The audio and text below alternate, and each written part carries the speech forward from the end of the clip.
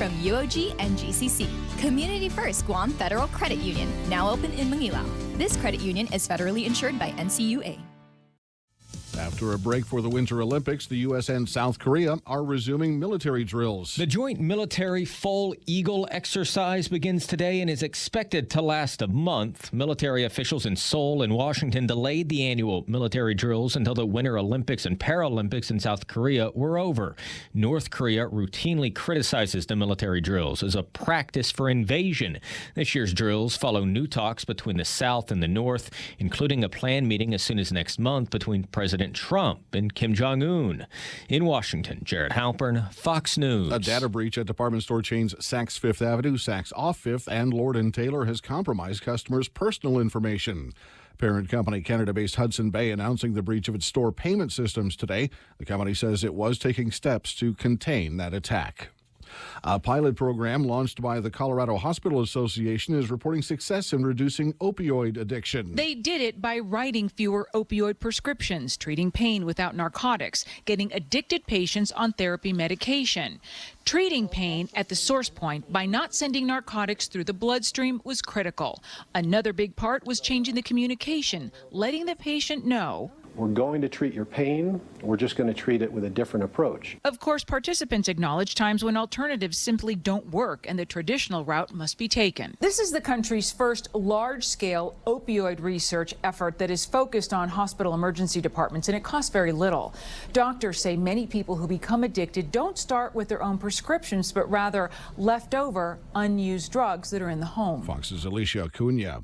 Steven Spielberg's action-adventure Ready Player One topping the domestic box office over the weekend, earning more than $52 million. Tyler Perry's Acrimony in second, followed by Black Panther. I'm Rich Dennison, Fox News Radio. Ready to buy real estate on Guam? Congratulations! But what now? There's so many questions, so many things to do. Where do you start? The best place to start is to call Century 21 Commonwealth Realty, Guam's biggest name in real estate. They aren't the best because they're the biggest. They're the biggest because they're the best. Trust the name. Find out why. Call Century 21 Commonwealth Realty today. 888-2121. Trust the best. The stations of Choice Broadcasting are celebrating April 2018 as National Earth Month in the first ever Upcycle Mascot Showdown. We've invited the public elementary 5th grade classes to set the example and build their school mascots completely out of recyclable material. Come down to the Chamorro Village Festival Huts on April 21st from 1 p.m. to 4 p.m. for a full day of fun. Support your school's mascot and be sure to vote for your favorite. Judges pick the first place winner. The public votes for the second place winner. Celebrate Earth Month with our students in the Upcycle Mascot Showdown. Brought to you by Leo Palace Resort Guam, Dr. Yang Dental, Denny's of Guam, and The Point. Hey, it's your stomach again. Subway has all new signature wraps, and around the water cooler, the other stomachs can't stop talking about them. Chipotle Southwest Steak and Cheese, Turkey, Bacon, and Guac, Rotisserie-style Chicken Caesar signature wraps. Listen, if I'm honest, as a talking stomach, I don't have a lot of life experience. But I do know one thing. These signature wraps are jam-packed with meat. So what are you waiting for? I'm growling over here. Subway, make it what you want. On April 14th, join Bank Guam for the first ever Hagåtña City E-Fit Run and Block Party to benefit the Guam Cancer Care and the American Cancer Society Guam. This event begins with a sunset run through our capital, starting at 5 p.m. at the Chamorro Village, and the excitement continues at our block party with food trucks, beer garden, live entertainment, and the greatest beast competition, and a fun-filled kids zone. The Hagåtña City E-Fit Run and Block Party, Saturday, April 14th, brought to you by Bank of Guam, member FDIC. Looking for a reliable power system when the power goes out? Kohler Power Systems are quiet, reliable, and dependable. And they stay that way with regular service and support from the team at Morrico Equipment because they also offer qualified after-sales service and support for Kohler Power Systems. Kohler generator systems are sold and serviced on Guam by Morrico Equipment. You should call them now at 649-1946 or click morricoequipment.com.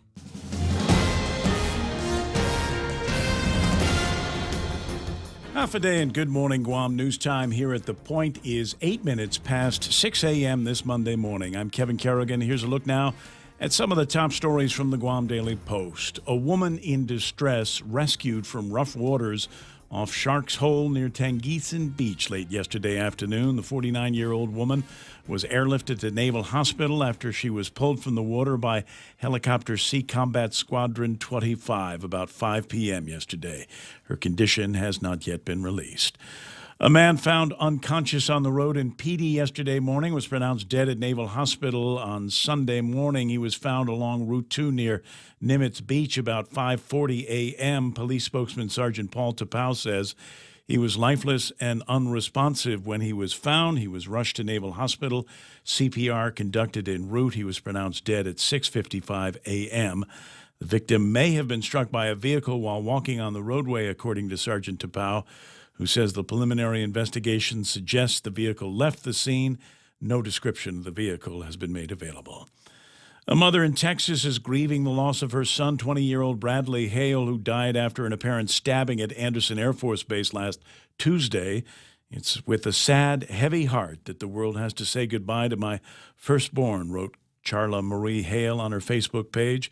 Linda Card, the chief of public affairs at the Air Force Office of Special Investigations in Virginia, said last week that an autopsy was scheduled Friday at Naval Hospital. She has not yet responded to a request for the results. On Thursday, Card confirmed that a suspect was in custody but has not yet been charged, pending the autopsy results. We'll have more news after this. For more than 40 years, we've managed our island's most precious resource, your health. Take Care's benefit plans allow members access to more than 120 medical providers, 40 dental providers, and 18 pharmacies in the region. Take Care's health plans ensure members in Palau, Saipan, and Guam receive the care they deserve. Our programs and wellness classes have proven results for our valued members, and our commitment to your health never been stronger. Take Care. Our island, your health plan. Ready to buy real estate on Guam? Congratulations! But what now? There's so many questions, so many things to do. Where do you start? The best place to start is to call Century 21 Commonwealth Realty, Guam's biggest name in real estate. They aren't the best because they're the biggest. They're the biggest because they're the best. Trust the name. Find out why. Call Century 21 Commonwealth Realty today. 888-2121. Trust the best. 10 minutes past 6 a.m. here at The Point. The 1% increase in the business privilege tax is now in effect. The increase to a 5% rate took place yesterday, Easter Sunday. The way was cleared after the legislature's Office of Finance and Budget on Friday certified that the revised fiscal realignment plan submitted last Wednesday by the governor included the required $30 million in cuts from the current fiscal year budget. Going forward, said Speaker Benjamin Cruz, the legislature and the governor must work together to enhance revenue, cut costs, and mitigate the impact of future austerity in upcoming fiscal year 29 budget deliberations. The BPT will remain at 5% through September 30th. When it reverts back to 4%, then a new 2% sales tax gets tacked on top of that 4% business privilege tax. The price of gasoline is up another 5 cents. Mobil was first to raise the price yesterday afternoon from $4.18 a gallon to $4.23 now. Shell followed suit overnight, and 76 is expected to follow as well later today if they haven't already. For these stories and more, log on to postguam.com or pick up a copy of today's Guam Daily Post. Here's Ray with some weather. It says here partly cloudy today with isolated showers. Northwest winds 10 to 15 miles an hour, shifting to the north by tonight. Highs today about 89 degrees and overnight lows of about 75 degrees. As far as your alert list is concerned, a high risk of rip currents through Wednesday afternoon. High surf advisory in effect until 6 o'clock Wednesday. Waves and surf, well, you're seeing hazardous surf right now, 9 to 11 feet on north and west facing reefs, continuing through Tuesday. You see that churn over at the beach bar over the weekend. I did. Mostly dry trade wind weather will return to Guam this week. Winds will be from the northwest today, slowly shifting back to the northeast by tomorrow as energy from 3W Jalawat completely dissipates. Though I thought that storm was supposed to, didn't it look like it was going to be making a jog above the Mariana Islands? It did. It did? Oh, it did. No, absolutely. Yeah, it became a super typhoon on Friday. I remember I told you it was probably going to strengthen, and wow, boy, did it. And just as quickly as it became super, then it fizzled out over the weekend. Just went poof. Yeah, a cold front came down. You've blew got the top off it. Yeah. Really, that literally is what happened. Blew the top off it. Literally, that's what happened. Yep. Interesting. Anything else out there in the world that we need to be? There's nothing. Nothing. No. What about that stuff we were looking at on Friday down by Chuk? No problem. No, it's already pretty much dissipated. It's been pulled up in the frontal sweep as well. Gotcha.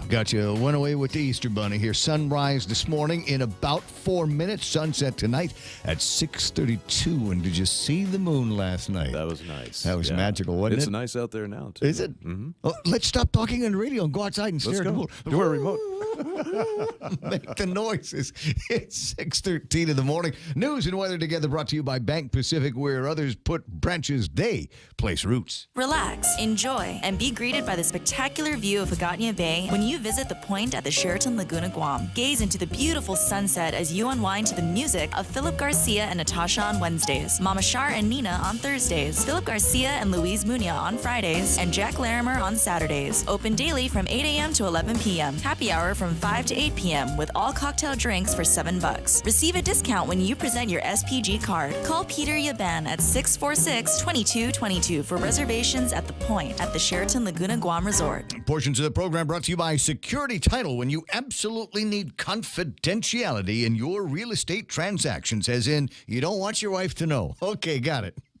Triple J says yes. Zero down? Yes. 1.9% financing? Yes. Easy trade-in? Yes. No payments for 90 days? Yes. We'll have you saying yes, too, to these amazing deals. Like our big boy truck, the Ford F-150 at only $217 per paycheck. Or the top safety pick Mazda CX-5 Sport at only $194 per paycheck. Or turn heads in the Mazda 3 Sport or the sleek and sophisticated Kia Soul. Both for only $129 per paycheck. Visit us online at triplejguam.com. Some conditions apply. See dealer for details. Triple J. Customers first. Wendy's has got the new smoky mushroom bacon cheeseburger. It's got smoky, hence the name, sautéed portobello mushrooms, melted Asiago cheese, crispy applewood smoked bacon, and crunchy fried onion tangles. It's the only way to describe it. It's little tiny onion things, and then they fry them up really good, and they've got this little curl, and they've got the crisp on it. And you will want this on everything. You'll want to put onion curls, these onion tangles on cereal. They're that good.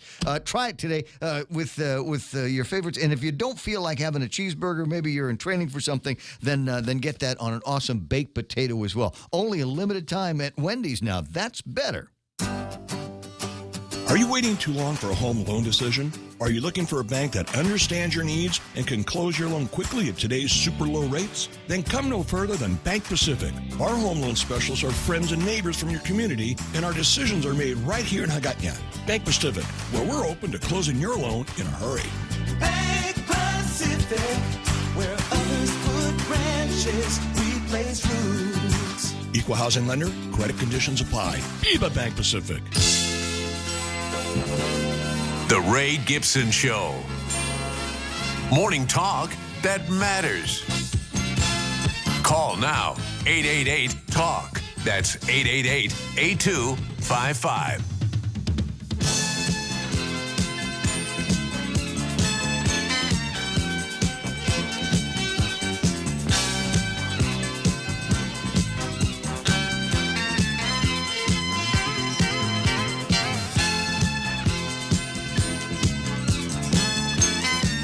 I got 6:16 on the clock here in the studio clock. It's the Ray Gibson Show here on The Point. My name is Ray Gibson. Mike's side. That's a clever way we used to say things in broadcast terminology. It means I'm sitting next to Kevin Kerrigan, who's taking care of the news this morning from the Guam Daily Post. Lots of stuff going on over the weekend. A rough weekend. Well, yeah, there was some hard news in there. Bad news for motorists and pedestrians. And I guess Friday afternoon they had that terrible accident. It looked terrible out on Route 15. Fortunately, the word is they were not life-threatening injuries. I tell you what, car flipped over. Exactly, and some of the videos, some of the shots that I saw, there were two people lying on the ground, looked unresponsive, and you sit there and you make the sign of the cross and pray that they're going to make it through, and apparently it looked worse than it was. That was the word. Wow. Okay. And a couple of other things on that we'll talk about a little bit. Hope everybody had a good Easter weekend. Michael Knight, you play on the radio on Saturday morning. What'd you do yesterday? I did absolutely nothing. Actually, no, I went and did my laundry. Woo-hoo! Yeah. How was it? Yeah, that was there great. an Easter egg hunt at the laundry place? Not that early, no. No, I got down there real early. But after that, nothing. Nothing. No, just beer and some movies and just Could have chill gone out. by the beach. There were a ton of the beaches yesterday were just jam-packed with people. Yeah, I was... We had the family thing over at the Hilton. My brother decided that we were going to go and do the brunch over at the Hilton. Nice. And, it was absolutely terrific. It was great to see Ray and some of my over at the Hilton place, and the food was terrific as usual. And there was parking, which that was the thing that freaked me out. There was parking. I pulled right into the slot. It was like 3 bays away from the door to the garage at the Hilton, and I thought, maybe they're not having something. Maybe I'm in the wrong place. Why is there parking here? What's going on? Today is Easter, right? It's April Fool's Day. Anyway, so there was a ton of stuff that was going on. Hope everybody had a great Easter weekend, and we'll talk about some of the adventures that we had here today. Do want to say good morning and happy Easter Monday to the people on the Facebook that are watching the show, including Mutkus Mendiola there. I see Mo Cotton talking about Heavenly Radio. Great way to start the week. Thanks so much for that, Jim Tillman. And who else we got here? Melina's there. And Catherine. Catherine, you remember Kat? We had her in the studio a couple of weeks ago talking about, can't remember what it was because I was staring. What was it? It was... She's talking about something. Oh, the backpack thing that the Rotaracts are doing, and there might still be time for you to be able to do that. But we're trying to get her in on something else before she takes off to talk about some great hikes that they're doing. Pete Timinglu is there. Rita Camacho Hugo is there, and I see Carl and Jerry Gutierrez. And I have been munching Jerry Gutierrez beetle nut all weekend long. Thank you so much for the red stuff. Hey. Tasty. The only time I can't chew it is when I'm on the radio. And the reason is because sometimes the little pieces of the pugo will get stuck in the vocal cords. Oh, yeah, that's not good. And they'll be bloody coughing going on to try to get that stuff out. Jim Howard's there. Denise Mendiola, good morning. Adonis Mendiola, good morning to you as well. And Brad and Nick and Juanita. And Jay Talavera, Wahida Jay Talavera. Has got the Facebook thing going on this morning as well. Might be some new names that you see in there, but trying to remember how to share the stream first thing in the morning so that more people can actually click on it and go, oh, that's what he's talking about when he says he's the guy on the radio. I didn't know. 20 after, and items in the Ray Gibson table of contents? 888-TALK. Oh, yeah, we better give the phone number. You can still. Many different ways, 93.3 on the FM and on the Facebook and at thepoint.gu, Ray Gibson Show at gmail.com if you want to send me something. But if you just want to talk. Like the old-fashioned way? Yeah, just pick up the phone and press, it's only 7 digits, 888-8255. And that should get you all the way through the mountains of digital technology that we have so that Michael can answer the phone and get you on the air and get what it is that you've got in your head onto the radio. Lucky for them, I can see the phone light with my good eye. What a lot of people might be concerned about this morning, and the only way I can describe it is, I told you so. See, I told you so.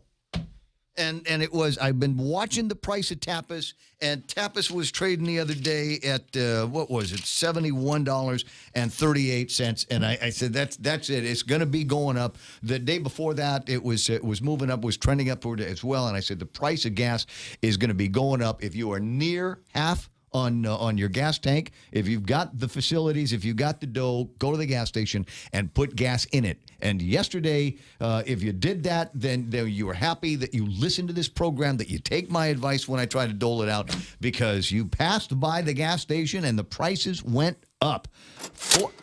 What did you say it was? $4.22? I think is what it is.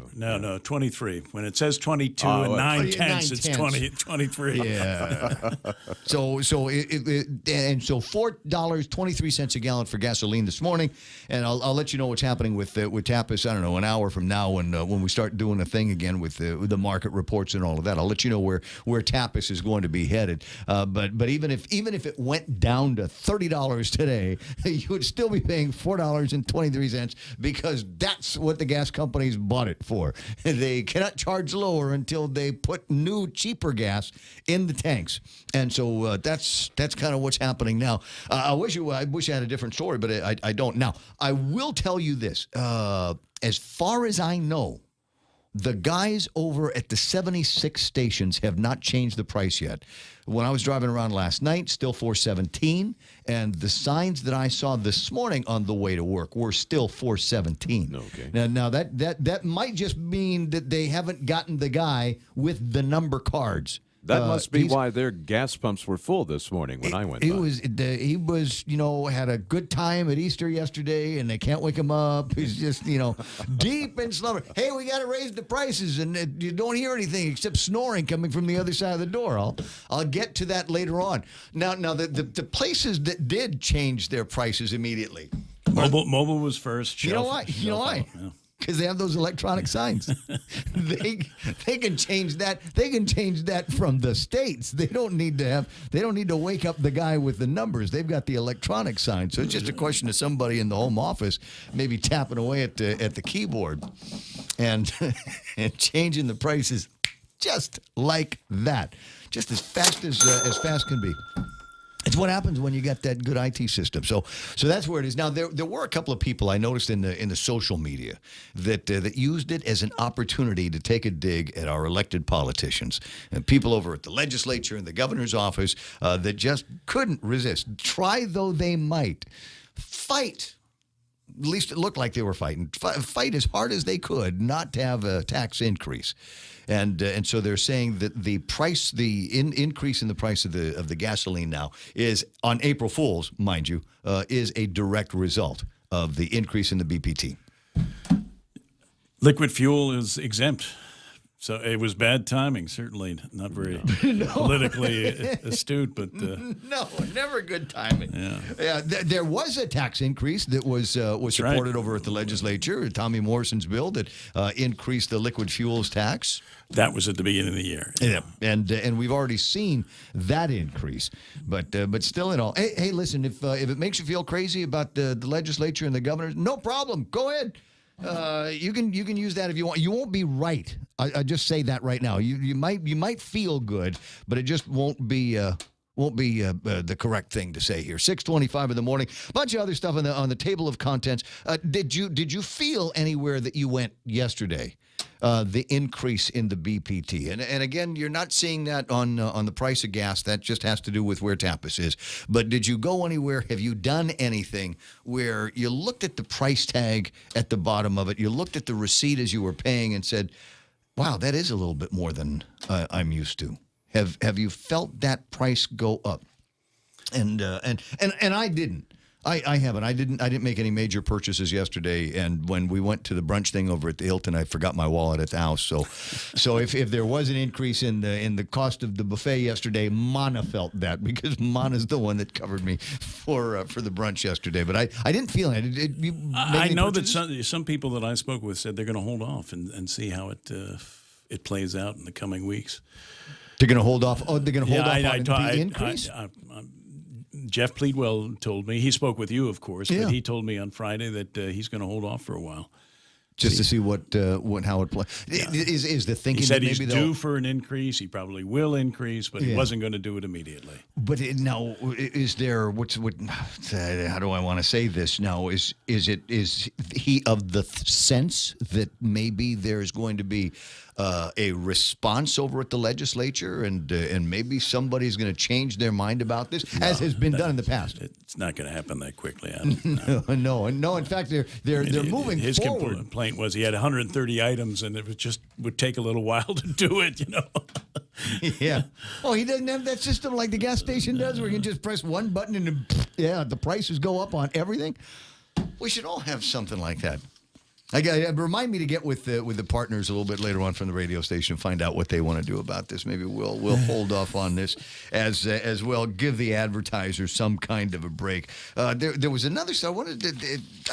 As I said, I didn't do a whole lot. In fact, I didn't do any purchases yesterday that I can recall. So I couldn't tell you whether I felt it or not. There were a lot of people out doing commerce yesterday, and saw a bunch of them over at the Home Depot place, so you could tell that there's money out there. And if you're wondering where the money came from, it's supposed to have been last of the $2 million tax refund checks that went out in the last few days from 2016. Yes. Yeah. So paid up through December. Yeah. So there's some money out there. Daryl says that he went to the movies and he says $10 now. Did they have a thing at this? I've got to ask him, Daryl. Did they have a thing at the movie theaters that said that's why that it was more expensive, was because the price of the taxes had gone up? Let's see if we can find out. And then of course Ron in Pennsylvania feels the need to say that gas is $2.85 there. Again, $4.22 cents. Why is it still priced like that? Do we know? Have you ever asked that? That's the oldest retail trick in the book, isn't it? You know, come on. You know, only $99.99 under $100. Come on. Order before midnight and get 2 for the price of 2. Yeah. Everybody still says $2.17 when, you know, it's actually 18. Yeah. It's 9/10. You know, maybe there ought to be some kind of truth in advertising thing going on. We'll press a button and flatten it out. At the legislatures, we say there's going to be a conversation about increasing the taxes. You might recall, Speaker B.J. Cruz had wanted to take care of a couple of things. One of increase the sin taxes. So there's going to be a public hearing today on a measure that is relative to increasing your tobacco taxes, increasing the tax on alcoholic beverages. So buy them now. Go to the because it doesn't go bad, near as I can tell. Yeah. So you just go to the store and get as many bottles of tequila and whiskey and bourbon and scotches right now, while it's still under the old rate, because I got a feeling that this thing is going to go. Now, it's good causes, I suppose, for the money, and it's supposed to make you feel better about the sin taxes. It's going to be going to fund GMH for their 2018 operational expenses into the Healthy Futures Fund. And then there's another measure that BJ has introduced that they're going to have a hearing on today between 1 and 5 relative to creating the Guam Department of Education Building Maintenance Fund and increasing the real property tax in Guam and dedicating 75% of the additional funds to the Territorial Education Facilities Fund, 25%, and eliminating the requirement of voter referenda on tax increases, which is another thing that he wants to do. In fact, it's in both measures, isn't it? Relative to eliminating the requirement of voter referenda on tax increases is in 260, I guess, and 261. I'll take a look at them, and when I get motivated and read them to you, little bits here. Had a thing in there. What did Mark type to me this morning? Oh no, they did. Buenos Ramon, would you be kind enough to find out what's going on with the toilet-looking village signs that are damaged, Sinahanya and Jotnya?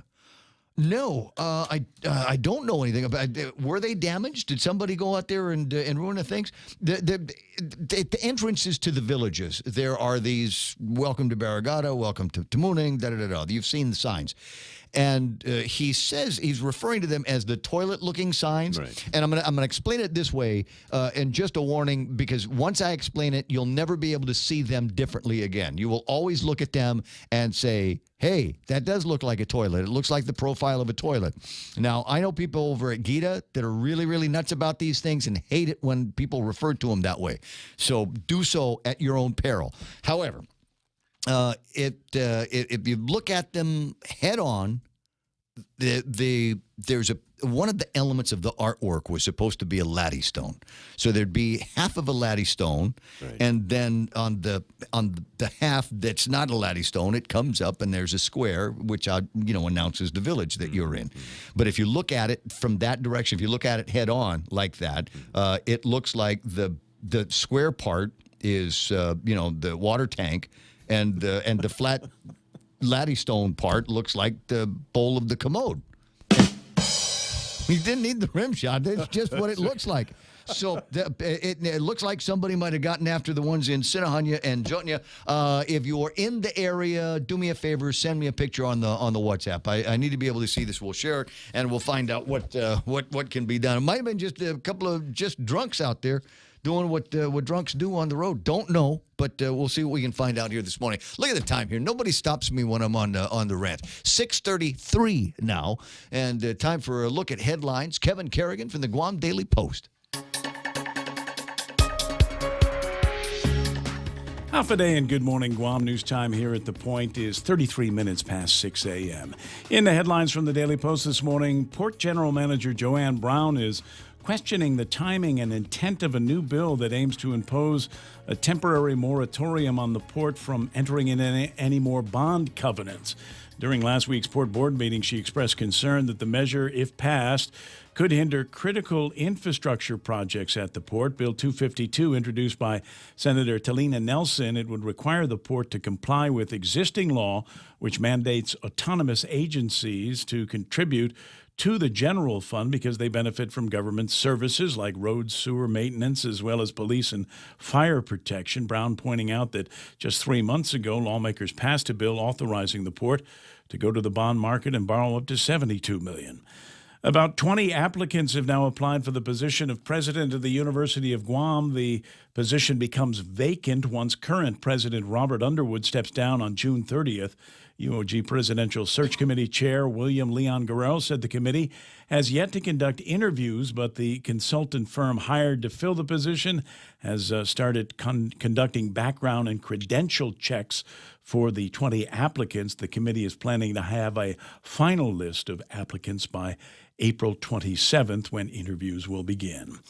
A bit of commotion in Tamuning Saturday midday after someone called E911 to report piles of a white powdery substance in the parking lot of the Guam Premier Outlets.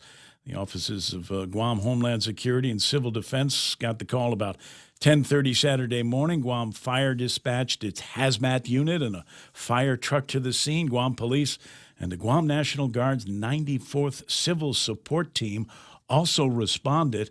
All the first responders cordoned off areas around where the powdery substance was found, included part of the roadway and parking lot around King's Restaurant and Forever 21. The powder was tested, turned out to be nothing more than baking powder used to mark a path for the Saturday morning hash runners. No one was evacuated from the area.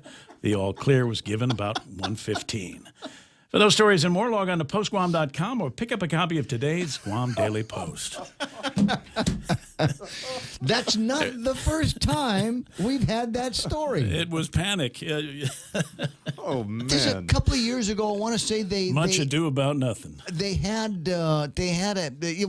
the hashers, man. It's a whole other world of the athletic community, and they don't tell you. They're not like regular running guys. They don't, make announcements about when their races are or what the theme is going to be. They had a naked race not that long ago. You might have been one of those unfortunate souls on the WhatsApp chat as people sitting in traffic in the middle of the night, and all of a sudden there's 3 or 4 naked people running by them.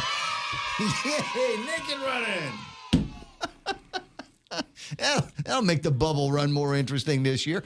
But a couple of years ago, I want to say they did something similar. I want to say out in Tiedzen, where they had put a pile of this flour down, and everybody freaked out and got the telephone call. So weird. All right, 6:36 in the morning, and let me tell you about iConnect time in the studios of the radio station. iConnect time is 6:36. Connect longer for less with iConnect's push-to-talk mobile and internet plans. Come out for the 4th annual Chucky Run and Fun 5K, 2K, and Flyaway giveaway. Join us Saturday, April 14th at Chuck E. Cheese's Guam. Show at 5:30 and go at 6. 6 a.m. T-shirts, medals, and other cool prizes, refreshments, and indoor activities after the races. Grand prize drawing for all participants is a trip package for 2 to Manila. Register at Chuck E. Cheese's Guam. $8 for students, $12 for adults, and Group of 4 Super Saver for just $35. The 4th annual Chuck E. Run and Fun 5K, 2K, and Flyaway giveaway. See you there.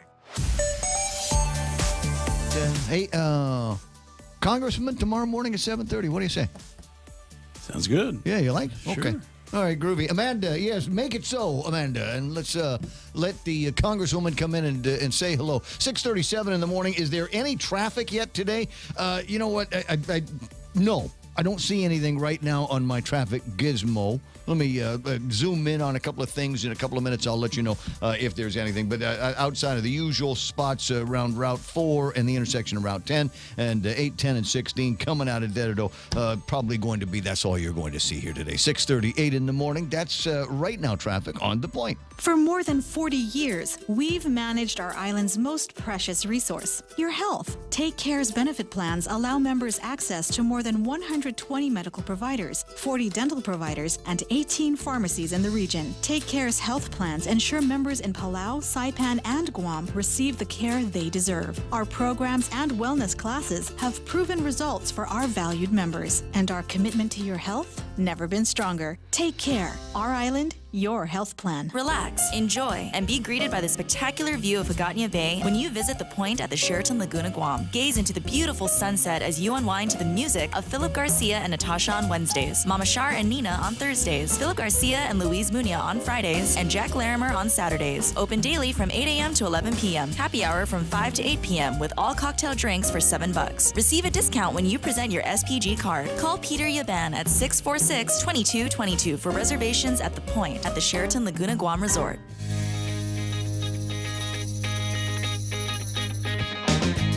The Ray Gibson Show. News to fill your mind. Talk to get it out.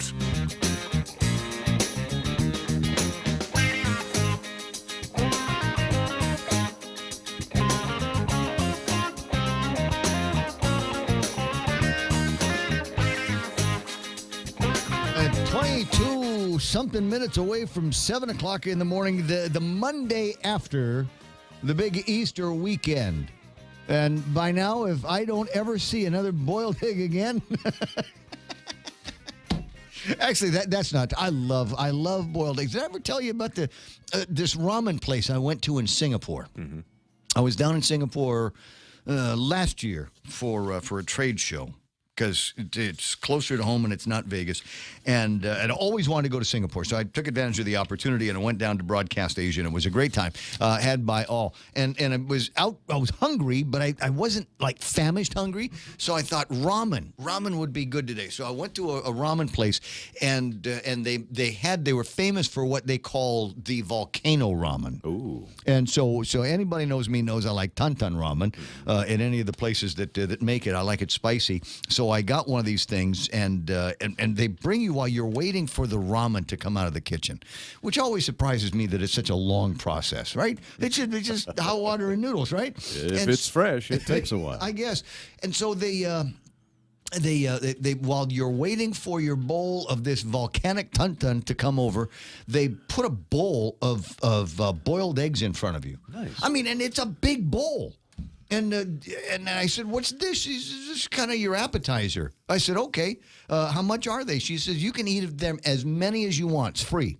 It just comes with the meal, so you can have the tantan ramen and a cold beer and as many of these boiled eggs as you can eat."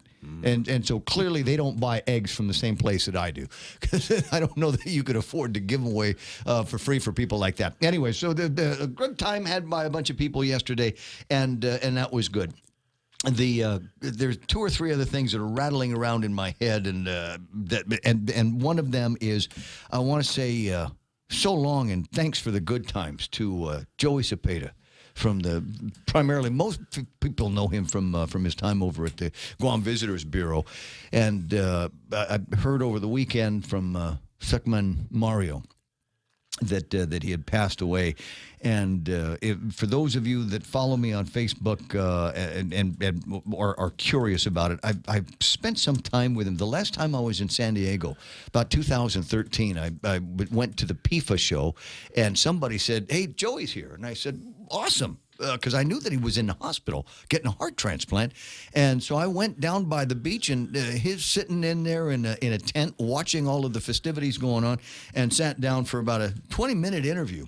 And I don't want to play the interview here, but if you'd like to hear it, then let me know on Facebook, and I'd be happy to send you the link to it so that you can hear it. As I said, he had just come out of the hospital and had a heart transplant of all things. And I was kind of hoping that now that he had that procedure and had gone through that process, that maybe he'd be able to come back to Guam. And he had the kind of condition where you can't be any further away than 15 minutes from a heart-ready hospital and the kind of doctors that can take care of you if you run into some kind of thing. But he was just one of those guys. Anybody that spent any time with him while he was at the Guam Visitors Bureau knows the kind of guy that he was and what he has done for the hospitality industry here on Guam, and always thought about it. There's some pictures that you can see on Facebook now where he's talking about them building kind of a Guma in San Diego, wanting to move forward with that process. So he is going to be missed. There were a lot of people that were expressing their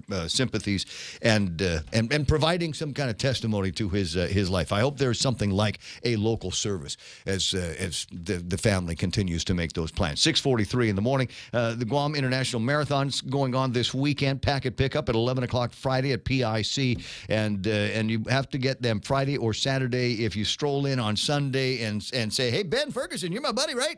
Can I have one from you?" And he'll say, "No, I can't do that."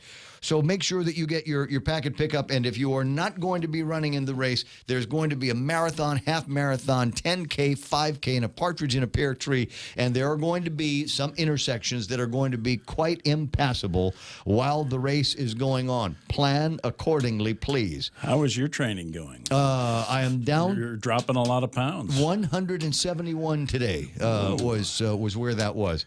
It's high school weight. No. High school, I weighed about 120 pounds with a 29-inch waist. I'd sure love to see those days one of these days. But yeah, so my training is going okay, and I'm looking forward to, if not getting close to it, maybe maybe establishing another PR, maybe just a couple of minutes from there. There's a couple of the other things. Oh, I remember now. I'm sorry. It just popped up this morning, and I wanted to share it with the listener. You know how nuts I am about research, right? I love surveys, and remind me to take a look while I have a chance at the survey at thepoint.gu, where we ask the question, who is the weakest link? Asking about which is the weakest gubernatorial team that is out there. And the reason is simple. I'm a Republican, and I don't need to vote for Ray Tenorio because he's already a shoo-in for the primary election, and that's all I'm going to say about Ray this morning. So I want to know if I was going to do what the Democrats hate it when we do, and that is jump over to their side of the fence and vote for the weaker party, so that's the team that faces Ray Tenorio in the general election. Who would that weaker party be? Dennis and that guy with 33.33% so far. I've got 25.89 for Lou and Josh. That puts them second weakest. Third weakest is Frank and Alicia. And the strongest, or the least weak, is the Gutierrez-Berdallo team with 15.48. So I want to say congratulations to the Gutierrez-Berdallo team. And near as I can tell, nobody has been able to figure out the hack to be able to vote multiple times on this survey. You know, you see that sometimes over at the legislature when they're trying to make a point in the PDN polls. They'll have somebody sit there and, come up to 3,000 votes that say Eddie Calvo is doing the best job ever in the history of governors. Yeah. So What? That's not what it looks like to you? That's what it looks like to me. I'm the every new time I guy, see man. that. Yeah, it looks wonderful. So It's beautiful. It's really 3,000 people. It's any other survey, there's 112 people that go and vote. And that's about where we are here. I haven't done the vote totals on this thing, but I can tell by watching that I'm not getting anybody that is trying to hack this thing. So these might actually be legitimate voters that are out there casting legitimate thoughts on Dennis and that guy being the weakest. You know why? Because he went after the hospital and he went after the banks and the insurance companies, and that's why Dennis is in last place in this thing. Now, there's another survey that is out this morning, and if you've got kids that go to DOE schools, you might want to participate in this.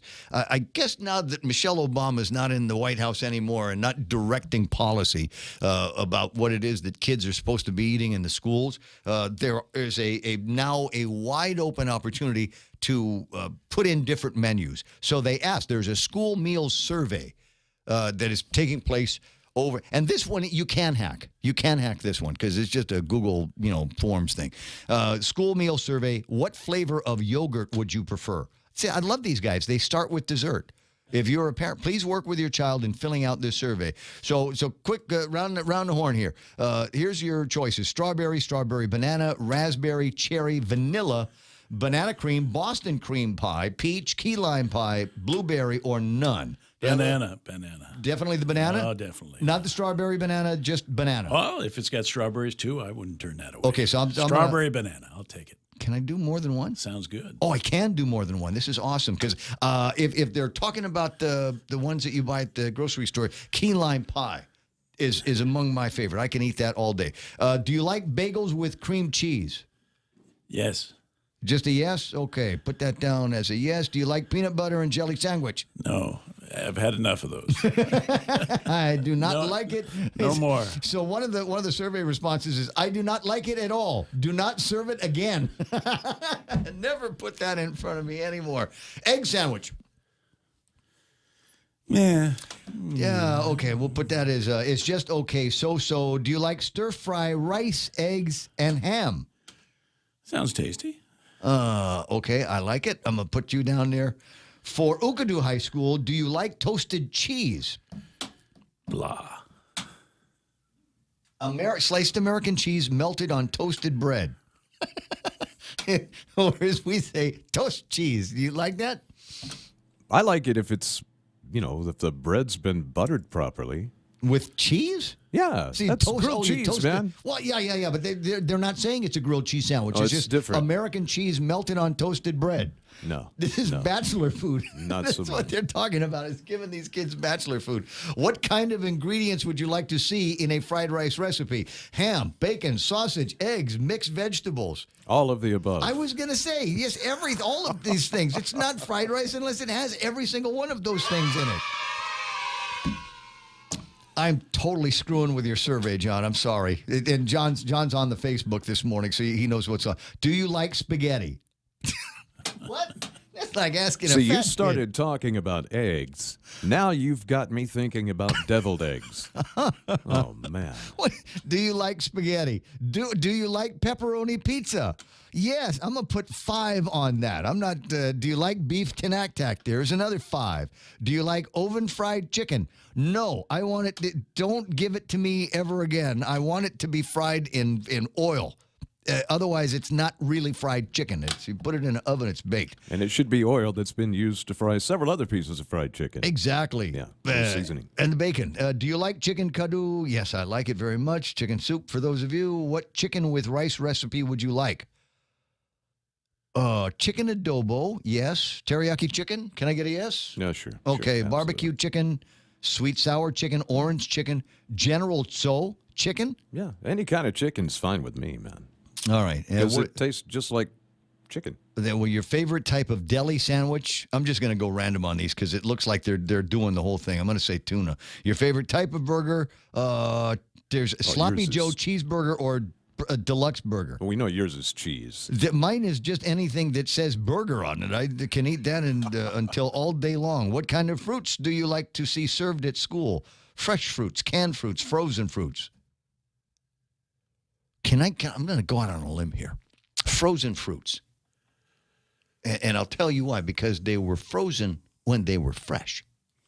Right? There's something about that. And you know, you buy fresh fruit at the grocery store, no problem. Sometimes it costs a little bit more. But if you go after the frozen fruits, after you thaw them out, for the most part, they're just as tasty as they were when they came off the tree. A little soggy. Yeah, let's just put them in the thing with the microwave them. Stick it in the fried rice. To help ensure that all students are offered a healthy breakfast, what breakfast model would you like to see at schools? Grab-and-go breakfast, second chance breakfast, or breakfast in the classroom? Just click all three. And, okay, this is the last one. To help ensure that all students are offered a healthy lunch, what would you think will help? Separate lunch periods by grade level? Multiple serving lines within the cafeteria. We don't have this already? Mobile food carts. Oh, yeah.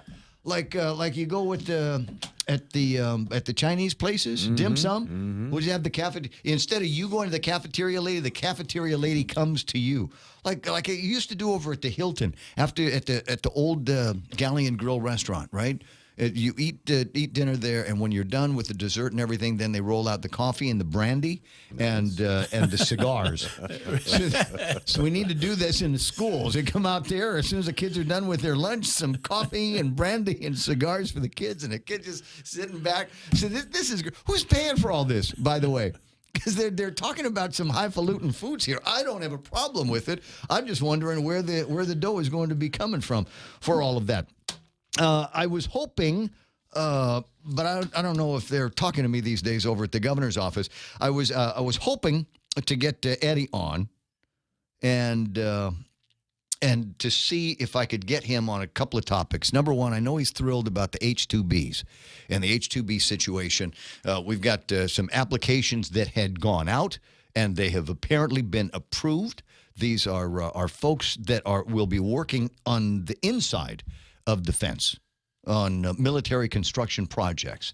So that's kind of the first test that we needed to get through. The second test now is to find out if the USCIS is going to authorize the applications for the H-2B employees that were part of the case that went through district court. And the judge says we have to approve these. So we want to see what happens there. And I imagined that there would be a third hurdle, a third test down the road for H-2B applications for potential employees that were not working inside the fence, were not working for these companies that were part of the lawsuit. So we'll watch and see. So I want to see if I get the governor's comments on that. And if not that. Then, hey, what are we doing with the carnival? There's beginning to be a bubbling up of a couple of different senses with the carnival and how that's going to play out. I'm of the mind that if we don't have the money to stand up a carnival because of the dire fiscal circumstances of the government of Guam and the fact that we're increasing taxes all over the place. There's a real burden on actual people around here. Maybe we ought to be having a party. Maybe we should just lay back from the whole thing and say, you know what, maybe next year will be a better year. It won't be, but maybe next year will be a better year. We can't have a party while we're having such a hard fiscal time these days. But if they can have it without the casino, but with the customary and traditional games of chance and skill over at the carnival, then I think we should do it. I took a look at the legislation, and it only provides for bingo and cockfighting, I guess. And that's the only kind of games that we're allowed to have here on Guam anymore. And golly, that all happened when I wasn't on the radio, so I couldn't go to battle for people that are vendors at the carnival. And heck, they're the ones that are hurting. Everybody says, oh, we'll just do this and we'll go out and there'll still be rides and there'll still be food over there. Well, there ain't going to be rides and foods if there ain't a carnival because the vendors aren't confident that people are going to show up. So something has got to give somewhere. And if we're only talking about carny games that we're playing over at the carnival as opposed to the full-blown, nobody was keeping track of anything casino, then I don't have a problem with it. And I would like to see somebody come forward and help the mayors out in this particular matter.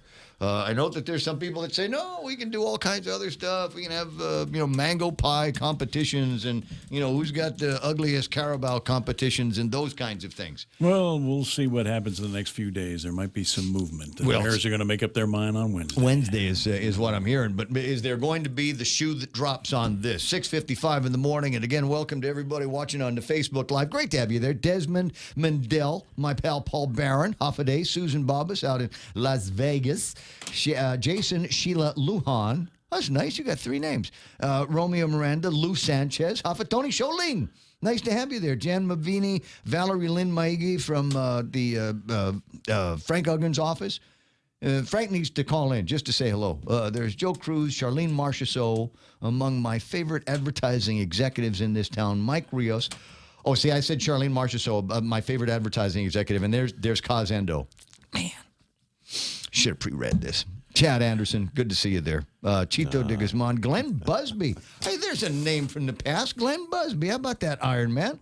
Has got the Facebook Live going on. Nice to have you all here. Share the link with family and friends wherever you happen to be. I've now talked myself out of time. I was thinking that maybe, and if you're watching on the Facebook Live, I've got the a link up there. I can see the video for Eddie Calvo.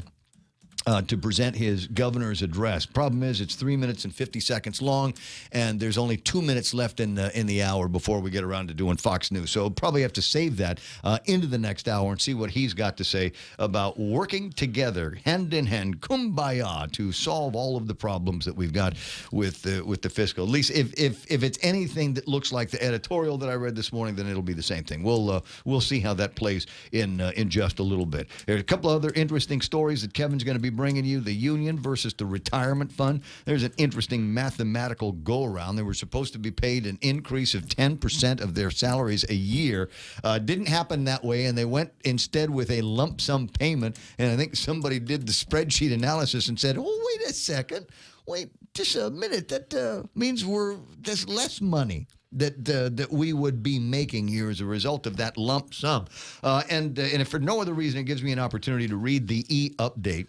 I used to get these like 5 at a time because I was on every Matt Rector email list there was. Now I'm back down to 1, and that's cool. So GFT is calling on the 40% pay recipients in public safety and law enforcement so that you can join the battle with them. But there's also in the e-blast that they send out to the membership a reminder that quiz night is coming up April the 20th, 5:30 doors open, 6:30 is dinner. At 7:30, I will begin the contest that is quiz night. And I don't know whether it has to do with 420, the numbers here, but I guess there's a theme, peace and love and music. There's an old Woodstock logo that they've got on this thing. Is it possible we're going to have a hippie habitat night? We'll find out. Would you look at the time? That first hour has evaporated, my friends. We are KUSG Hagutnia, headquarters for Fox News, 24 hours a day, 7 days a week, absolutely live, not pre-recorded, coming down the pipeline right now. Kevin Kerrigan with headlines coming up next from the Guam Daily Post as well. Stick around, Brown. Here's the news. Taking aim at Mexico, I'm Rich Dennison, Fox News. President Trump today calling for Mexico to play a larger role in preventing illegal immigrants from crossing the border to take advantage of DACA, a program which protects from deportation immigrants brought into the country illegally as children. Democrats blew it. They had a great chance, but we'll have to take a look. But Mexico has got to help us at the border. They flow right through Mexico. President Trump ended the Obama-era DACA program, but that move has been temporarily blocked in the federal courts. The president also threatening to pull out of the North American Free Trade Agreement if Mexico does not step up. Many Republicans are not happy Attorney General Jeff Sessions announced he would not appoint a second special counsel to investigate claims of FBI misuse of secret surveillance courts. Sessions did appoint a U.S. attorney to investigate those claims. Republican Congressman Darrell Issa speaking to Fox News. He will, in my opinion, though, end up with an outside entity that has to deal with some of the rotted activity of people still at the Department of Justice and the FBI. Democrats believe Republicans are trying to divert attention from special counsel Robert Mueller's probe into Russian election meddling. 60 Russian diplomats expelled from the U.S. are back in Moscow. The expulsions are the result of Moscow's suspected involvement in the poisoning of an ex-Russian spy and his daughter in the U.K. I think the problem is that Russia's running wild. Whatever we're doing is not working, and the president, for some reason, has a hard time pushing back against Putin directly. Republican Senator Lindsey Graham on Fox News Sunday. Moscow denies any involvement in that attack. North Korean leader Kim Jong-un attended a rare performance by South Korean pop stars. Saturday's performance in Pyongyang comes amid thawing tensions between the two nations. Fox News. Fair and balanced.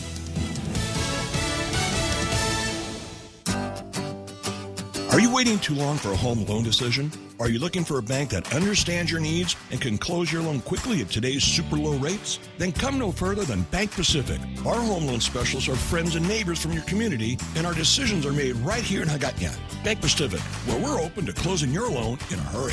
Bank Pacific, where others put branches, we place roots. Equal housing lender, credit conditions apply. Viva Bank Pacific. Triple J says yes. Zero down? Yes. 1.9% financing? Yes. Easy trade-in? Yes. No payments for 90 days? Yes. We'll have you saying yes, too, to these amazing deals. Like our big boy truck, the Ford F-150 at only $217 per paycheck. Or the top safety pick Mazda CX-5 Sport at only $194 per paycheck. Or turn heads in the Mazda 3 Sport or the sleek and sophisticated Kia Soul. Both for only $129 per paycheck. Visit us online at triplejguam.com. Some conditions apply. See dealer for details. Triple J, customers first. Ad Council.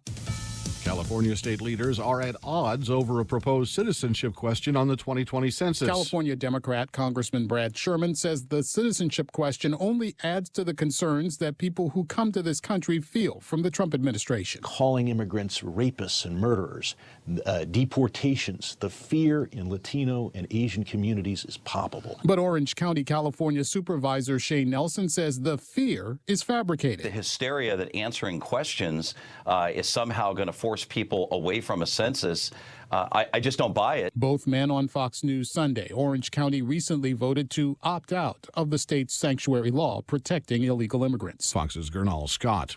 Jury selection scheduled to begin tomorrow in suburban Philadelphia in Bill Cosby's sexual assault retrial.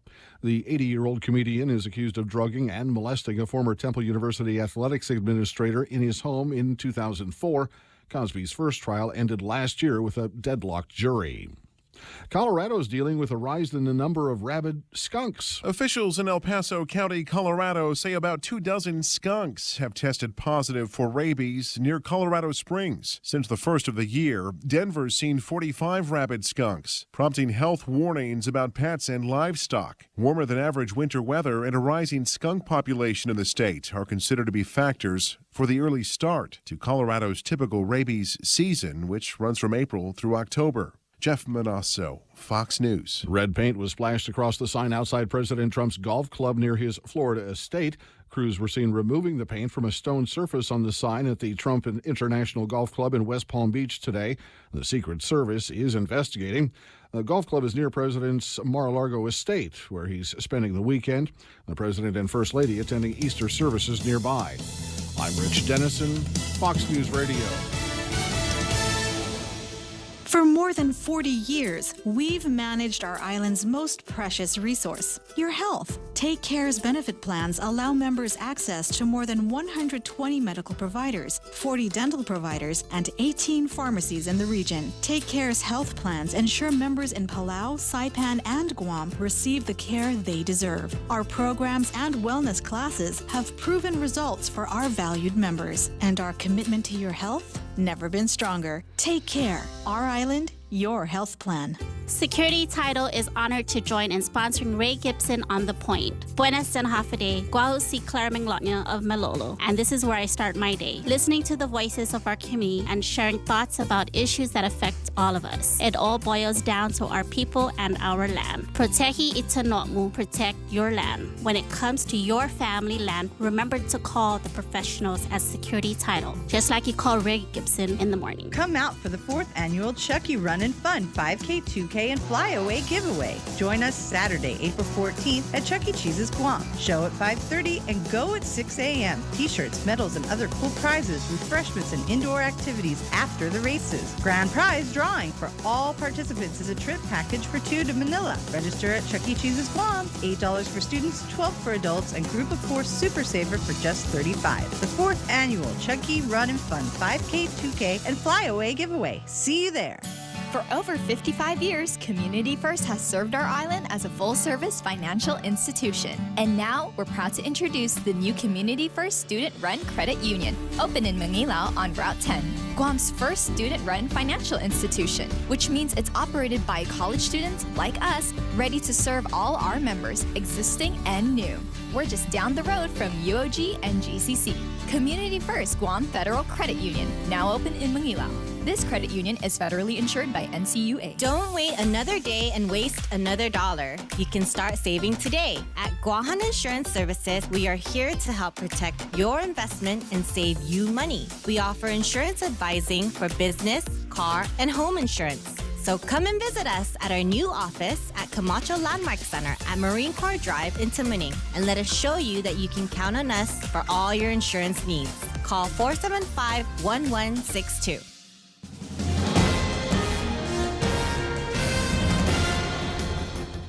Half a day and good morning, Guam. News time here at The Point is 8 minutes past 7 a.m. this Monday morning. I'm Kevin Kerrigan. Here's a look now at some of the top stories from the Guam Daily Post. The Guam Federation of Teachers filing a lawsuit in Superior Court against the GovGuam Retirement Fund. The complaint alleging inaccurate calculations of retirement income for public safety and law enforcement officers. In a release, the GFT says that Public Law 29-105 mandated that all public safety and law enforcement officers be paid an additional 40% pay increase over a 4-year period in increments, 10% each year beginning in October 2008. However, the increases were paid as a lump sum instead, causing those employees to lose significant earnings towards retirement, according to the Guam Federation of Teachers. PHC Corporation getting approval from the Immigration Service on Friday to bring in 162 temporary workers under the H-2B visa program. The approved workers are carpenters, construction equipment mechanics, electricians, plumbers, and welders. It's the first time since November 2016 that the Immigration Service has approved any H-2B applications for Guam employers. PHC Corp is a subcontractor of Cortec International, which is building 2 hangar projects on Andersen Air Force Base. The Guam Daily Post is an affiliate of Cortec. It took inclusion of legislation in the National Defense Authorization Act for fiscal year 2018 for the USCIS to reverse its year-long record of rejecting all petitions for foreign labor on H-2B visas before this recent approval occurred on Friday. We'll have more news after this. At Micronesia Renewable Energy, values matter. So all of their solar energy systems come with guarantees and the most value. No shortcuts, all quality. It's giving you that solar energy system at the best price. It's using highly efficient solar panels with typhoon-proven racking, built by highly skilled local technicians, so your system performs and saves you money. It's total peace of mind all the time. Not all solar companies are created equal. For experienced quality solar, it's MRE. Call 632-2613. MRE, the smarter choice. Hey, it's your stomach again. Subway has all new signature wraps, and around the water cooler, the other stomachs can't stop talking about them. Chipotle Southwest steak and cheese, turkey, bacon, and guac, rotisserie-style chicken Caesar signature wraps. Listen, if I'm honest, as a talking stomach, I don't have a lot of life experience. But I do know one thing. These signature wraps are jam-packed with meat. So what are you waiting for? I'm growling over here. Subway, make it what you want. News time here at The Point is 10 minutes past 7 a.m. Vietnam-era veterans and island residents will have to wait a little longer before finding out what the Government Accountability Office learned in its investigation of Agent Orange's use on Guam. The final report, originally slated to be submitted to Congress in May, has been delayed until July. Delegate Madeline Bordallo's Deputy Chief of Staff, Adam Carbolito, said that the Congresswoman that explained that the GAO conducted additional focus groups with veterans on Guam and in the mainland that'll be included in the report, and that's caused the brief delay. GAO investigators came to Guam in December to speak with veterans here who said they had knowledge of sites on island where Agent Orange was used. The 1% increase in the business privilege tax is now in effect. The increase to a 5% rate took place yesterday on Easter Sunday. The way was cleared after the legislature's Office of Finance and Budget on Friday certified that the revised fiscal realignment plan submitted last Wednesday by the governor included the required $30 million in cuts from the current fiscal year budget. Going forward, said Speaker Benjamin Cruz, the legislature and the governor must work together to enhance revenue, cut costs, and mitigate the impact of future austerity in the upcoming fiscal year 2019 budget deliberations. The business privilege tax will remain at 5% through September 30th, when it reverts back to a 4% rate. Then a new 2% sales tax gets tacked on top of that 4% BPT. For those stories and more, log on to postguam.com or pick up a copy of today's Guam Daily Post. Here's Ray with some weather. Thank you, Kev. Partly cloudy, isolated showers. There's northwest winds, 10 to 15 miles an hour, shifting to the north by evening. Highs around 89 degrees and overnight lows of about 75 degrees. It is weird that you wake up in the morning and the wind is blowing in one direction, and when you go to sleep at night, it's blowing in completely the other direction. It is odd these days. Hazardous rip currents through Wednesday afternoon. A high surf advisory in effect until 6 o'clock Wednesday. Waves and surf, you'll see hazardous surf 9 to 11 feet on north and west facing reefs continuing through Tuesday. Mostly dry trade wind weather. That's what we're experiencing right now. Sunset tonight, 6:32. Studio time at the Point is 7:11. We have some really great home loan programs, but did you know we have great business loans too? Every day we're working with companies to purchase equipment, to buy or build properties, or make tenant improvements. We offer letters of credit, working capital, and term loans, and we make all of our credit decisions here. Commercial loans, commercial banking from Bank Pacific. Bank Pacific, where others put branches, we place roots. Equal housing lender, member FDIC. Biba Bank Pacific. What you say, there is a fantastic way to enjoy a burger waiting for you at the nearest Wendy's. But I got to caution you, because it's for a limited time only. This thing could go away at any minute. They might say, oh, no, Ray ate the last portobello mushroom that we have here. So we're done. It's all finished. It's happened before. Yeah. So the new smoky mushroom bacon cheeseburger with smoky sauteed portobello mushrooms. There's melted Asiago cheese, a smoky sauce that goes on everything, and smoked bacon. It's a crown of bacon that they put on this. And on top of the crown, like you would have jewelry, they have these crunchy fried onion tangles on it. It's the only way I can describe it, and it tastes as good as it looks. You ever notice that sometimes you go to a burger place and you get a burger, and by the time you unwrap it and everything, it looks like it's been stepped on? But yeah. not at Wendy's. Not at Wendy's. The new smoky mushroom bacon cheeseburger for a limited time. Now that's better. Looking for a reliable power system when the power goes out? Kohler Power Systems are quiet, reliable, and dependable. And they stay that way with regular service and support from the team at Morrico Equipment, because they also offer qualified after-sales service and support for Kohler Power Systems. Kohler generator systems are sold and serviced on Guam by Morrico Equipment. You should call them now at 649-1946 or click morricoequipment.com. The Ray Gibson Show. Any speaker, anytime. Watch and listen live on thepoint.gu.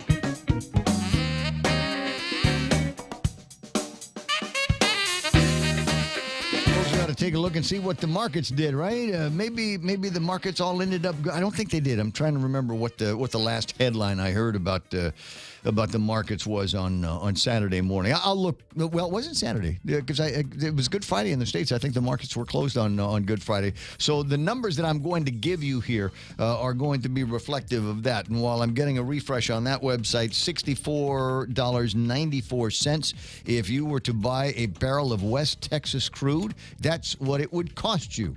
But that's the wholesale price.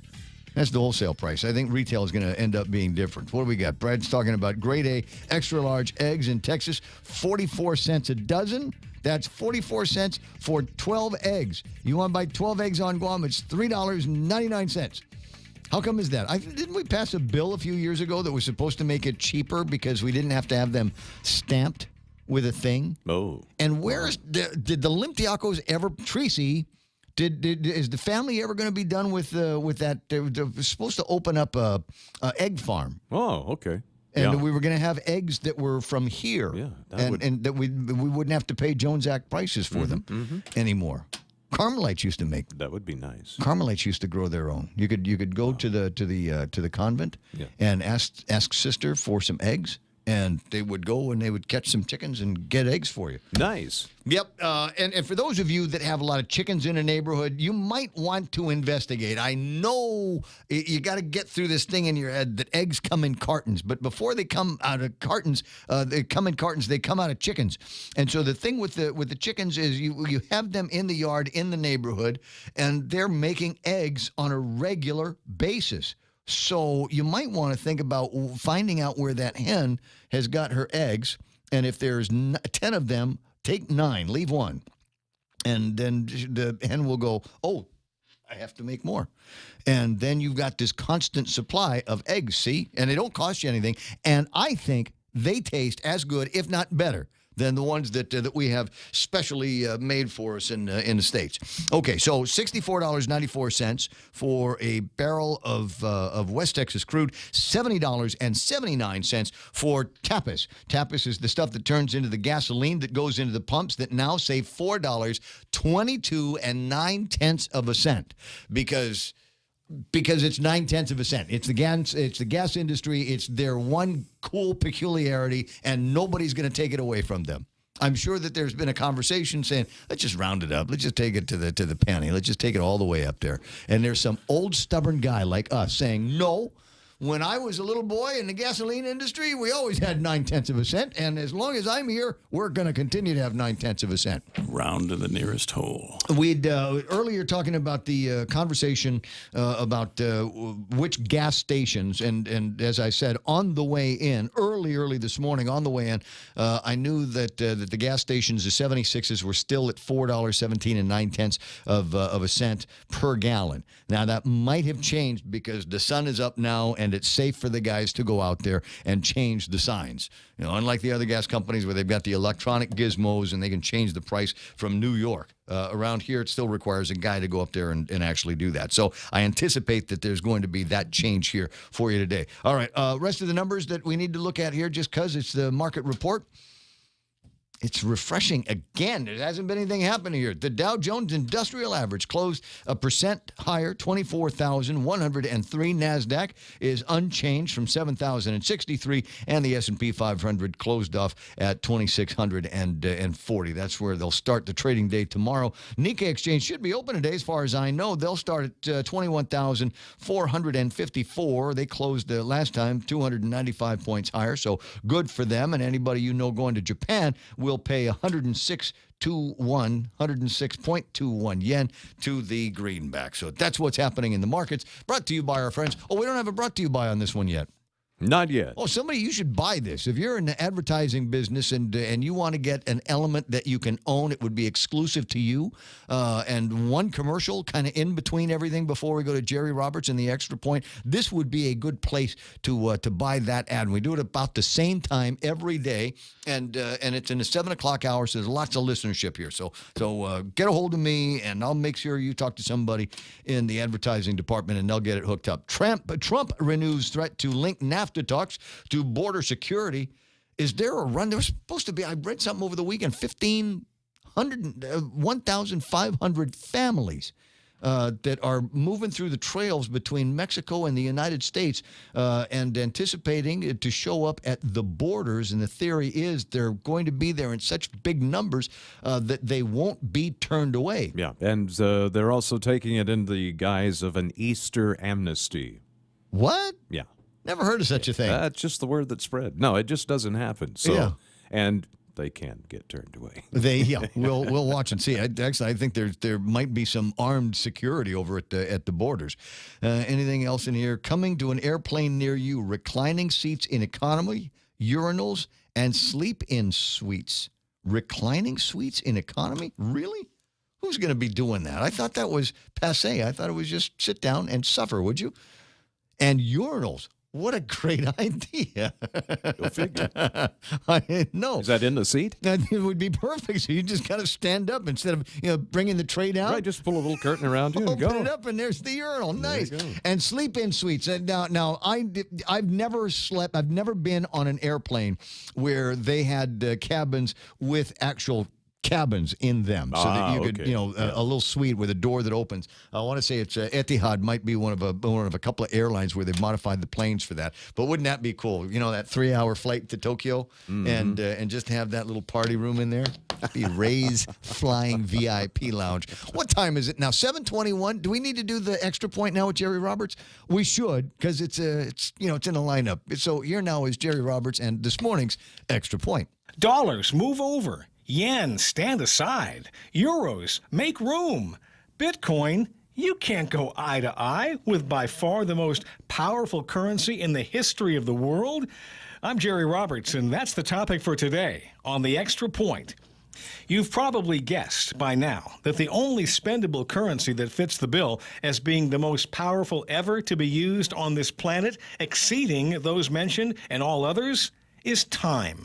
Charles Spezzano, author of What to Do Between Life and Death, says you don't really pay for things with money, you pay for them with time. We exchange our time for money in working for somebody, and then use that money for everything we buy, as well as investments we make. In essence, all we possess can be traced back to a payment of time, says Spezzano. The late Peter Drucker, perhaps the greatest voice we've ever had in leadership and management circles, said, "Nothing else distinguishes effective executives as much as their tender, loving care of time." I don't think Drucker meant to exclude all other working classes when he singled out executives in that statement. Everybody needs to treat time with the respect an irreplaceable resource deserves. We spend loads of time choosing a restaurant or what to do on the weekend, and that's okay. However, by comparison, we dedicate relatively little time in planning our career or how our retirement will play out.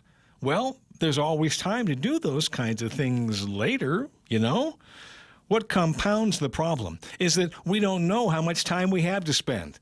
Our account is renewed daily until the day it isn't, and our time is up. Somebody once said, the trouble is, you think you have time. And we do think that. Somehow, we think we'll have enough of it to do all the things we want to do. So we file away a lot of our dreams and desires under someday, or when I have more time. A few suggestions, if you don't mind. Hug and kiss your family today, like it was the last time you'll ever see them. Do an activity together. Find the time and energy. If you're a manager, sit down with your team and start making plans to grow their skills. Counsel them on the value of time. Whatever your job, make sure to teach all this to your kids. Besides a relationship with their creator, I can't imagine anything more valuable than them understanding the true value of time. It is time. Do it. That's the extra point.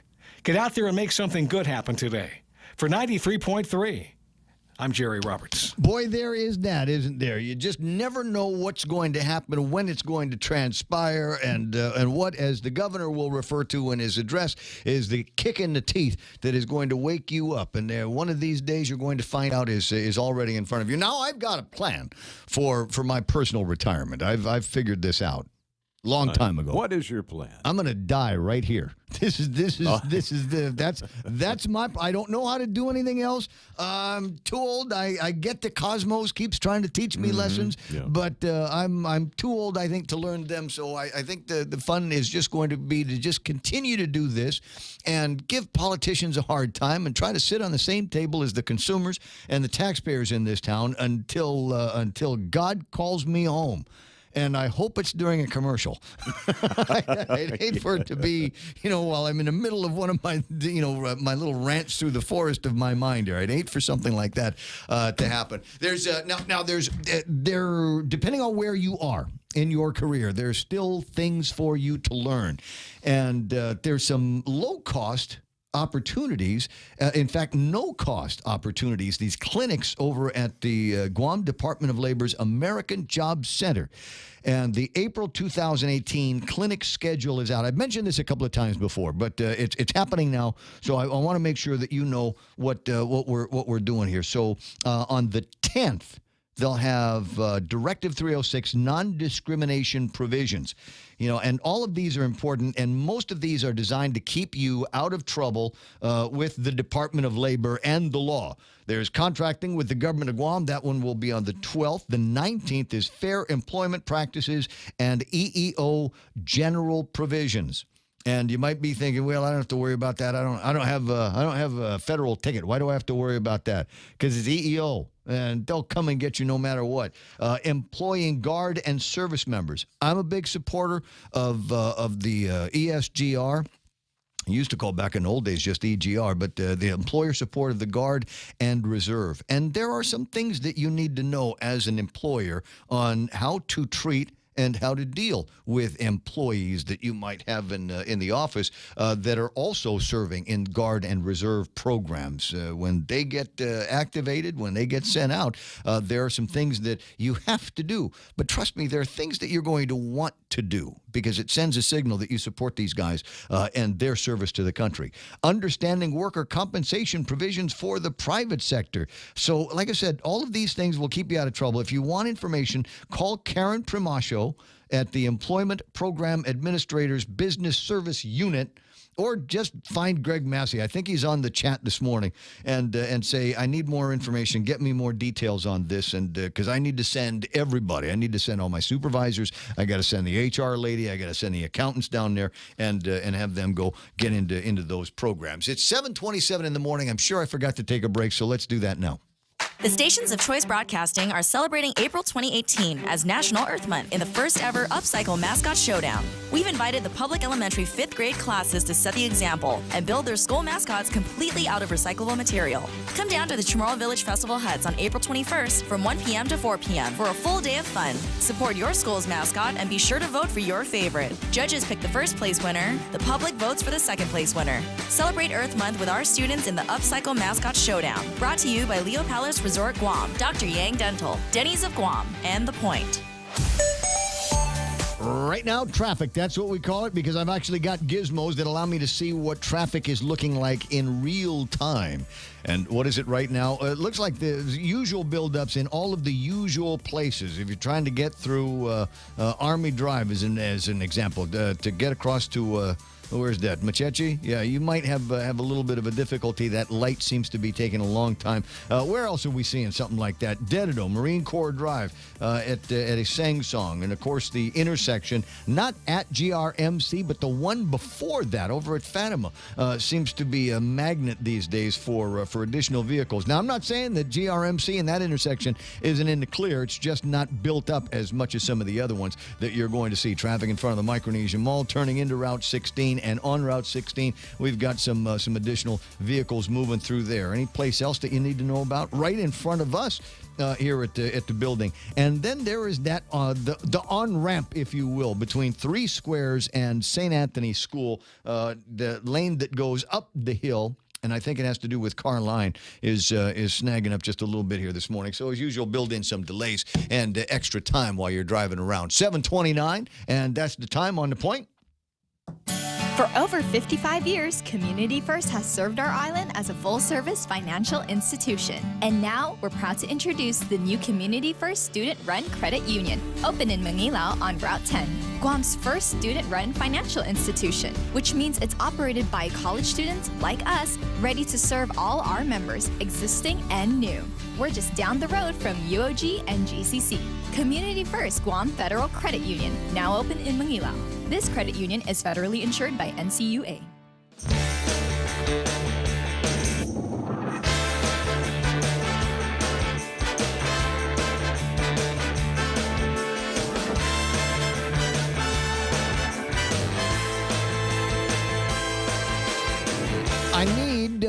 I need the name of a good sewing person.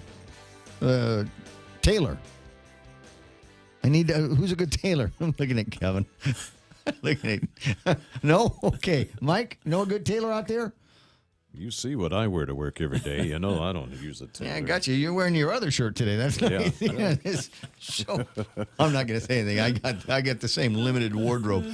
Okay, here's the thing. The Chamber of Commerce has got the Nobody Does It Better 94th anniversary gala. It's going to be taking place at the Hyatt as usual on Saturday, May the 5th.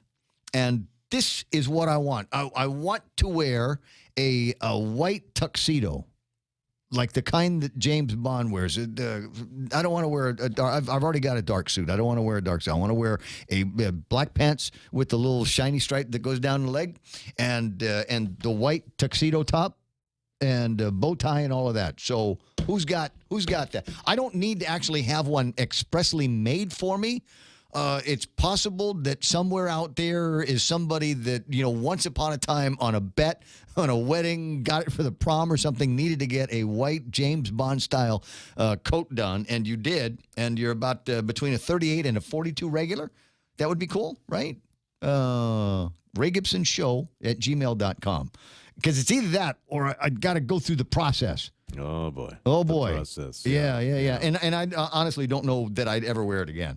That's the thing. It's like that members-only jacket I've got in that hangs behind my door. I bring that out on very rare occasions. It's not something that I wear all the time. It's not something that my family likes me to wear all the time. It's just something that just says creepy old guy. Right? Oh, okay. I mean, even in the 80s, that creepy old guy vibe going on. Anyway, so I'm happy about the gala. I'm hosting it again this year, and so I want to make sure that I look as dapper as possible once I'm up there. Might even get one of those James Bond holsters, right, that he wears inside the jacket. But instead of carrying a gun in there, I'd have like a beer. Yeah, that would be perfect. That would be awesome. 7:32 in the morning. You're listening to The Point, KUSG, and about time for another look at headlines from the very patient Kevin. He just sits there and listens to me go. It's got to be exciting for you. He's going to ramp up. He's going to finish up, and we're going to get the headlines here. Headlines from the Guam Daily Post with Kevin Kerrigan. Half a day and good morning, Guam News Time here at The Point is 33 minutes past 7 a.m. A woman in distress was rescued from rough waters off Shark's Hole near Tangisan Beach late yesterday afternoon. The 49-year-old woman was airlifted to Naval Hospital after she was pulled from the water by helicopter Sea Combat Squadron 25 about 5 p.m. yesterday. Her condition has not yet been released. A man found unconscious on the road in Pidi early yesterday morning was pronounced dead at Naval Hospital. He was found along Route 2 near Nimitz Beach about 5:40 a.m. Police spokesman Sergeant Paul Tapau says he was lifeless and unresponsive. He was taken to Naval Hospital while CPR was conducted en route. He was pronounced dead at 6:55 a.m. yesterday. The victim may have been struck by a vehicle while walking on the roadway, said Sergeant Tapau, and the preliminary investigation suggests that the vehicle left the scene. No description of the vehicle is available. A mother in Texas is grieving the loss of her son, 20-year-old Bradley Hale, who died after an apparent stabbing at Anderson Air Force Base last Tuesday. It is with a sad and heavy heart that the world has to say goodbye to my firstborn, wrote Charla Marie Hale on her Facebook page. Linda Card, the chief of public affairs at the Air Force Office of Special Investigations in Virginia, said last week that an autopsy was scheduled for Friday at Naval Hospital. She has not yet responded to a request for the results. On Thursday last week, Card confirmed that a suspect was in custody but has not yet been charged, pending the autopsy results. For these stories and more, log on to postguam.com or pick up a copy of today's Guam Daily Post. iConnect time in the studios of The Point is 7:35. Connect longer for less with iConnect's push-to-talk mobile and internet plans. When the power goes out on Guam, the little things can become surprisingly big.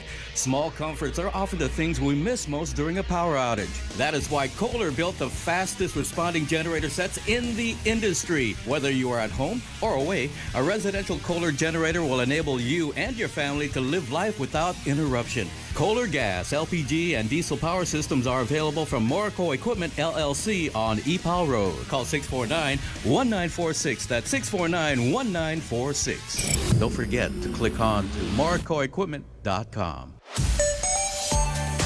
Yeah, you remember I was telling you the traffic was beginning to build on Route 3 at GRMC, but it wasn't anything to worry about. Well, I guess it got to be 7:35 because there's more cars that are lined up now from on Route 3 trying to get onto Marine Corps Drive through that light. And traffic into and out of that general area in front of them, in between the mall and that turn, is backing up as well. A lot of traffic out there this morning. Must be everybody going, whoa, wait a second. It's Monday already. What happened? What happened to Easter? I closed my eyes after brunch and I go wake up and got to go to work and take the kids to school and do all of that stuff. Yeah, that's what happened. It's Monday morning here on The Point, and that's the traffic on The Point.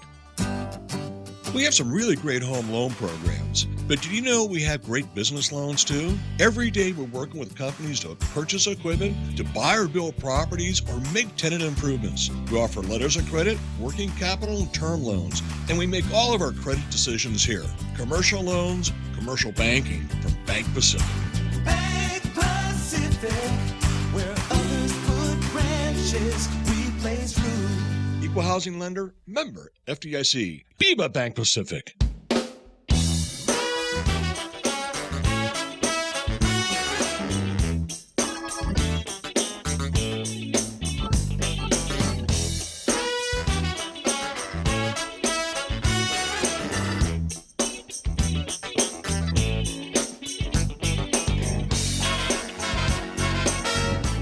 Got 22 minutes away from 8 o'clock in the morning. You've found the Ray Gibson Show on The Point. My name is Ray. Kevin takes care of the news. Mike gets the phone when you call at 888-8255. That number again is 888-8255. That's you want to interact with me the old-fashioned way. You can use the phone, or you can join me on Facebook Live. We do this thing every single morning to Facebook Live because I love it. I love the technology. I love the idea that I can see who is there watching. But listen, I get it. Sometimes, you know, you work at another radio station and you're not allowed to watch or you shouldn't be seen watching. So just go to our website. You can see the feed there, but there's no indication of who's watching, how many people are out there watching or anything. So you can go to thepoint.gu for that. Follow me on Facebook.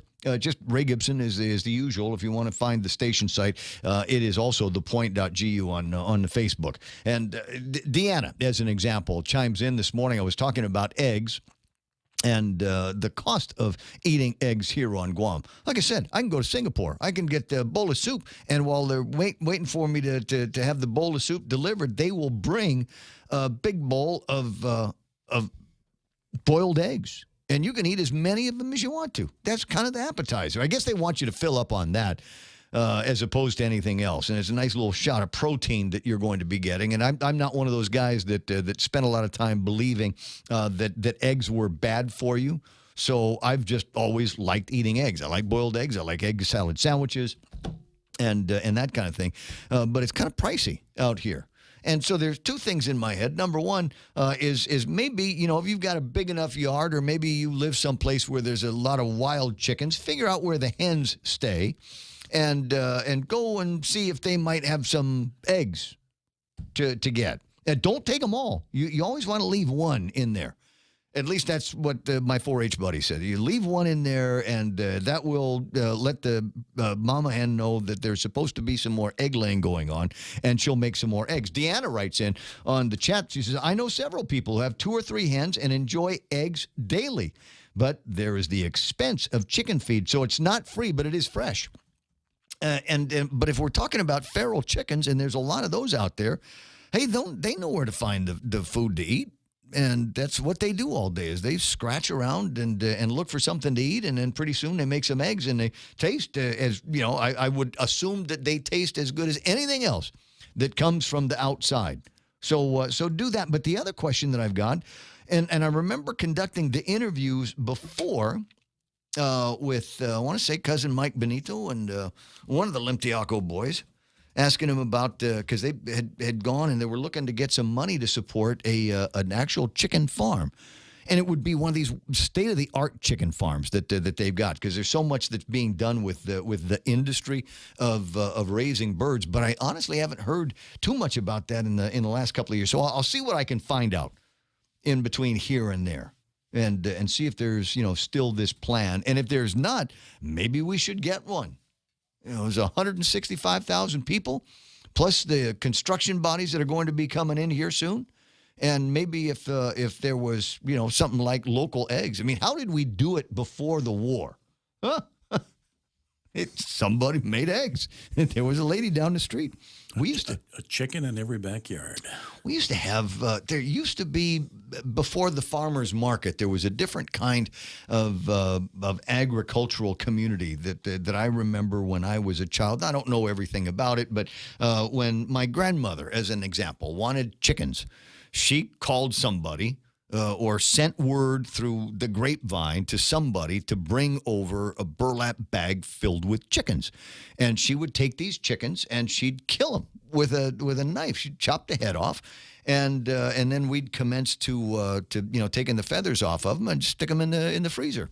And then we'd eat them as time goes by. And they were absolutely fresh. I mean, they're not the same kind of chicken that you see in the grocery stores, because these were somebody's free-range chickens. It's not like they were all, fattened up with juices and steroids and vitamins and all of that. I bet you it tasted great. Just birds. Yeah. And then there's what was the other thing? There was always a guy that brought over big burlap bags with betel nut, and my absolute favorite was, and I forget which uncle it was, but there was an uncle that we had, and he would go out from time to time and catch these big crabs, just massive, mangrove crabs, and you couldn't eat them all at once. And you couldn't eat them the day that he brought them. So what Grandma would do is she would take these things and stick them in the freezer while they're still alive. And they would, over the course of a day or two, just slow down their movements, and then before long they would be in a state of frost, and that's when you cook them. And that was some tasty stuff, but I don't know that there are still guys out there that will do that kind of thing. Usually you just got to, wait until Mr. Wustig is selling his corn by the side of the road, but there used to be something along those lines. And I'm getting a note from Janae, says, check out Melanie Mendiola from Farm to Table. She's like the farm mafia. Their CSA box has fresh eggs every now and then. Sure, why not?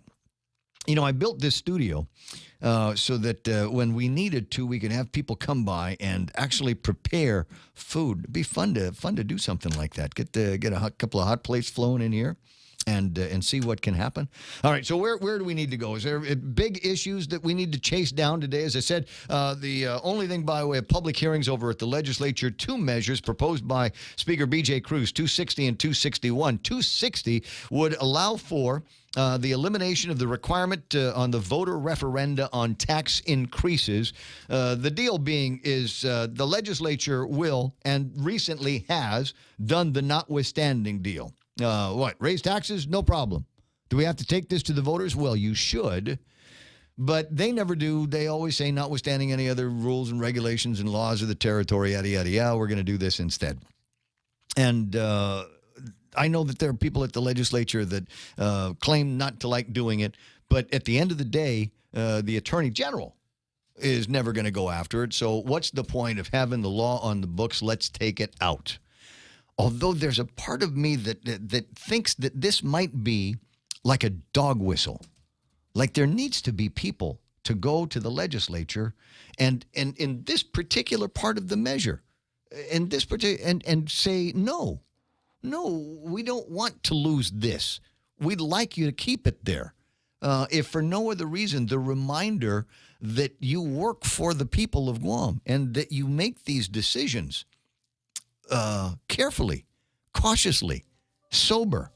You need to know exactly what it is that you're doing. And the idea that there's a new tax that people are going to have to deal with soon, that there's been an increase in the business privilege tax, well, for heaven's sakes, maybe there needs to be more people to show up at the legislature and say you can do whatever you want to with the increase in your sin taxes on tobacco and alcohol.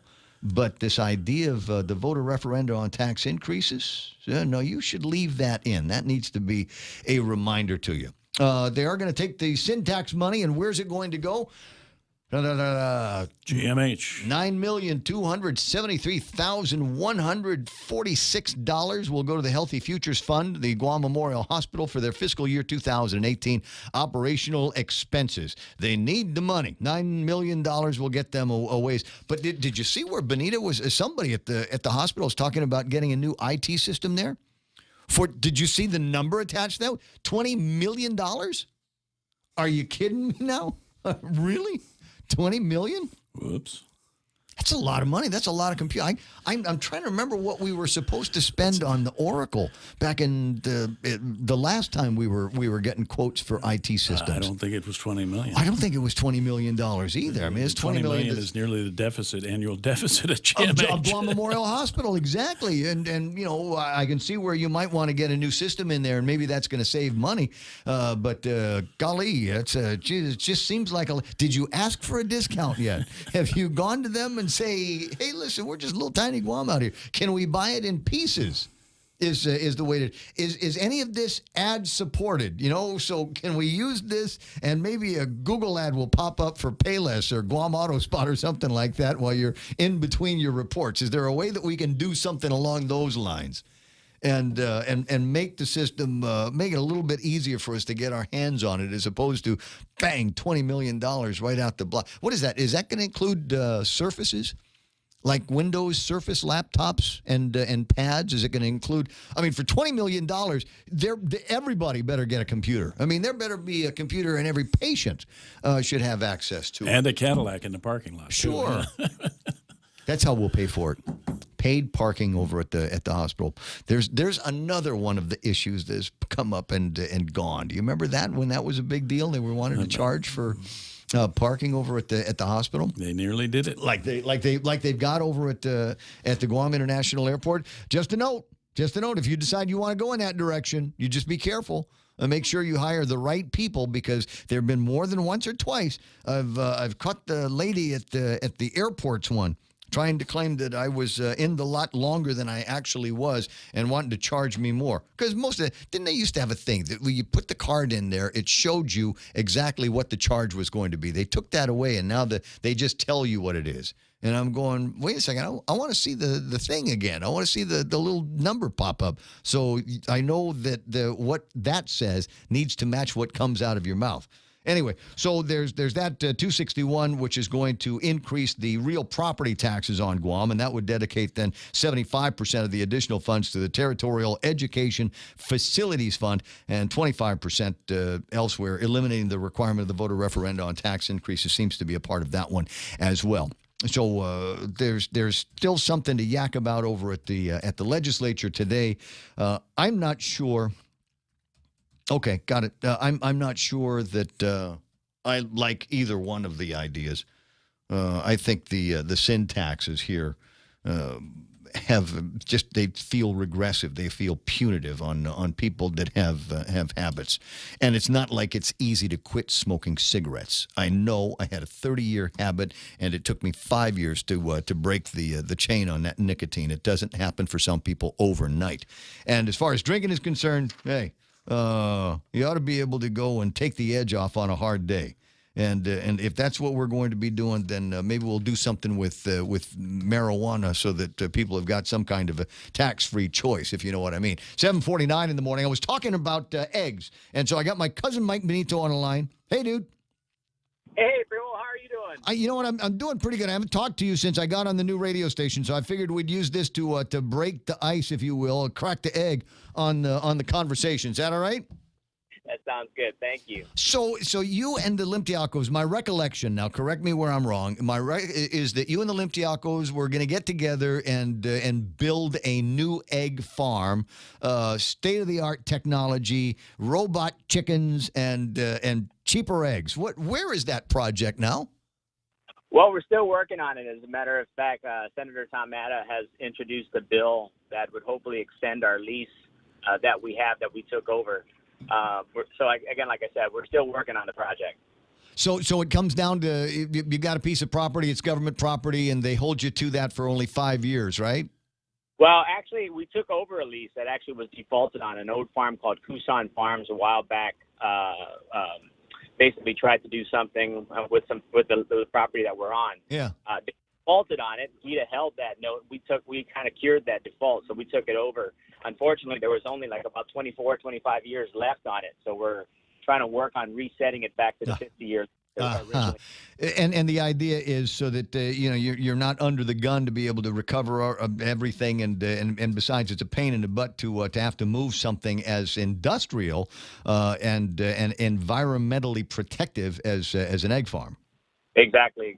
You know how it is. Bank doesn't like it when you want to build a house, but you only got 20-some years left on the. So that's a big part of it. We need to do the financing component of it, but we need to extend the lease. But yeah, we're dead set serious on doing this. I think we're going to try to get to a point where we're at about 2 to 2.5 million dozens of eggs per year. And, and it has to be, it's a big project. To get that, you need about 120,000 birds. That means you need multiple houses to house those birds because they come in at different ages and you cull them at different ages. And so in order to do that, we had to build about a minimum of 4 homes and 4 houses. And then, of course, you need the facility to process the eggs, places to hold the feed, things of that sort. So it's pretty intense. But, I think once we get this thing resolved and we can move forward, we're definitely excited about the possibilities. What would and I don't know what your business plan already says or whether the information might be proprietary, but do you think that you can do better than what we're currently getting with the imported eggs? I think we can match the price, and that's really the target that we were trying to do. It's obviously when you're looking at we're competing with the United States agricultural, it's agriculture. It's a hard deal, but I think with that, including the freight, we can hit that price point. But the great thing about it is you're going to have almost a farm to table egg, right? It's a fresh egg. It's a fresher product, and of course. It's the sustainability. We have, it's something that we don't have to worry about importing into Guam. Right now, above and beyond that, Guam imports about 600,000 pounds of produce a week. Right. That's, I know we talk a lot about captive insurance. We talk about a lot of different things that we want to do to build our economy. Here's something that we have right here on Guam. There's a demand of that magnitude. And even with what we're doing, we can't fulfill that. And I think that it's definitely an opportunity to help grow our economy. Well, it seems to me that the opportunity is not just here locally, but there's deals that should be made, agribusiness deals that ought to be made all the way up and down the Marianas chain. There's no reason why we shouldn't be doing Tinian beef again. Yeah, absolutely. Tinian milk. Did that, when the Joneses did that.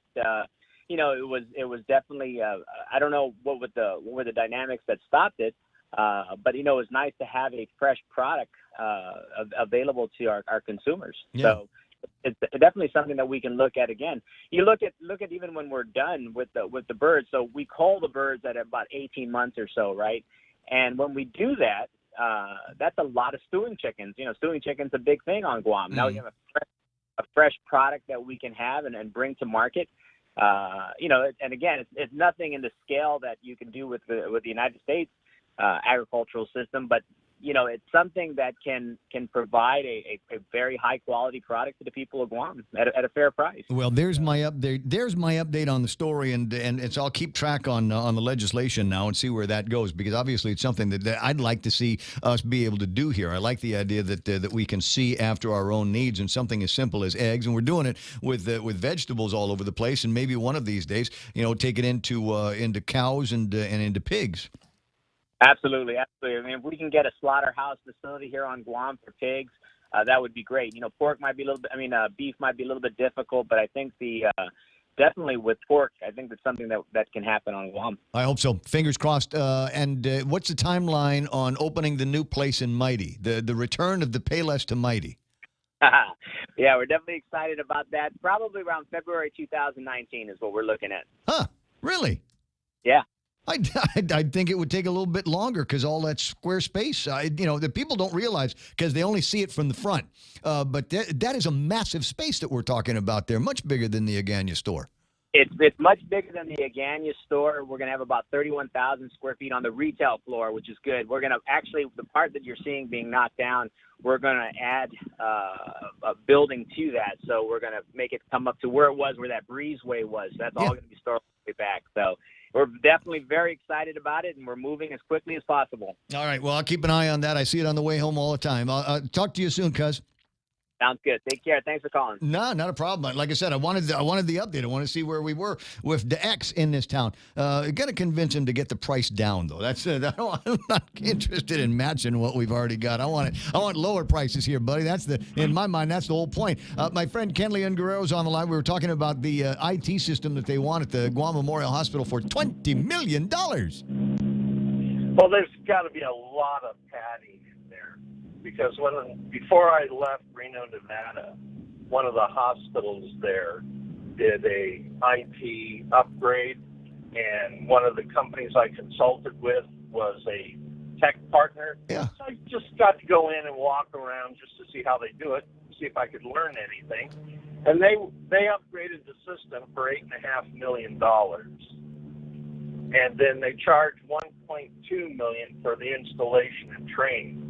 Now, I don't know what the service fees were on that. Yeah. But, if you're looking at $10 million for a 250-bed hospital, then $20 million for a 130-bed hospital, I think there's probably a lot of padding in there somewhere. Yeah. You think maybe we'll sell you the software for nothing, but our hardware and long-term maintenance contracts and agreements that would take us through 2030 are going to cost you a bloody fortune. Yeah, this is something that reminds me. Remember when the Guam Regional Mass Transit had that RFP for the accessible transport vehicles? You see those little cars running around. Remind me. I'm vaguely familiar with it. Yeah.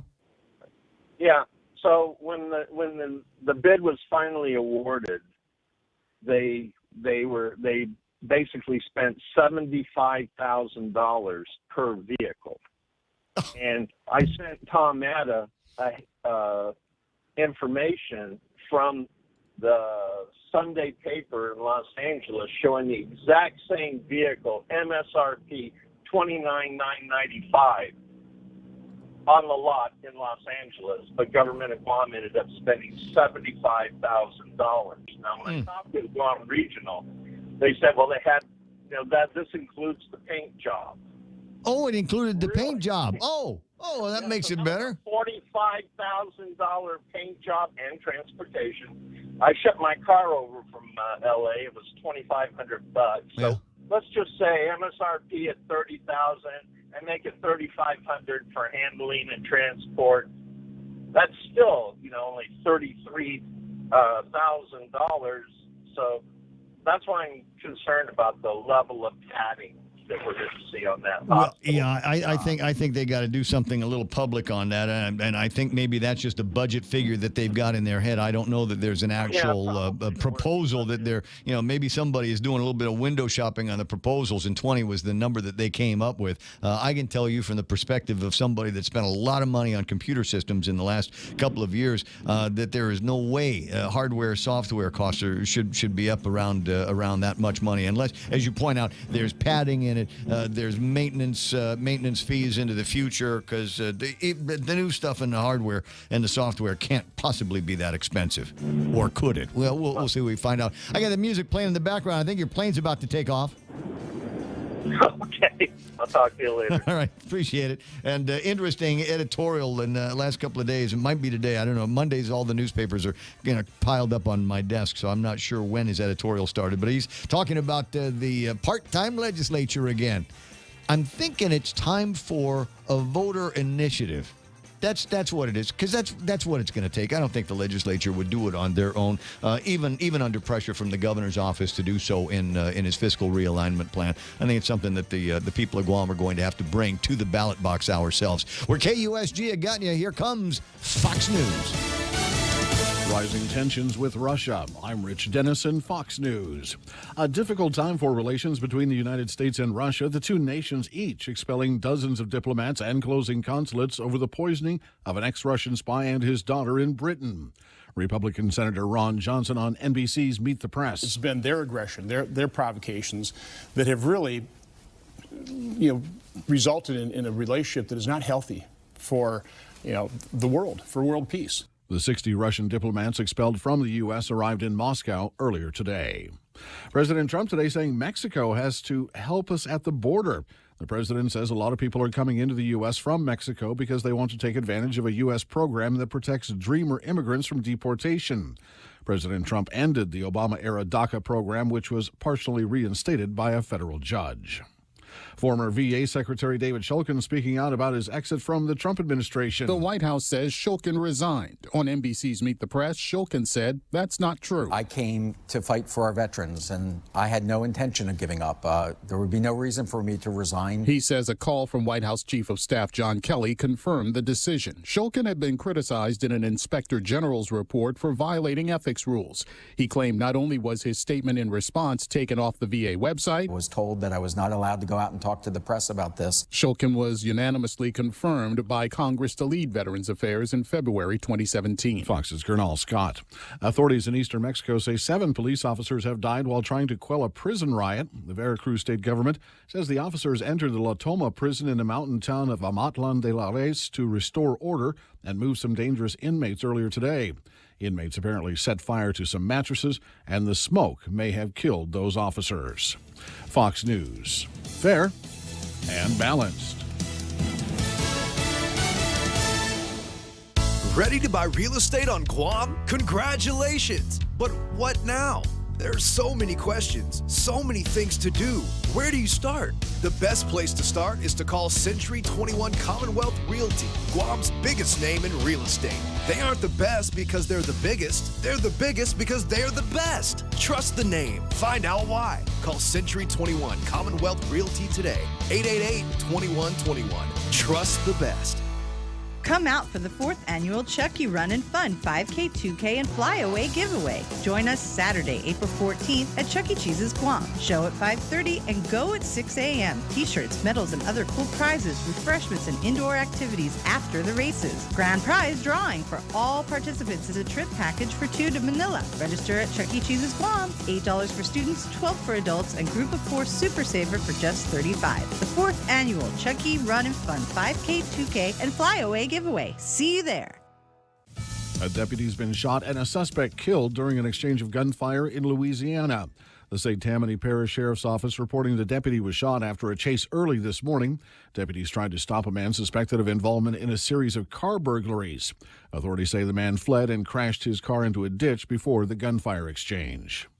The White House may soon roll back greenhouse gas emissions and fuel economy standards for cars. If EPA Administrator Scott Pruitt gets his way, the president may soon sign off on an EPA draft proposal that could substantially roll back the Obama-era standards for gas emissions and fuel economy rules for cars. A weakening of automobile standards would be a big win for car manufacturers and a blow to environmentalists. But a change to the rules would also set the stage for legal battles challenging the decision. Some states, including California, have already pledged to follow the tighter regulations, which were part of President Obama's climate change initiatives. Fox's John Decker at the White House. The stage is set for the men's college basketball national championship. The Wolverines ended Loyola of Chicago's Cinderella run in the NCAA tournament by downing the Ramblers 69-57. Mo Wagner led the Wolverines with 24 points and 15 rebounds. Michigan overcame a 10-point deficit early in the second half to post its 14th consecutive win. The victory ended Loyola's first Final Four appearance since 1963. Villanova got off to an early 22-4 start in the second game and beat Kansas 95-79. The Wildcats set a Final Four record with 18 three-point field goals. Eric Paschal scored 24 points. Bob Mortale, Fox News. Steven Spielberg's action-adventure Ready Player One tops the weekend domestic box office, earning just over $53 million in its first 4 days. Tyler Perry's Acrimony takes second place, followed by Black Panther in third. I'm Rich Dennison, Fox News Radio.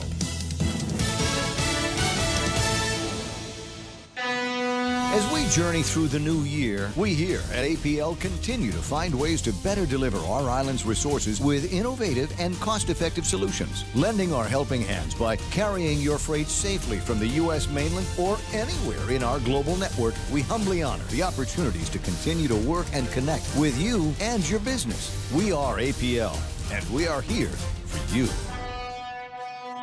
The stations of Choice Broadcasting are celebrating April 2018 as National Earth Month in the first ever Upcycle Mascot Showdown. We've invited the public elementary 5th grade classes to set the example and build their school mascots completely out of recyclable material. Come down to the Chamorro Village Festival Huts on April 21st from 1 p.m. to 4 p.m. for a full day of fun. Support your school's mascot and be sure to vote for your favorite. Judges pick the first place winner. The public votes for the second place winner. Celebrate Earth Month with our students in the Upcycle Mascot Showdown. Brought to you by Leo Palace Resort Guam, Dr. Yang Dental, Denny's of Guam, and The Point. Hey, it's your stomach again. Subway has all new signature wraps, and around the water cooler, the other stomachs can't stop talking about them. Chipotle Southwest Steak and Cheese, Turkey, Bacon, and Guac, Rotisserie-style Chicken Caesar signature wraps. Listen, if I'm honest, as a talking stomach, I don't have a lot of life experience. But I do know one thing.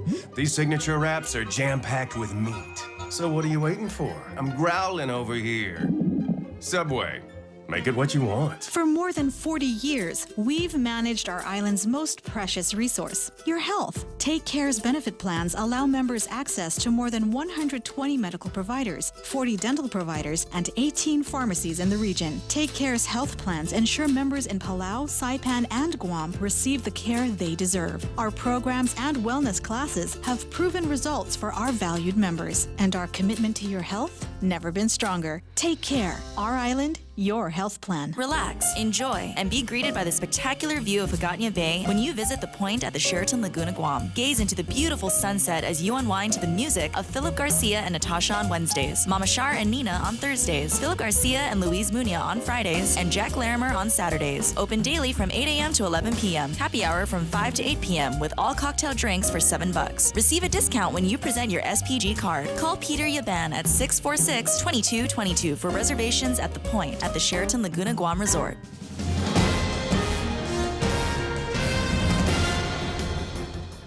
Alpha Day and Good Morning Guam. News time here at The Point is 8 minutes past 8 a.m. this Monday morning. I'm Kevin Kerrigan. Here's a look now at some of the top stories from the Guam Daily Post. PHC Corporation receiving approval from the Immigration Service to bring in 162 temporary workers under the H-2B visa program. The approved workers are carpenters, construction equipment mechanics, electricians, plumbers, and welders. It's the first time since November 2016 that the USCIS has approved any H-2B applications from Guam employers. PHC is a subcontractor for Cortec International, which is building 2 hangar projects on Andersen Air Force Base. Guam Daily Post is an affiliate of Cortec. It took inclusion of legislation in the National Defense Authorization Act for fiscal year 2018 for the Immigration Service to reverse its more than year-long record of rejecting all petitions for foreign labor on H-2B visas before this most recent approval occurred on Friday. More are expected this week. The 1% increase in the business privilege tax is now in effect. The increase to a 5% rate took place yesterday on Easter Sunday. The way was cleared Friday after the legislature's Office of Finance and Budget certified that the revised fiscal realignment plan submitted last Wednesday by the governor included the required $30 million in cuts from the current fiscal year budget. Going forward, Speaker Benjamin Cruz said the legislature and the governor must work together to enhance revenue, cut costs, and mitigate the impact of future austerity in the upcoming fiscal year 2019 budget deliberations. Business privilege tax will remain at 5% through September 30th when it reverts back to a 4% rate. Then a new 2% sales tax gets tacked on top of that 4% BPT. Price of gasoline is up another 5 cents. Mobil first to raise the price yesterday from $4.18 a gallon to $4.23 now. Shell followed suit overnight. 76 is expected to follow as well if they haven't done so already. We'll have more news after this. I'm a working mom and could really use more hours in my day. Thankfully, my non-electric Kinetico water treatment system has simplified my life. It's easier to clean my home with Kinetico conditioned water. No more scrubbing tubs or wiping water spots. Cleaners work better and last longer. And all the Kinetico drinking water we want is right here. No more lugging home bottled water. All this, and I'm saving money too, thanks to Kinetico. American Water Tech. Smarter water. Better water. Call American Water Tech at 649-2301 or email info@americanwatertech.com. At Micronesia Renewable Energy, values matter. So all of their solar energy systems come with guarantees and the most value. No shortcuts, all quality. It's giving you that solar energy system at the best price. It's using highly efficient solar panels with typhoon-proven racking built by highly skilled local technicians so your system performs and saves you money. It's total peace of mind all the time. Not all solar companies are created equal. For experienced quality solar, it's MRE. Call 632-2613. MRE, the smarter choice. It's 11 minutes past 8 a.m. here at The Point. The Guam Environmental Protection Agency lacks the money to proceed with Agent Orange testing outside of Andersen Air Force Base. Vice Speaker Therese Terlahi had asked for outside-the-base testing in a February 1st letter to Agency Administrator Walter Leon Guerrero. Terlahi sought soil testing for toxins along the fuel pipeline that runs from the Sassa Valley Fuel Farm to Andersen Air Force Base.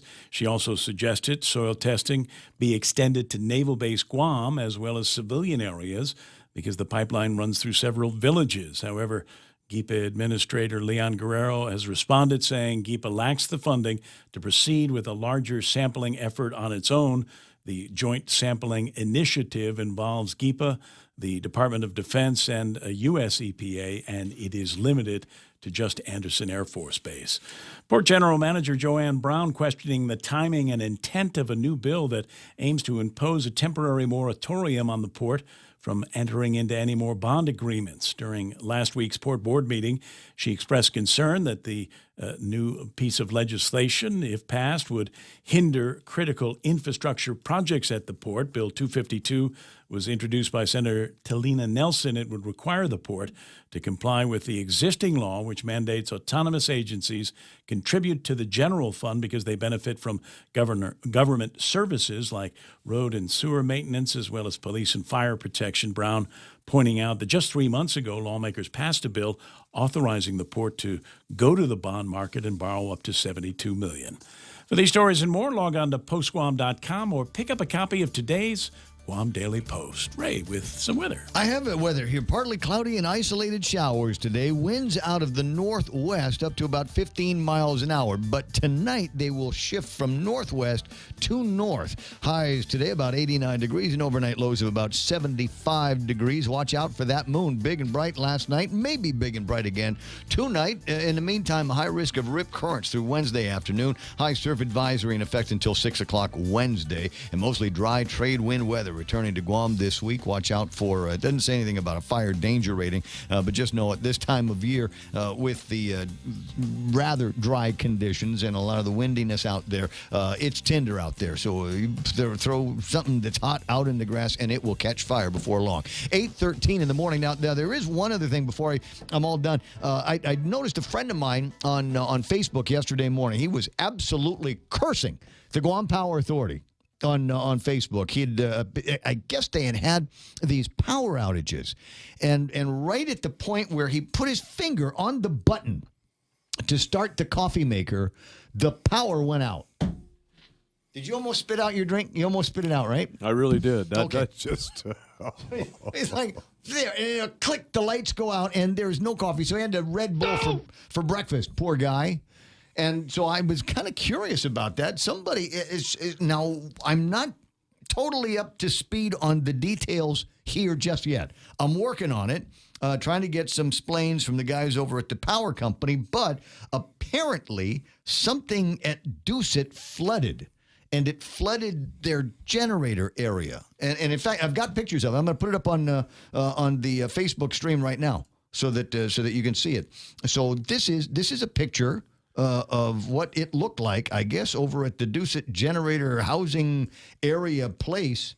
And But the question is, why would a flooded generator at Dusit cause a 2-month power outage? You know, I forgot. Let's get Patty Longdiego. I'm working on getting her and somebody on the line that can explain what the connection would be between here and there. But for those, you might want to retract some of those statements. I mean, you can still curse GPA if you want to. If it's bill paying time, no problem. But you know, let's not hang them for a dog. Maybe not to do with this. Is this Patty? Good morning. Hi, good morning, Raymond. Hava Guam. How are you doing there? I'm doing good. A belated happy Easter. Oh my gosh. Was it great yesterday? It was great for family and quality time, absolutely. Oh, yeah. Let's hear that. As I said, a buddy of mine cursing GPA because he woke up and he couldn't make coffee, and so he had to have Red Bull for breakfast instead because his power kept going out. I think he mentioned that it had gone out like 4 times, and then I got word that maybe it had something to do with a generator getting flooded at Dusit, and then I got a picture of it. So maybe if you could explain the connection, if possible. Yes, at about 2:30 in the morning, the beginning of the day, Sunday, there was a power outage in the Happy Landing Road leading over to the Dusit-Tawny area, and then the Dusit-Tawny was isolated for a period of time because they did have a water leak on their property that went into where the underground lines are and blew out the fuses in the transformer there. Oh. And so, as you know, water and electricity don't mix. And so GPA had to isolate the property so that they could do the repairs that were necessary. And when they restore the power, of course, they want to make sure that it's safe on our side and their side. And that came back at about 6:35 in the morning. Okay, so if my friend had slept in just a little bit, he would have been all right.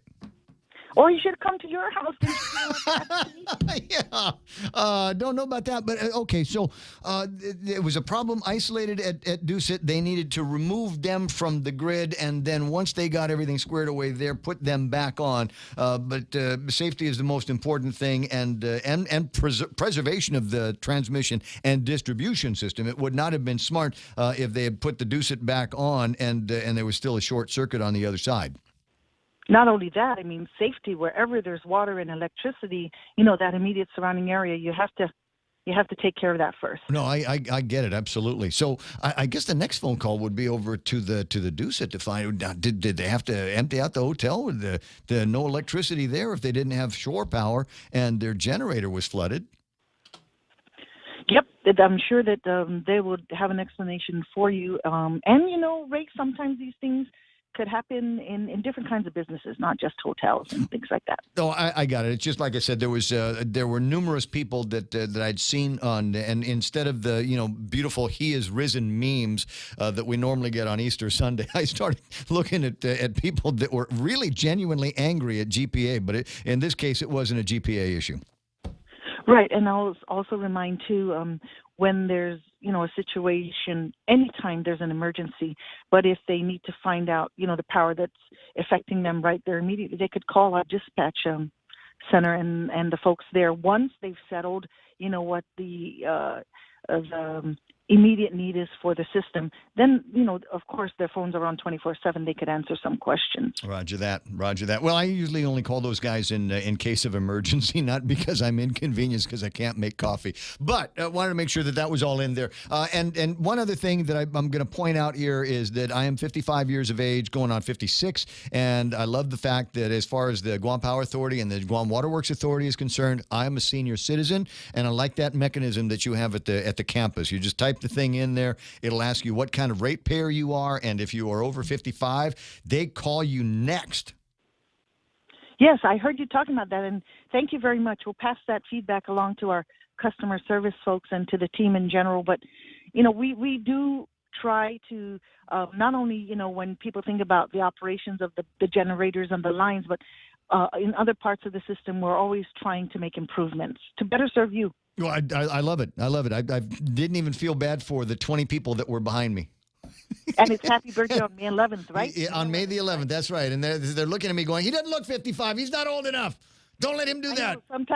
sometimes that happens to me, and I just love it. Right on, Patty. I'll talk to you pretty soon. Happy Easter Monday. Have a great day. I promise. I'm already having a great day. It's 8:19 in the morning, and that is what I'm supposed to do a break, right? Yes, I know I'm going to take the break here. I don't have to do any live reads or anything right now. Not this moment. In the break, right? Okay, got it. Let me take the break. Come back. Blake Watson Sports next.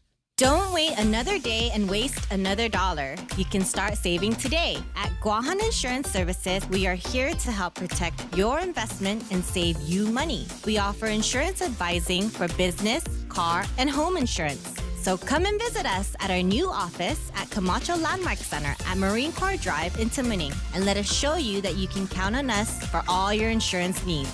Call 475-1162. Security Title, ladies and gentlemen, these people are experts, and you might be going because maybe you never bought anything. What is a title? What do I need to have a secure title for? Because sometimes when you buy a piece of property, you want to make sure that the person that's selling you that property actually has his name on the title or her name on a title somewhere. You don't want to be throwing down $150,000, $200,000 on that fixer-upper in League One Terrace, only to find out that the guy had no connection to that land, and now you don't either. That's why you always have a title search company in the process. And the best one going, Security Title. We have some really great home loan programs, but did you know we have great business loans too? Every day we're working with companies to purchase equipment, to buy or build properties, or make tenant improvements. We offer letters of credit, working capital, and term loans, and we make all of our credit decisions here. Commercial loans, commercial banking from Bank Pacific. Bank Pacific, where others put branches, we place roots. Equal housing lender, member FDIC. Biba Bank Pacific. The Ray Gibson Show. Call now, 888-TALK. That's 888-8255. Gotta say good morning on the Facebook chat. Bobby Shringy's up now, and so is, let me see, Nestor Lecanto, who is up, and Bobby, and Vic Gaza is going to be. Vic, are you running again? The reason I ask is, and remind me later on after we're out of the sports thing to talk about what I'm doing with the online poll this week, right? Because it's last week and over the weekend I asked who was the weakest of the Democratic parties, and this week's question, well, I'll tell you about it later on. We got to right now get into sports with Blake.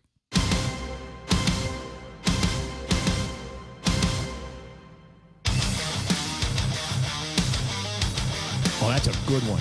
So you cannot soft shoe your way into the sports report with that kind of music. Dun-dun-dun. Yeah, I mean, you got to come in hard. That's Gotta true. come in hard. Okay, Got to. go. It's Monday. So I made good on my what I got you. I brought you a present today. Oh, nice. There you Good go. man. You can open that. I can on the TV. I can put it on a thing. Okay. Mhm. It says geek out on the. It's Pickle Rick. Yep. It's a Pickle Rick figurine. It's to go with your Szechuan sauce there. Oh. There you go. You can put that on your desk, or he can drink beer with you. Because and what's funny is like you were saying, you were like, oh, I had a pickle, had a nice beer. That's what you told me Good Friday morning. And I was like, well, you know what? Now you can always have a pickle. You can just set Pickle Rick next to you when you're out on your terrace enjoying your frosty beverage at I always sunset. seem to be in a pickle. I've Scary never Terry, had a and they've got the other Rick and Morty. You can get the whole set. Right. What do they call these? There's a Funko name for Pop. this. A what? A Funko. Yeah. So Funko, Funko, they're a toy company based out of Washington. Yeah. And they make all kinds of little things. They make Dorbs, but these are called Pops. And they're basically it's a line. They've got hundreds and hundreds like Beanie Babies of them. Every and character it's ever. based on pop culture. So I'm telling you, no matter your age, there's a Funko Pop for everybody. Just to give you an example, I have like 50 of them at home. I have and mine range from everything from like superheroes. I've got Black Panther. Yeah. I've got Randy Macho Man Savage. I've got Howard the Duck. I've got Captain America. I've got Aquaman. So you can get Bob Ross. You the had me. painter. See, Howard the Duck. I would totally get Howard the Duck. I was a big fan, and I didn't understand the criticism of that movie. That was a Spielberg movie. It was a great movie. Leah Thompson was in it as well. Yes. That was a really good movie. She showed her Hooters in that one, didn't she? Yes, she did. He's owned by Marvel. He is actually he makes appearances in the Guardians of the Galaxy Volume 2, I think, if you're looking for him. He's not a very big role, but anyway, there you go. So I wanted to get that out of the way for you. That's cool. Thank no you very problem. much. Yeah, like I said, that was an impulsive thing. I saw it on the shelf, and I was like, there's one person I know that has to have that, and that's Ray. Yeah, he's Pickle Rick. Pickle Rick. Teenage Rick is fun too. Yeah. So Mike chimes in this morning on the WhatsApp, says bad accident in Manila by the GCC traffic light. 4 tow trucks and a fire truck out there. That would be right there in front of Franny's, right there, right by the GCC light, right in front of Pacific Tire. You know, it's funny because you and I are using the same landmarks. Yep. Yeah, I'm looking at the traffic on the Gizmo right now, and all over Route 10 from about Ta'i Road, you're going to get a line of traffic that goes right up to where the Domino's and Franny's is, and then it's also backing traffic up in the opposite direction as well. Even though the word is take alternate routes, unfortunately, Route 10 doesn't have a backup. Nope. There's if you're in it, and you're stuck. The only thing that you got going for you on Route 10 is there's no concrete center median berm there, so you've got a chance to hang a Louie and get out of that. I used to live right there, right at that light. Find another spot to go. Shout out to I&E Garden. Heidi this morning also chiming in, saying that, in fact, she sent me a link to it. It is a link to somebody that is going to be running the Boston Marathon. Ooh, from here? Or Guam time? Well, the interesting is not so much where this guy is from, it's that he's going to be running it backwards. Whoa. Okay, I'll dig up the story. You tell me the rest of what you got. I got on some pretty big news as the GML making news over the weekend as it was gearing up for its return to Paseo. It was about mid-February, right? February 16th or something. Well, League Commissioner Roque Alcantara Sr. said the league set to happen as they target a mid-April start, Ray. Field work and structural damage are set to be repaired in the next couple weeks, which will resolve the league's setback. And looks like the GML set to a couple weeks. Maybe by the end of the month, we can have some GML baseball out at Paseo like we're used to after a 2-year hiatus. And they are expecting 10 teams in this season despite the setbacks. So, will there be beer? I think it's BYOB, but yeah, I'm sure you're more than invited to bring it. I have a thing. Yeah, if you got a cooler, one of those cooler things. All right, so here's the graphic on the story that Heidi sent to me. Lauren Zitemersky starting a 10K race in Santa Monica, which is a town in California, which he ran backwards. He plans to run the Boston Marathon backwards on April the 16th of 2018. Now, I want to find we have some bit runners here on Guam. We got the barefoot runner, right? Vega, yeah, and it's a buddy of mine. Yeah, and now we got the backwards runner. Did I ever tell you? He and I finished a race together. We both finished a marathon together a few years ago. Really, he did it barefoot. He did it barefoot, and so we're coming up JFK Hill, and talking about this idea of running a marathon barefoot. And I said, does that hurt a lot? He says, only when I think about it. Thanks very much. Only when I'm thinking about it. But otherwise, you just kind of punch into that groove. But running, what I was looking for in the story, I wanted to find out what this guy's time was in the 10K and then extrapolate that up into marathon status, multiply it, and see what kind of a pace he would be able to have running backwards for 26.2 miles. Wow. I tell you, running forwards 26.2 miles is that a chore. I mean, surely he's pretty proficient at it. But if I tried to run, like, for instance, let's just say a 100-meter sprint backwards, I would be afraid, not that I couldn't complete it, but that I would fall. Yeah, that's what I'm thinking. And I don't know. Sometimes you think about this, and it's a fun kind of bit to do. Right. But the other part of it is, you got to be careful because there's runners out there, and they're not looking out for somebody running backwards, and it will freak them out. I know it would freak me out, and I'd want to flip the guy over and turn him around, or make him do something else. Wish him good luck in the Boston Marathon. Definitely. So you're going to tick people off because how did he get into the Boston Marathon? He must have had a fast pace somewhere, or won some kind of raffle, or maybe doing it for charity. I'm sure he qualified, but maybe there's it's hard to qualify for the Boston. But not if you run backwards. How many people are actually running out there running backwards? That's not a category. Well, maybe he's the only one, so that's why he qualified. Not a category. So I don't know about that. Got to take one. So we'll play around with that as the course of the day goes on, and I want to point something out. Is this the pigeons? No. Oh. No, it's what I think might be something that's borderline. In my mind, it's petty. Okay. In my mind, it's petty. So back page of Saturday's PDN, Baby Joe comes home to Guam. And there's a picture of Baby Joe. Yep. See, there's right there is the thing is a picture of him after a fight where he beat, who did he beat on this? Joe Warren? Darian Caldwell. Okay. Is the guy that he beat on this one. That was a few fights ago, yeah. So this is what the reason why is this strikes me as odd and just wrong is because this is the Baby Joe Taminglo hoisting the Guam flag, but he's not wearing his Gutierrez Berdallo sash. I see what you're saying. So you're right. They should have used a more updated picture. Right? Yeah. Why Because did it they exists. not? Because they don't like Carl Gutierrez. That's why.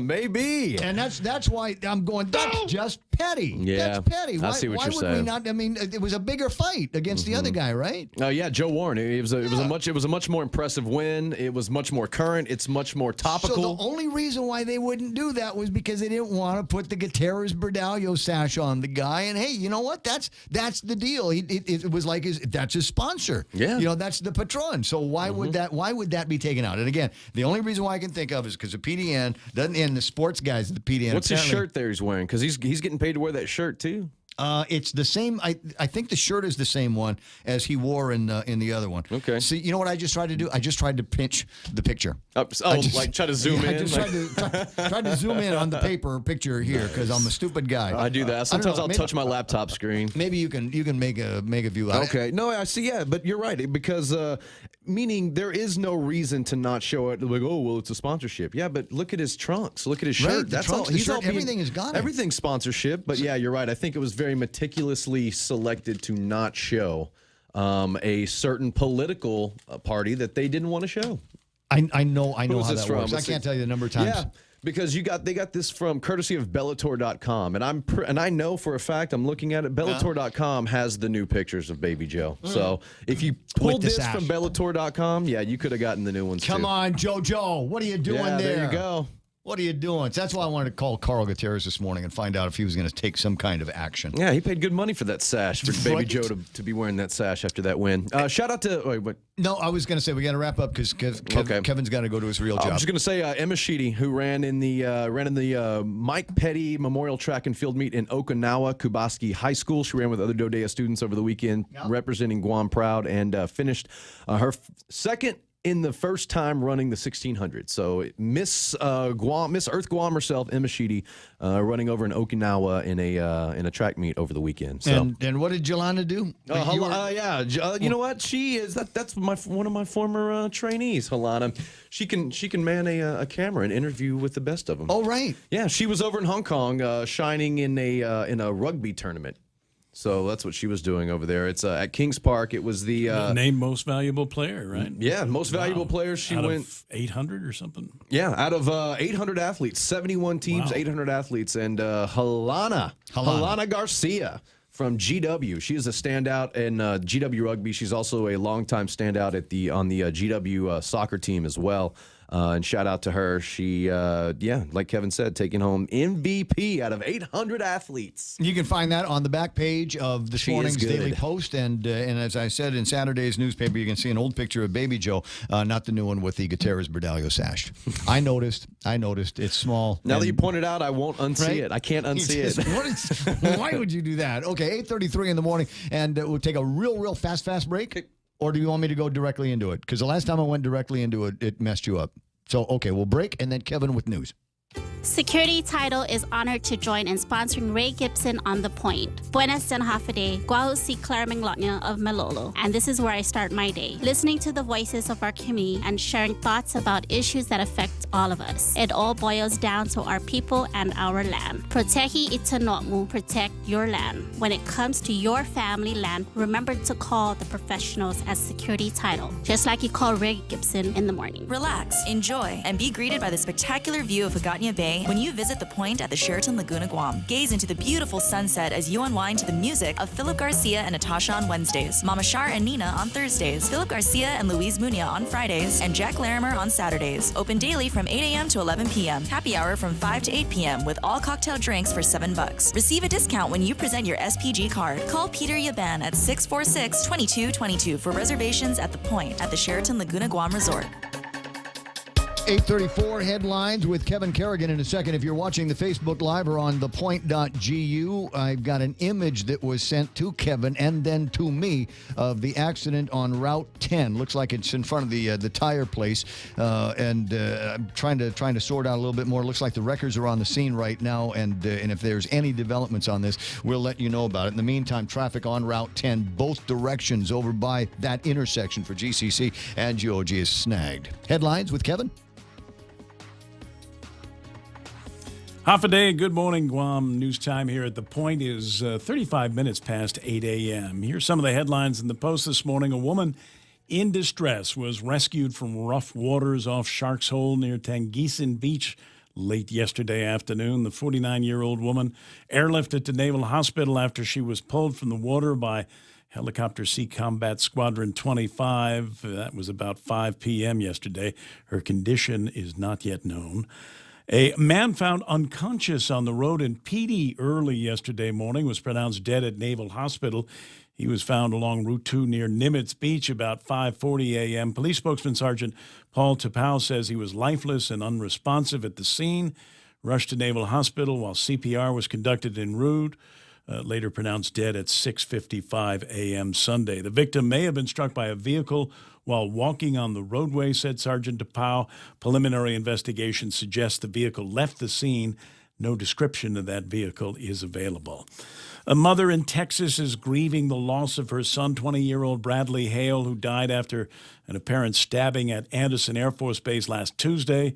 She wrote on her Facebook page, "It's with a sad, heavy heart that the world has to say goodbye to my firstborn." That from Charla Marie Hale on her Facebook page. Linda Card, Chief of Public Affairs at the Air Force Office of Special Investigations in Virginia, telling the Post that an autopsy was scheduled on Friday at Naval Hospital. She has not responded to a request for the results of that autopsy. Card has confirmed, however, that a suspect is in custody but has not yet been charged, pending the autopsy results. For these stories and more, log on to postguam.com or pick up a copy of today's Guam Daily Post. Hey, microphone on. iConnect time in the studio. It's 8:36. Connect longer for less with iConnect's push-to-talk mobile and internet plans. The Extra Point with Jerry Roberts of Guam Training every morning on The Ray Gibson Show. Are you optimistic or pessimistic? If I turn that into a percentage, are you 50-50? Maybe 70-30? 70-30 which way? I'm Jerry Roberts, and at 7:20 a.m. on The Ray Gibson Show, the big deal about being optimistic. You can find daily transcripts of The Extra Point by Jerry Roberts at guamtraining.com. Tune in every weekday morning at 7:20 for The Extra Point with Jerry Roberts on The Ray Gibson Show on 93.3 The Point.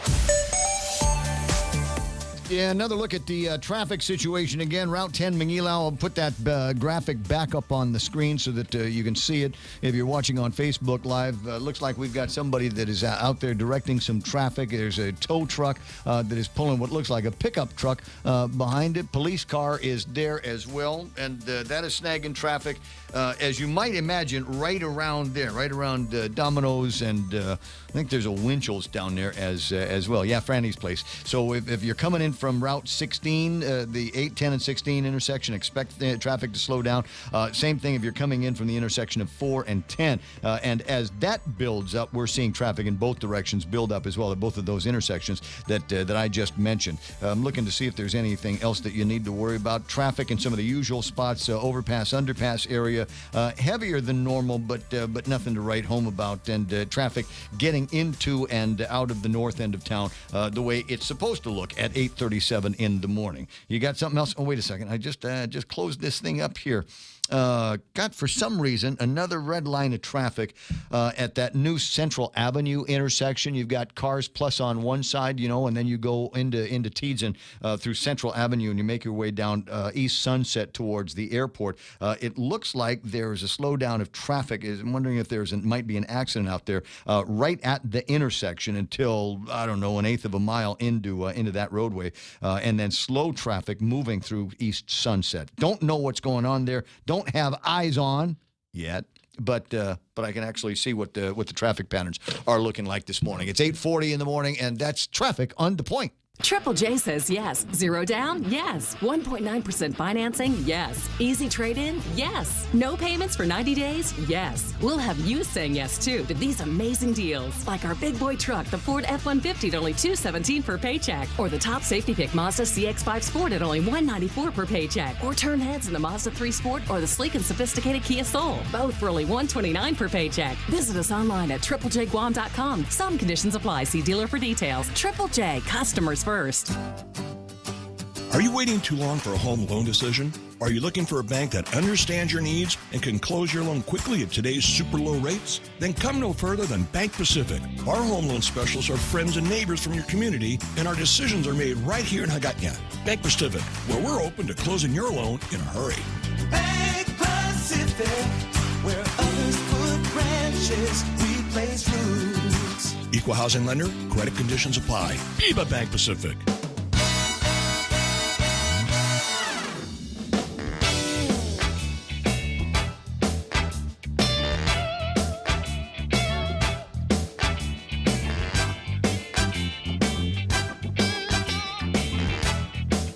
All right, just checking on things, making sure I'm in the clear between here and 9 o'clock in the morning, and to give you a couple of ideas on some of the topics that we will be expressing in the next few days. Got some time booked with Nate DeKnight from the Visitors Bureau to come in and do some yak. We'll talk about the state of the hospitality industry, some concerns that have been expressed about stabilizing, if you will, the market out of Japan. That's going to be happening this week. Congresswoman's office says, hey, can we bring the Congress lady by the radio station, spend some time in the studios? Yes.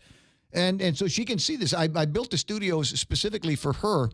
Okay, that's not entirely true, but I built it so that people like her would be very comfortable in here.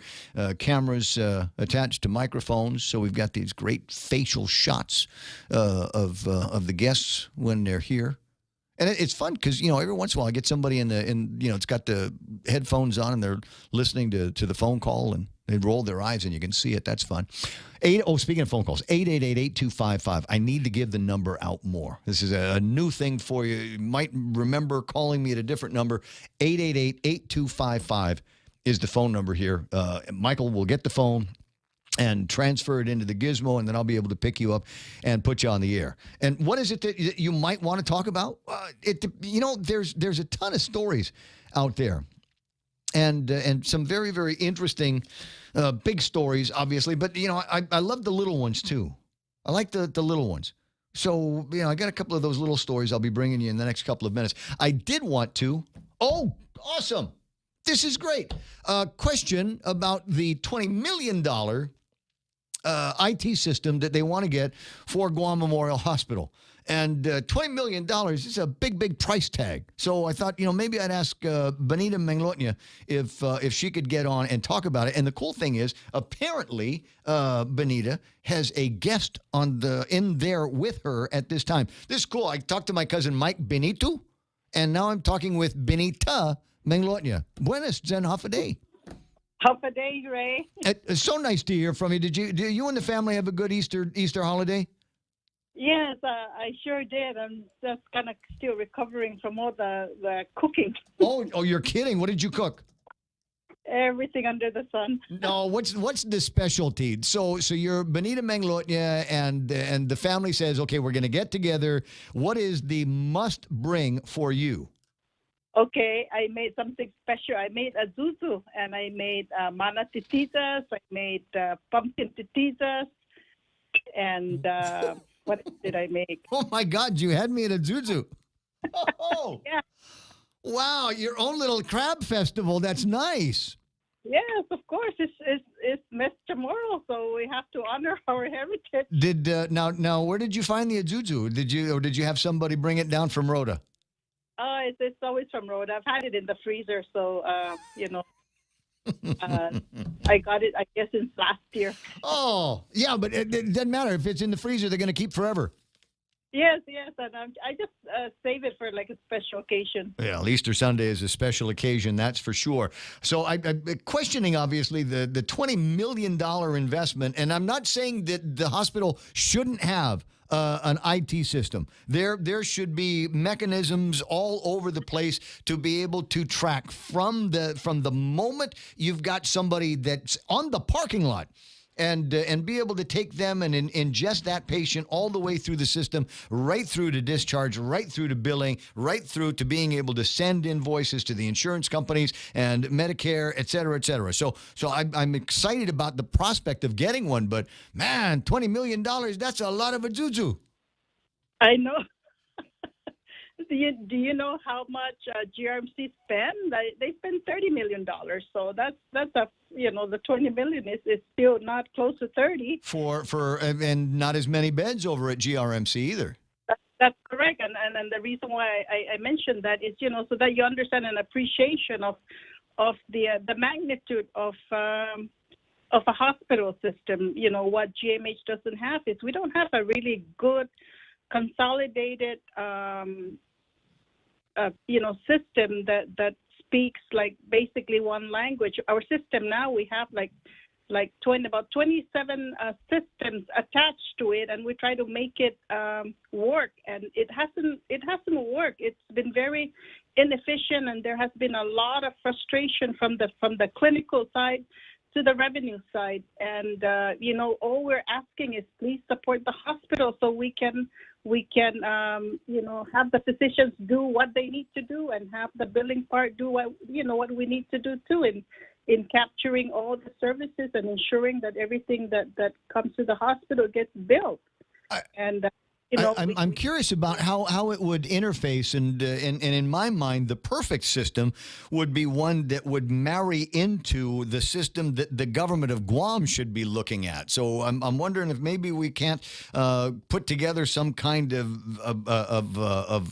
a massive computer system so that the Department of Administration, BBMR, the Department of Revenue and Taxation, the Treasurer's Office, even the OPA if you want to, and Guam Memorial Hospital are all linked in that same data stream. That way, when you've got a client, a patient that is 120 days plus and no hope of being able to capture any money from them, you can send a tickler through the data file to the Department of Revenue and Taxation, and DRT would then garnish whatever their refunds would be and then remit that money back to GMH. Wow, that sounds like a grand plan, Ray. You're talking about maybe over $50 million.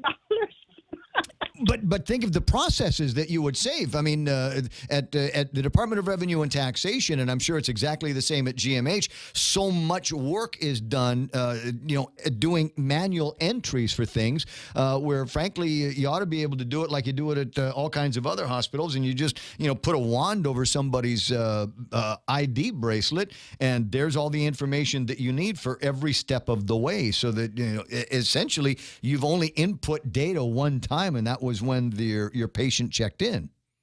Yeah, well, at this point, we're just trying to fix the hospital's, system. We want to make sure that we are compliant with. There's a lot of regulations that the hospital needs to ensure that are met. There's the federal government. There's also the HIPAA requirements. Sure. There's patient privacy. There's third-party payers. So there's a lot of moving parts for a hospital. The hospital is the most complicated type of operation, even financial system in the government. It doesn't compare to what the other agency does, because we are highly regulated. So let's talk about that price tag. It's $20 million, and you think that the $20 million for the larger of the two hospitals here, in comparison to $30 million that GRMC had spent, you think we might be getting kind of a bargain in the deal. But is there padding in there? Is there another way to do it? Absolutely no padding. The $20 million, that's over several years. It's not a one-time thing. There is whoever we've looked at. We're looking around for systems, and a lot of the companies that do have a hospital EHR systems, they require an execution, upfront payment of several $million. And then there's that, upfront cost of, getting people here and the training involved. there's a lot that needs to be done, and I've been mentioning it whenever I can with the legislature, wherever, whoever will listen to me, even you, that the hospital needs to be supported. We need to be efficient. We need to be given the doctors, the nurses, the non-clinical staff needs to be provided the resources, the tools for them to do their job, and we have not done so. Well, I'll back you up on it. Just sometimes you need a little bit of convincing. So $20 million is the grand total, if you will, but you'd need to put some earnest money in front of it. Would there be any chance that there's any federal money that you could apply to that big down payment? We don't qualify, because the hospital has to generate at least 3 years of black bottom line, and we've been in the red. So how many years, Ray? Since I was born in 1962, and I don't know that Guam Memorial Hospital has ever seen the black. I think maybe the first year when we got it from the nuns, I think it was in the black for a little bit then.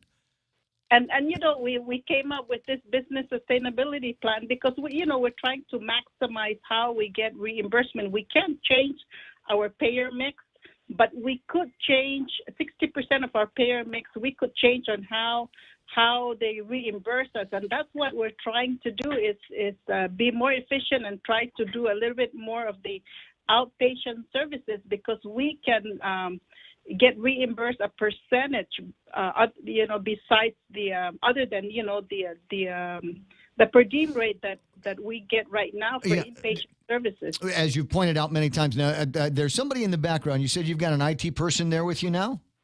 Yes, of course. I have Vince Kitchoto here. He is our IT administrator. If you don't mind, could you put Vince on the line? Of course. Yeah, just say, hello, Hafaday. Can you help me fix my Windows 10? The reason why we're doing this is because you're going to be our advocate for supporting GMH to get that $20 million, right, Ray? Yes, I'll find you $20 million. Yeah, we'll put a GoFundMe account together right now. But hey, Vicente, are you there? Yes, happy day, Ray. Good morning. Hey, good morning to you. This sounds like an exciting project, and we can get the dollars and cents out a little bit more. The story with the $20 million up front, on top of everything else that we've been talking about with GMH Finances, feels like an awful big bite. But now that I hear it's not something that we have to spend all at once, all at the same time, then maybe we've got a little bit more room for a less passionate discussion here. So for a system like that. Would we get the whole thing at once, or is it something that we can scale into so that we start with a major component, a big database scheme, information distribution on top of that, and then build modules as we need them moving forward? Yeah, our approach to this, Ray, is to get it all up front. Everything we need for our clinical electronic health record systems. Under one source. As it stands now, we've got so many different components that makes up our existing EHR system. From like you said earlier, from point of registration to the emergency room to the coding and billing, and then all the services in between. Like radiology, laboratory, etc. The mix of different sources or vendors that makes up our current EHR is so cumbersome, inefficient, and we just need a total EHR solution from a proven source. We're looking at a provider or a solutions provider that is rated at least top 10 in the clinical EHR market.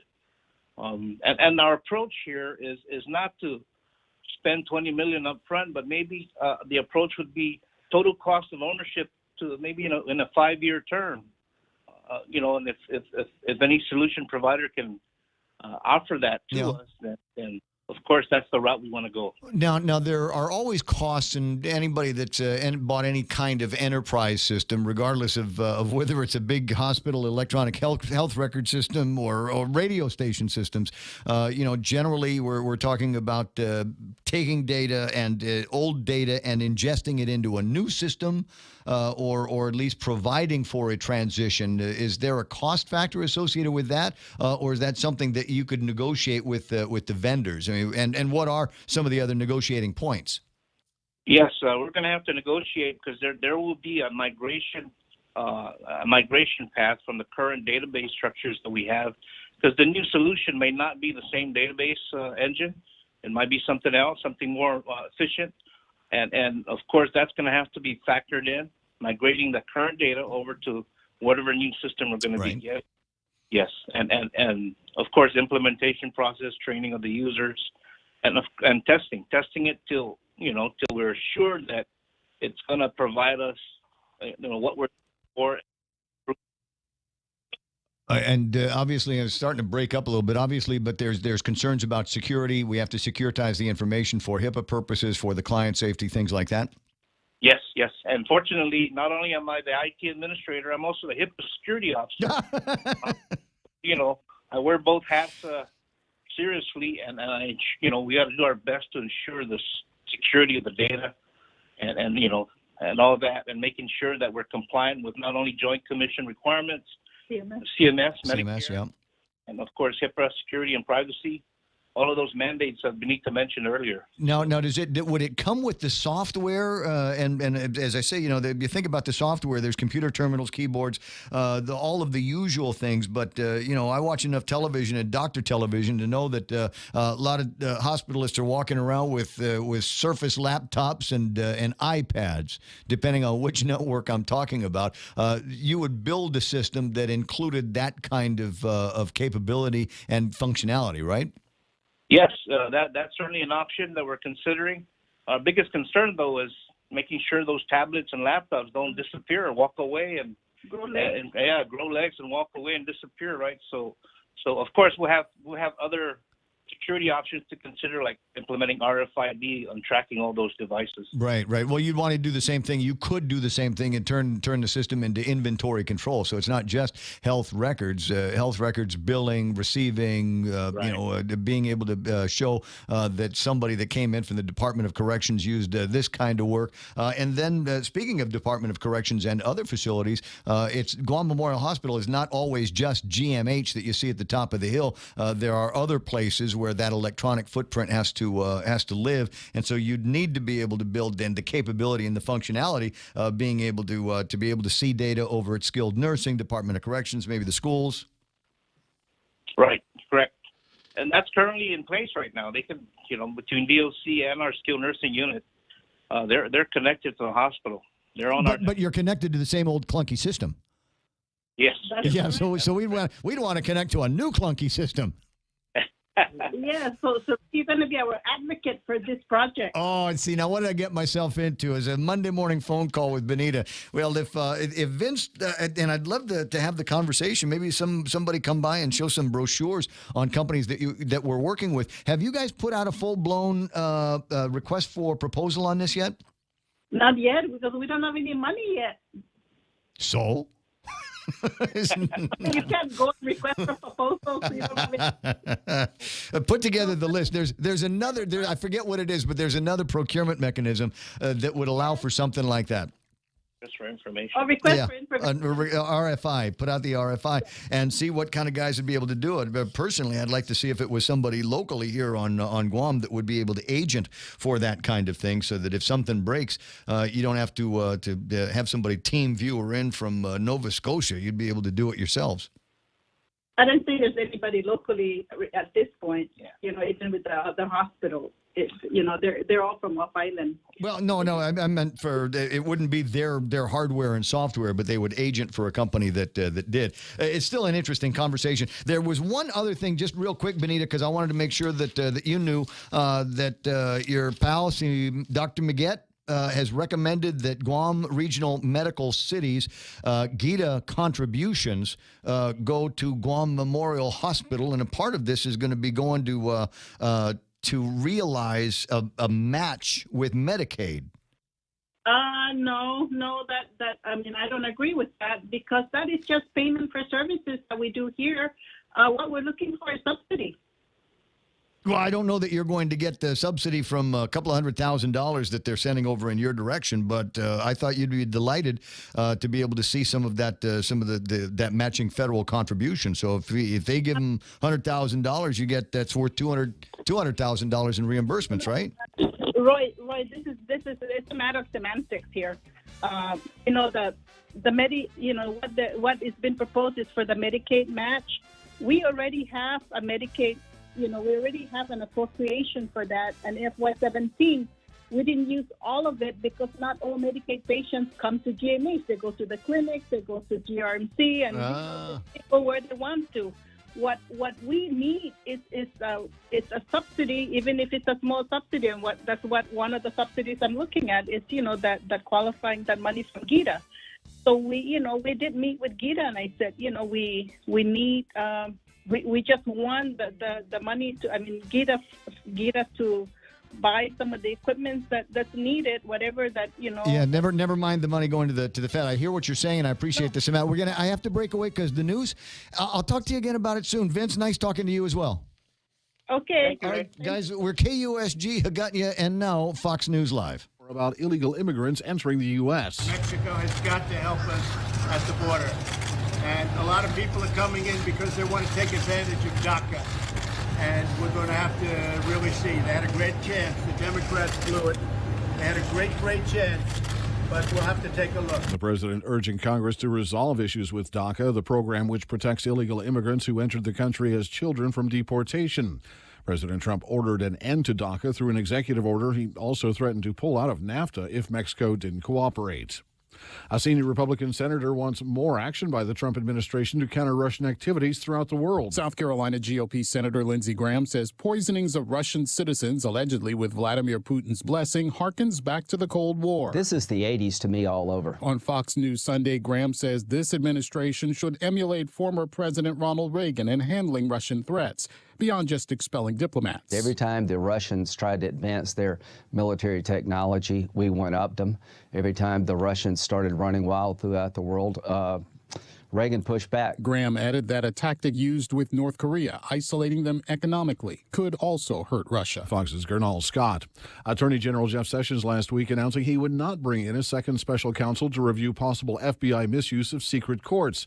Sessions does have Utah U.S. Attorney John Huber reviewing the case. Republican Congressman Darrell Issa. He will, in my opinion, though, end up with an outside entity that has to deal with some of the rotted activity of people still at the Department of Justice and the FBI. Special counsel Robert Mueller continues his probe into possible Russian interference in the last presidential election. Fox News, fair and balanced. For more than 40 years, we've managed our island's most precious resource, your health. Take Care's benefit plans allow members access to more than 120 medical providers, 40 dental providers, and 18 pharmacies in the region. Take Care's health plans ensure members in Palau, Saipan, and Guam receive the care they deserve. Our programs and wellness classes have proven results for our valued members, and our commitment to your health never been stronger. Take Care, our island, your health plan. In illness and in wellness, Calvo's Select Care is health care that is there for you. That's why over 80% of the Guam medical community places their trust and insures with us. We offer our members wellness and fitness programs for a healthier lifestyle and provide a comprehensive medical network on and off island to help members from unexpected illnesses. Contact Calvo's Select Care today for more information.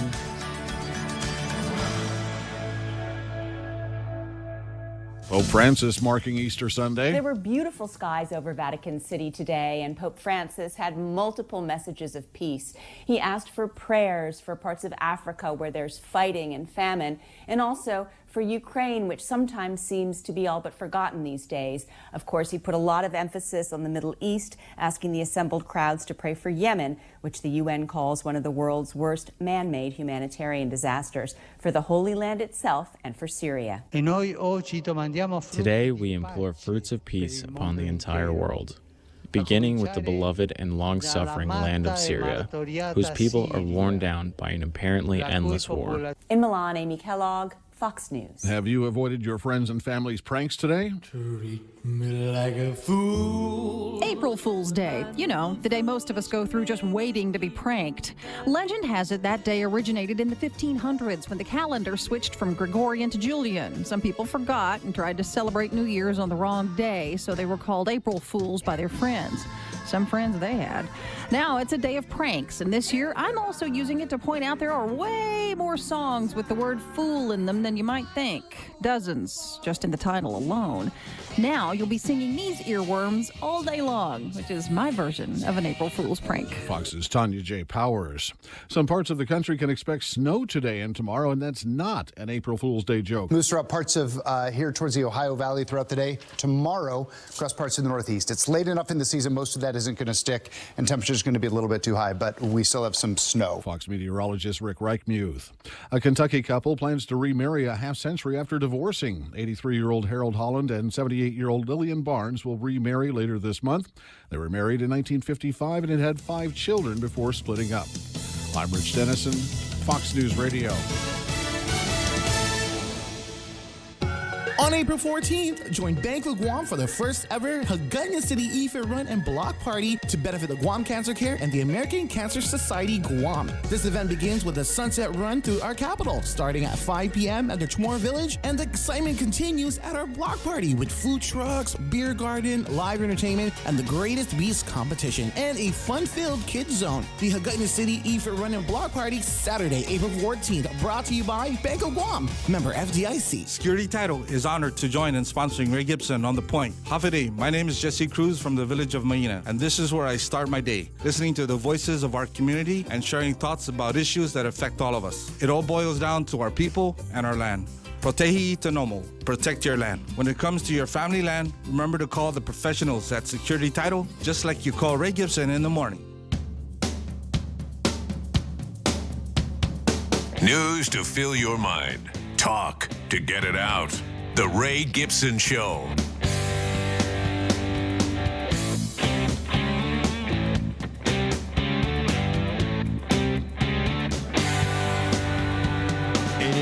That's 888-TALK, 888-8255. One of a handful of ways to get a hold of me. And that's maybe the most annoying thing in the whole wide world is when somebody goes, oh, man, I tried to get a hold of you to invite you to this really, really awesome party that we had. There were celebrities and Playboy models and all of this other stuff. And I couldn't find you. And I'm going, huh? What? Man, it's just cool to have a friend that would want to invite you to all that stuff. I am available like Flo from the insurance commercials. You can't change the channel. I'm on all of them. Twitter and Facebook, Gmail. There's 5 or 6 Gmail addresses. If you look me up, try to send me something in your Gmail. There's probably 3 or 4 addresses, right? And some of the old ones still work, so you might want to try all of them when you want to get a hold of me and invite me to stuff like that. 888-8255 if you want to do it on the phone, the old-fashioned way like Bob does. Hey, Bob. Hello. Hello. How are you? I'm doing good. I just wanted to say, if they properly implement the IT system and get a company that's going to give them the assured service and backup, I don't think that's out of hand for what they really need for a hospital IT. I think it's just the number and a number that comes after all kinds of other numbers. You'll recall it was late January, early February that we spent a lot of time talking about, the needs of Guam Memorial Hospital. And it seems like every time you're turning around, Benita has her hand out and says, okay, well, I need this to be more efficient and sustainable and yada, yada, yada. And so in addition to the $25 million it was last time, that we heard from them, and then the Joint Commission accreditation that was at risk or wasn't or is. And now there's the idea that we need a new IT system. And you're going, wow, it's $20 million, on top of everything else. And frankly, it just doesn't seem like there's enough money around here. Yeah, I wanted to. And so somebody needed to question it. I'm glad I did. Okay, now a hospital IT system has many interrelated activities that it's got to work. Let me just give you an example. You go into the hospital, you have an infection. Your doctor writes a prescription down for an IV with an antibiotic. That goes into the system. That's got to go into the protocols for the nurses on when to give it to you based upon the hospital's prescription. It has to go on your patient chart. It also has to go down to the pharmacy, who has to send both the IV with the prescription drug properly in it up to the nursing, so it's there at the time they have to give it, which is a computerized process. It has to deduct it from the inventory of the hospital, and when they get to a certain reorder point, that hospital inventory has to be able to reorder it. It's got to keep the financial records to reorder the medicine, as well as the financial records to charge you both for the IV and that prescription drug that went in. All this stuff should be in there, automated. When the nurse gives it to you, it gets marked on your chart, so the doctor knows you had it. I mean, we're not talking about something that's a QuickBooks accounting system. We're talking about something that has to integrate inventory, reorder points. On Guam, we can't get drugs overnight. Drugs to ship, many of them require special handling precautions as far as refrigeration and so on, which really increases the cost of drugs on Guam. You know, we say, well, you can get this medicine in the United States for $80 a dose. Why is it $150 or $200 on Guam? Well, we have to ship it special. We have the limited time storage. We can't get overnight drugs like a hospital in the States does. There's a lot of challenges there for them to really give a proper system. And I'm not trying to say that there's not ways to save money, but you also need to understand that there are many challenges to provide first-class medical service when you're in an isolated insular area that other hospitals in the U.S. don't face. You can breathe now. Just take a breath. Okay.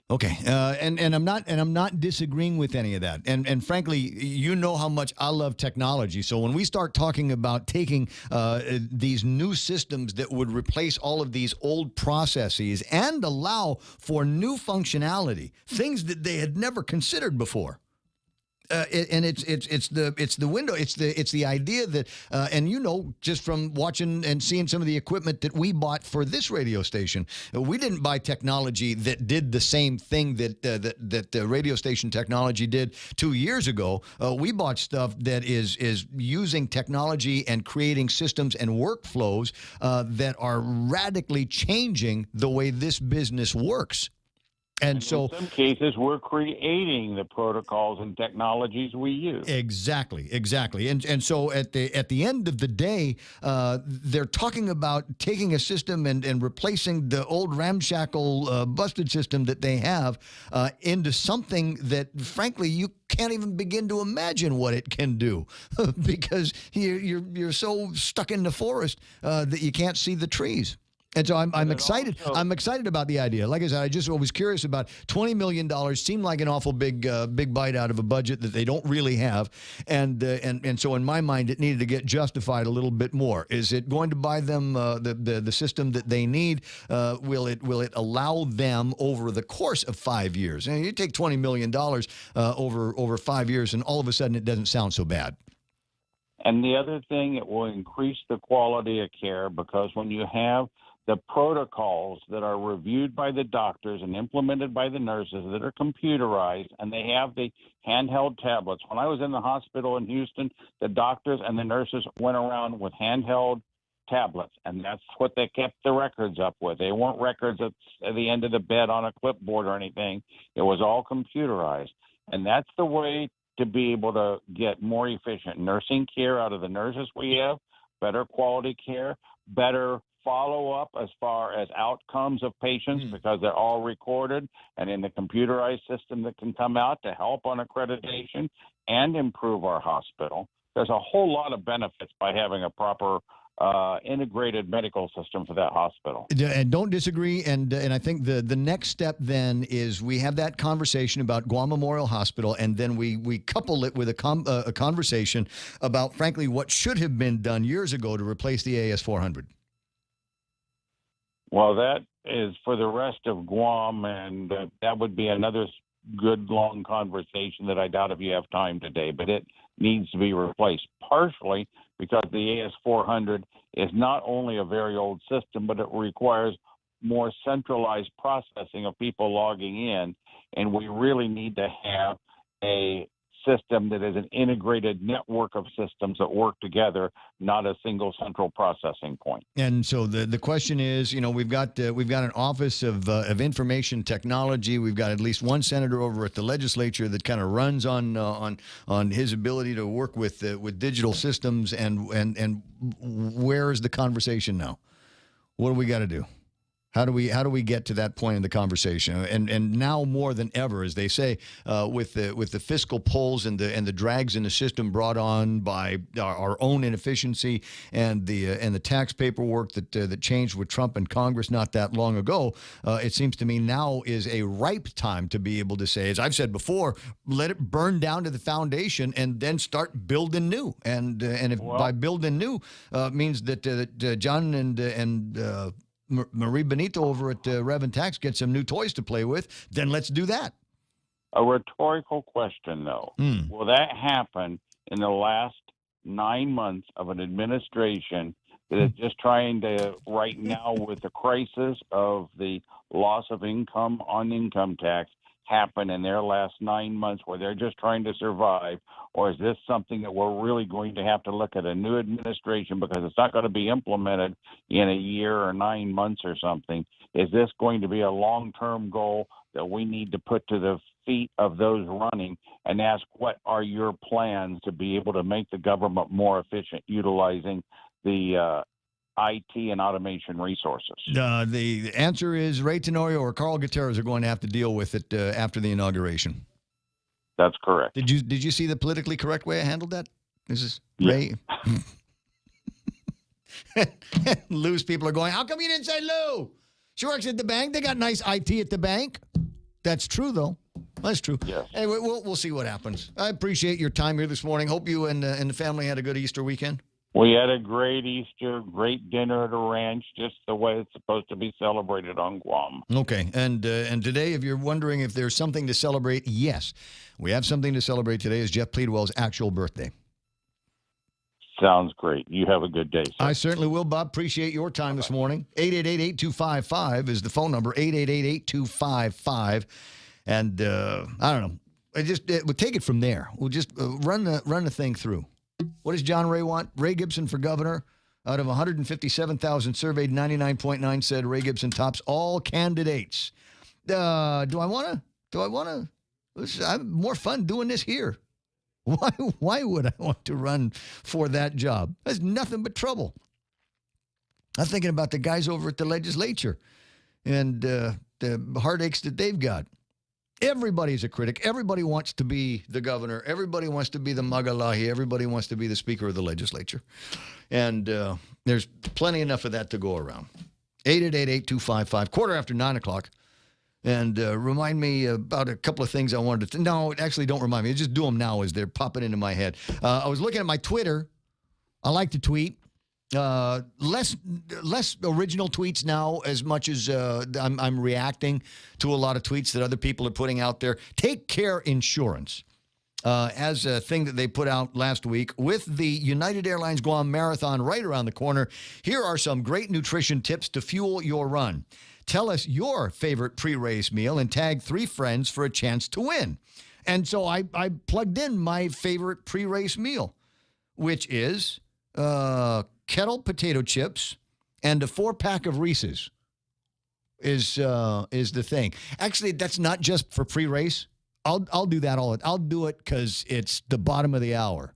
I'll do it because I'm at the gas station and they've got kettle potato chips and a 4-pack of Reese's and a 12-pack of something else. But they're talking about pre-race stuff, right? The only thing I forgot to do was to tag 3 friends on this. So maybe I'll go back in and edit the tweet and then get a chance to win. I don't even know what they're giving away, but why not? The Guam International Marathon is going to be coming up this weekend. And for those of you that are running it, congratulations. Good luck. I hope your training is going well. Just a few days. For those of you that are running the marathon and are training for the marathon, you are what are into are the taper days. So go out there, run a mile or 2 here and there. Nothing serious. Don't hurt yourself. Think about your carbo strategies. So drop, and then you fill up on carbo on Friday or Thursday. No, I guess Friday would be good. and you ought to be in good shape for the run come Sunday. I'm doing a half marathon, so there's no need for tapering. It's just continuing to train, try to get the weight down as much as I possibly can. So I'm running a little bit faster while I'm out there. Maybe chase a PR. We'll see what happens. And if you're not running it, just a note. And I know that they took out a big ad in today's Guam Daily Post that says there's going to be road closures. And because they're running a marathon that's going to start in Tumon, and it's going to go all the way down. If I remember the route correctly, I think it goes all the way down to the entrance to Navy down in Sumai, and then you come back up. I forget where the half marathon turns around. Maybe governor's office? Is that somewhere down there, Asin? And so there are going to be some intersections in the central part of Guam that are going to be difficult to get through because of the runners, and it's the safety of the runners. Only comes around once, twice a year. So cut them some breaks and honk the horn and encourage them, especially the ones that are closer to John F. Kennedy High School. And packet pickup is going to be at 11 o'clock on Friday over at PIC, and we'll continue into Saturday. And if you don't get it by Saturday afternoon, forget about it. They can't give it to you on Sunday. There's no such thing as a late pickup for a race that big with as many people. And I want to say that the numbers, last I heard, the numbers are looking good. I think they're looking for a few more people to sign up for the 5K. I don't even know if you can still sign up at this point, but we'll see. Are we trying to get a hold of Ben Ferguson? Okay. Well, if we find Ben or somebody, we'll see where they are in the next couple of days on that. On the other things that you get to do, this is interesting to me, and you'll hear it and go, I think I know why. The Telefofo Banana Festival is set to begin April the 20th down in Ipan. On Friday, festival will run from 6 to 10, 11 to 10 on Saturday, 10 to 9 on Sunday. And the Banana Festival will have different vendors, such as food, confectionery, plants, novelties, rides, and it says here games. They're going to have games there. What kind of game? What kind of game are we going to have at the Banana Festival? Will it be pay red, pay red, pay red? Put your money down, hands off the table, all bets are down, ball spinning. Lucky color is blue, pay blue, pay blue, pay blue. Don't know if that's going to be one of the games there, but wouldn't it be interesting if it was, if they were playing those kinds of games of chance, a little bit of beto down at the Banana Festival in Inarahan? Could you get away with something like that? There will be a little Mr. and Miss Banana pageant and a raffle drawing on the last day. Lots of great entertainment all weekend long. Enjoy fun in the sun at the Ipan Beach Park. It'll be the next big thing that we talk about here.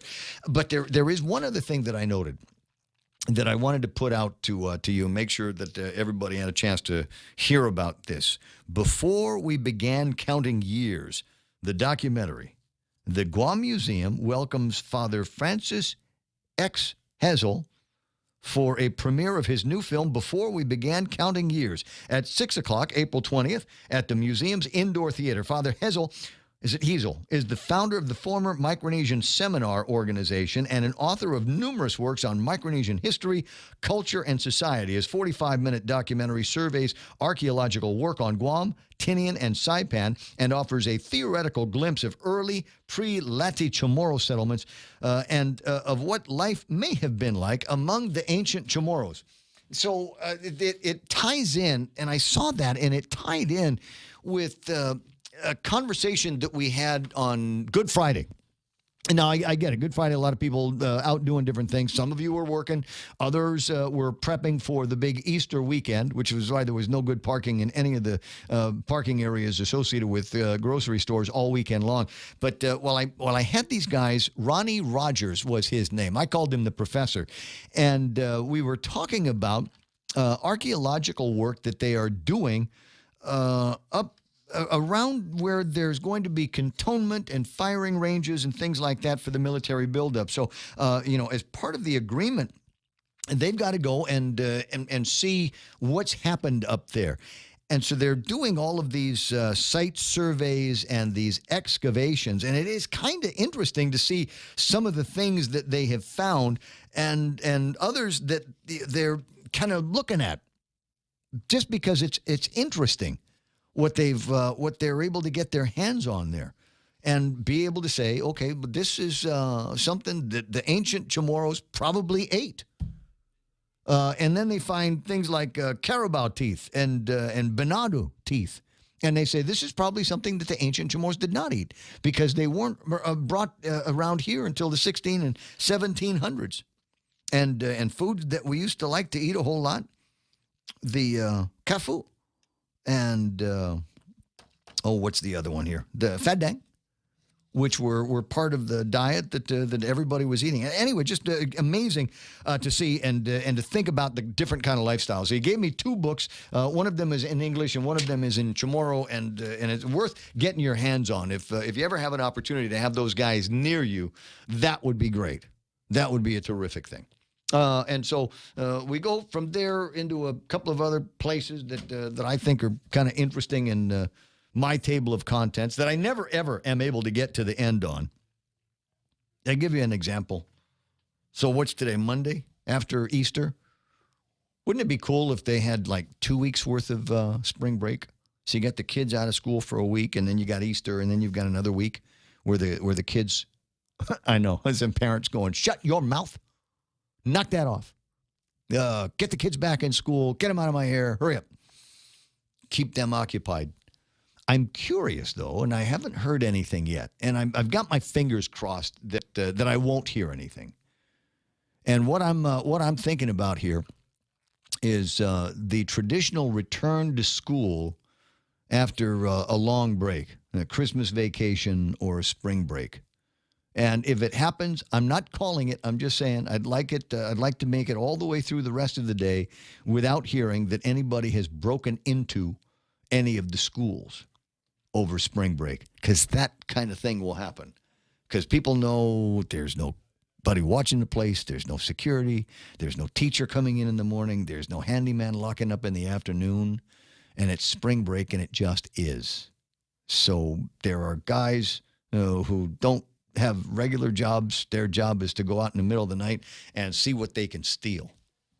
I haven't heard anything yet, and I hope that continues. Speaking about the crime beat, the Hagutnya precinct has reopened after weeks of closure.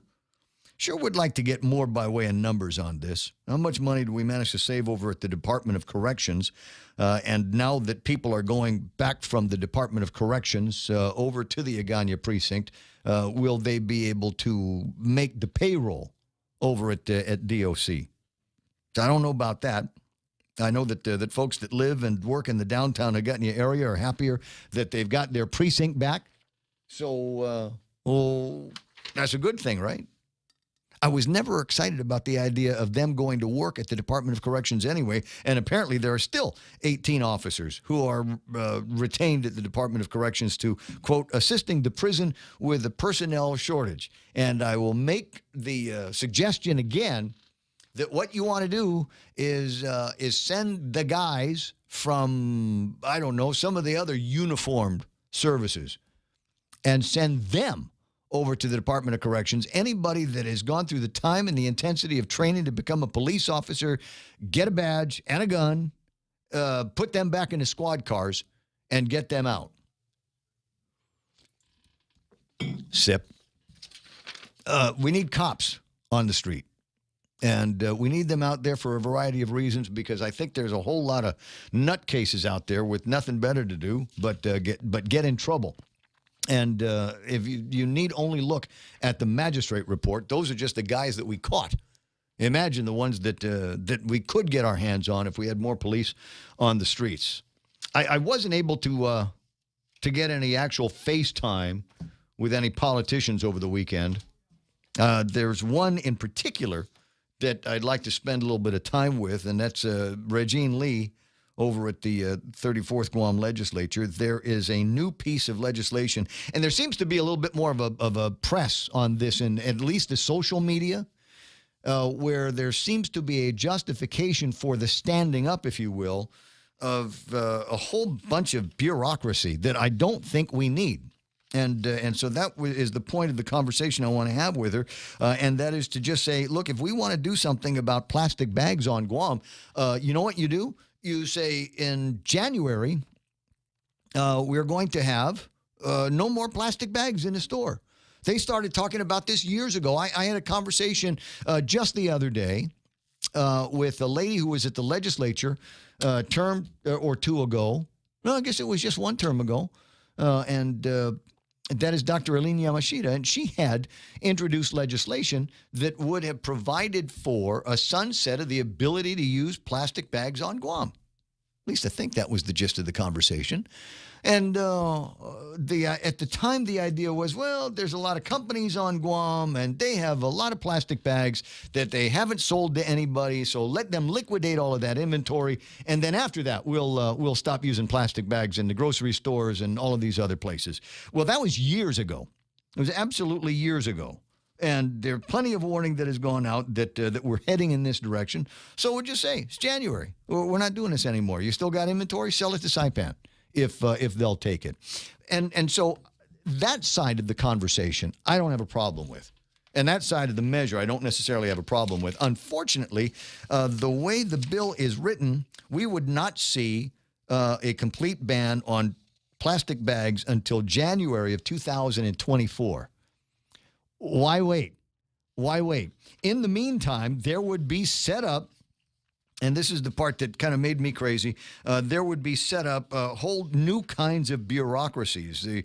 There would be a certified reusable bag program that got set up, and monies would be charged at the grocery stores, and that would go to the Department of Revenue and Taxation, who would oversee this on top of all of the other crap they got to do, and maintain certifications for these businesses that were still selling stuff with plastic bags in it. And I'm going, what's the point of all of that? Why do we need to add to the bureaucracy of the government of Guam? We're trying to get away from that. Yeah, there's a whole lot easier plan.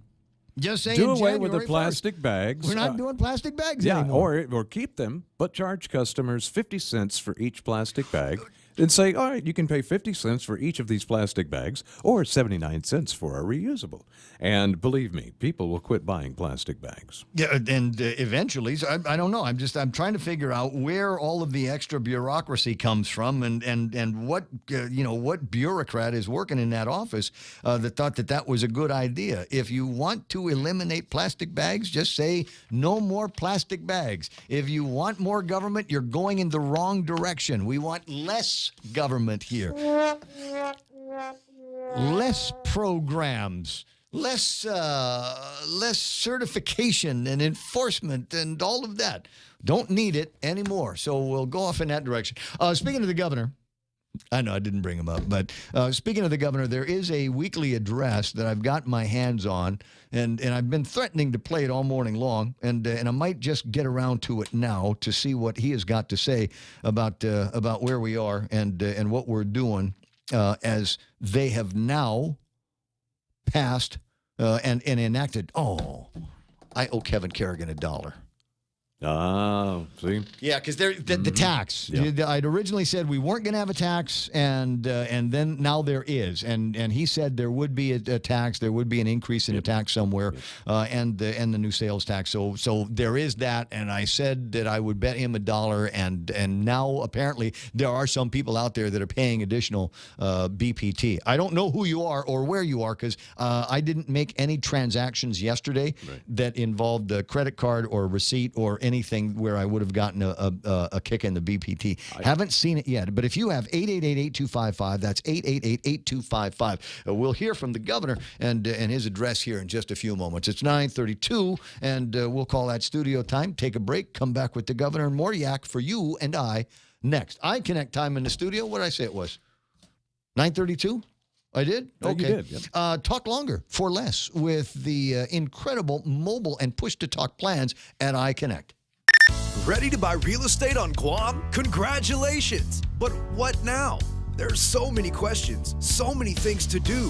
Where do you start? The best place to start is to call Century 21 Commonwealth Realty, Guam's biggest name in real estate. They aren't the best because they're the biggest. They're the biggest because they're the best. Trust the name. Find out why. Call Century 21 Commonwealth Realty today. 888-2121. Trust the best.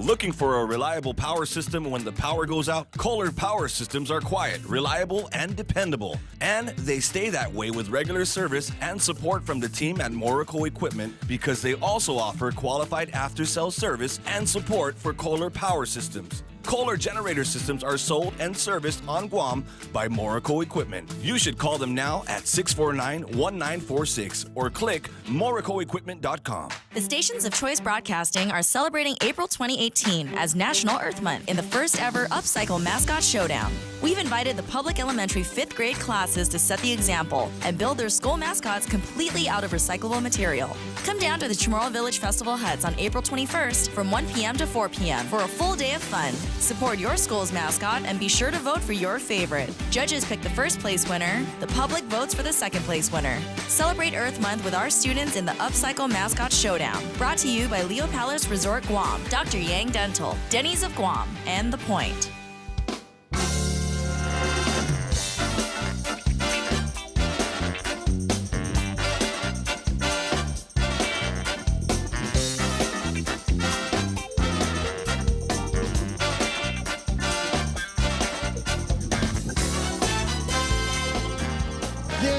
Talk radio game show music. Yeah, that's what it sounds like to me. 888-8255. Thanks so much for spending some time with me. Monday morning, and for some people, boy, it's a drag going back to work, isn't it? Yeah, I look, I'm there with you. I'm there with you. I laid down last night, and I thought, this is going to be interesting. Because I didn't have enough fun this weekend. There were a couple of other things that I wanted to get to, and I absolutely couldn't. And it got to be 9:30 last night, and I said, well, I guess I got what I got is the thing. And so I'm hoping that I don't know, when it gets to be an appropriate hour, I'm going to step out of this place and see if I can go put some of that Sunday didn't get around to it fun back into the mix. We'll see what happens. I'll let you know tomorrow if I'm able to do that. But for some people, it's just oh man, back to the grind. And last week was a big week for a lot of people, a lot more kids around. Did anybody's relatives come in from off island for the celebrations? Yeah. Not mine, certainly not mine, nope. But I'm sure somebody got a visit. I'm pretty sure all of mine are around here, so I don't think we needed to see a whole lot of people flying in. But I was listening, as I often do, to a couple of radio stations that I enjoy listening to in England. Ah, jolly old England. Yeah, and there are all these pronouncements about and they're just England's like the United States except smaller, and they talk funny, and teeth thing. So the thing that they were trying to get through on Friday on the station that I was listening to was the warning to all of the consumers. And motorists that it's the Easter weekend in England is as busy as the Easter weekend anywhere else. People in the city want to get out of the city, so millions of people are out there on the roads, and I want to say that there were a couple of they're out of control. All of these places where you couldn't use this road because the people that operated the toll booths or whatever were on strike. Wow. And so just avoid that. And I'm going, where is the government there? You don't do that. Reagan taught us that lesson back in the 1980s. You remember when the air traffic controllers went on strike, and he fired them all. Get out, and I'm going to put the video game survivors in there and give them those jobs. And a lot of people said that was a smart move. You got to stand up to these guys, but they don't stand up to anybody in England anymore. So on the poll, where was I going with that? There was someplace I was headed. You were talking about family. Oh, okay, yeah. I forget why. So is this we're on this side at 9 o'clock, right? At 9:30? Yes, we are. So I can small talk now, right? You are, yes, sir. You are a small talking madman. Here it comes. Here, the small talk portion of the show, and for some people, this is the best part. So here's what I'm going to close our online poll today, and I want to thank everybody that went to thepoint.gu and gave me the score, which is the weakest of the Democratic gubernatorial teams. You've heard me set this up before, but for benefit of people that had not heard the setup yet, Ray Tenorio is running unopposed in the Republican primary race. So he gets to go right to the general election. Frankly, I don't know why the Republicans even need to have a primary. And so I need to find out, as a good Republican boy, which of the Democratic teams are the weakest. So that's the ones I'm going to vote for. So we have the weakest of the Democrat teams taking on Ray Tenorio, unopposed, and riding high into the general election. That's my plan. Democrats hate it when I talk like this, but it is what it is. And you do it too if the Republican numbers were flip-flopped the way they are in this election. So the question online is, which is the weakest of the Democratic gubernatorial teams? Here are your options. Dennis and that guy, Gutierrez Berdallo, Lou and Josh, and Frank and Alicia. So right now I'm going to stop the polling on this because I think I've got enough to say that this is, as accurate as an online poll can be. The hackers haven't figured out how to do multiple clicks. So with the number of votes in, the weakest of the Democratic teams, according to this, at 33.33, Dennis and that guy. At number 2, Lou and Josh with 25.89. At number 3, Frank and Alicia with 25.3%. And the strongest or least weak is Gutierrez and Berdallo with 15.48. And so congratulations, Uncle Carl. Even though the PDN took an opportunity to ignore the fact that Baby Joe won a bigger fight with your sash on, and they decided to go with a picture of a Baby Joe without the Gutierrez Berdallo sash, and I think that's wrong. Sponsorship, whatever. And and the other thing is, what are you going to be doing for him when he comes back? Because last time I saw his mom was at one of your fundraisers, and she's the one that blessed the table, didn't she? At the fundy, yeah. So I'm thinking there's a connection there, and there might be an opportunity for another. Hey, look, everybody, come and meet Baby Joe and shake Cousin Fred and Uncle Carl's hand. Just saying, you don't have to do it, but maybe it's an idea. And now that this poll is closed, I will endeavor another poll along the same lines. And the question that I'm going to ask in the next online poll is, which of the following will not be in the 35th Guam legislature? So this is what everybody is talking about. And you'll see it when they run a news story. Clint Rigel likes to do this over at PNC. Run a news story and find out who has picked up packets for the upcoming senatorial election, right? And the theory, the conventional wisdom, is because there are so many politicians that aren't going back, right? Fernando said he's out. BJ says he's out. Tommy says he's out. Mike's running for Congress. Dennis is running for governor. And Frank's running for governor, right? So there's this big open field. And then not all of the ones that are there now are going to get retained, right? Right? So who's out? Who's not going to be in the 35th Guam legislature? And I'll go through the list here in just a second. But I want to talk to Uncle Carl, Governor Carl Gutierrez, and just find out, are you guys going to be doing anything for Baby Joe?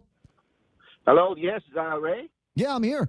Good morning. Yeah, he's coming in on the 4th and spending almost 3 weeks here. So he's getting set to prepare himself for the championship fight, hopefully in the next 2 or 3 months. It's nice to have a champion, and as I said earlier, I'm really disappointed because the PDN took an opportunity to bypass the GB sash that he was wearing in a bigger fight that he won. Well, I'm not going to argue because I even missed that myself.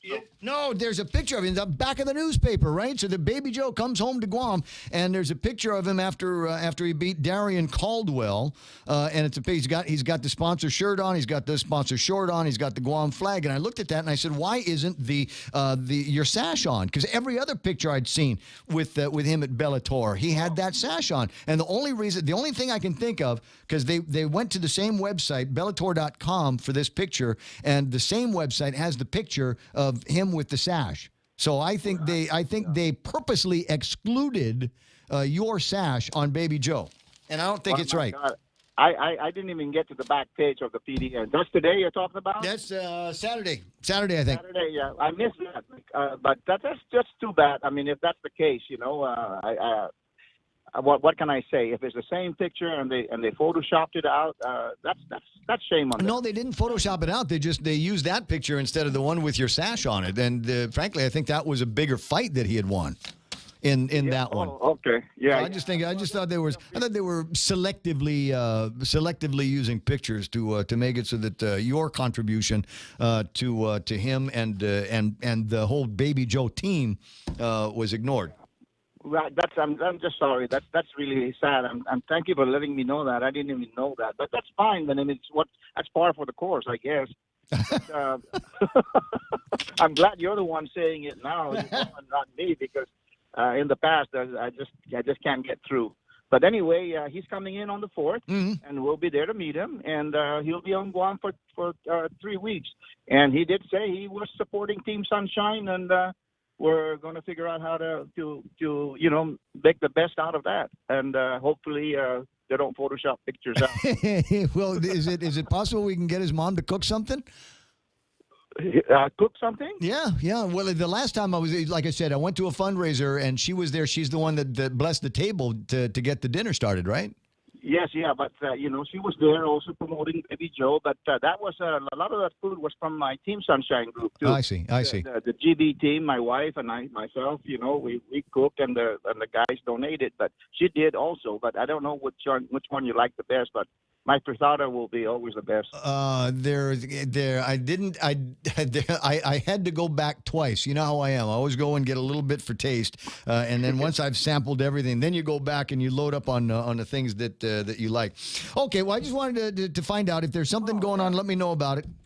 Okay, but I'm glad that I see. I guess people are supposed to miss that, but they wouldn't have missed it if the GB sash was on. That's the first thing I looked at. I said, why isn't he wearing the sash in this one? Because it was in every other picture that I'd seen after that one victory. Everything on Facebook, and he was walking around. He's got the sash on, and I'm trying to figure out why they would. I can't think of a good reason why they would use something that did not have it.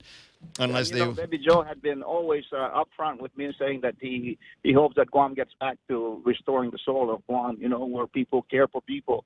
And I guess other people had other candidates had the opportunity to get that sash, but I just felt that he was going to win that, and it was a good investment in Baby Joe. I want to make Guam again. I want to make Guam again. That would be my campaign theme if I was running, is make Guam again. And we're on the same vein. You just say it differently because you're half Howley. And but this is restore the Magalahi and restore the real people of Guam back in government. All right. Now we keep talking like this, then I'm going to have to give Lou and Dennis and Ray all of the fair time. So I'm going to let you go. Hey, let me know when those mangoes in the front yard start getting big enough to chew on. But right now with pickled, because what this mango does is it drops. If you had 10 in one bunch, it'll drop 9 or 8 because they get really big and they won't be able to hold it. It's weird, but that's how the trees feel about it. But I pickle them. They're the best mangoes in the world. It's called the Queen Golden Mango, and it is rated #1 in the world. Unbelievable. I have some pickled ones if you like. You don't have to ask me twice. Okay. You never have to ask me twice. I'll come up and get it. I'll send you a text later on. Thanks a lot, Ray. Okay, amigo. Okay. There's Governor Carl on the line. As I said, selectively, a bunch of other things, and he did post on Facebook the pictures of his mangoes, and it's one of those things that little boys that turned into grown men on Guam, having been raised here, can appreciate. It's when you're looking at a mango tree, and maybe 9-10 months of the year, it looks like a regular tree. Right. But when it's mango season and all of the branches, all of the boughs are practically touching the ground because they're so heavy with mangoes. It just dozen mangoes off of a stalk. Oh my God, what a thing! And so that's one other just reminisce if you don't mind.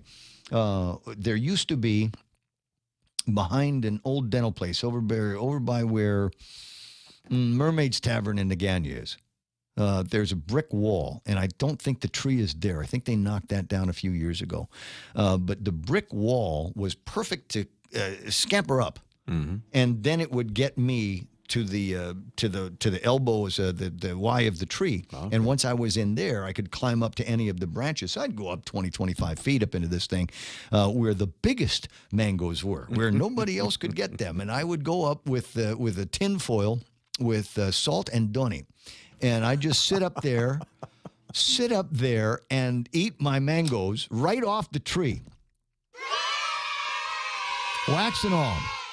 And watch the passing parade of everybody that was going inside the bank or going into the dental place. 9:47 in the morning. And sorry, let me go back now to where I was. I'm changing the poll question today, and we'll leave it up until I'm no longer entertained by it.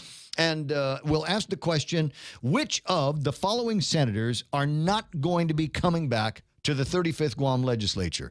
And it will be the short list of the ones who have not yet said they're running for something else or not running again.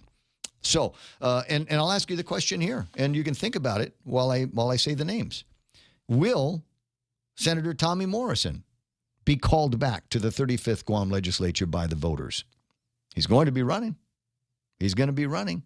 But based on, the quantity of his measures that have been passed, including the one that took more money out of your pocket on the liquid fuels, right? So maybe you think about that. Regine Bisco-Lee, is she going to be coming back? Freshman senator, is she going to be asked for a sophomore term over at the legislature? Therese Chech Terlahi, Vice Speaker?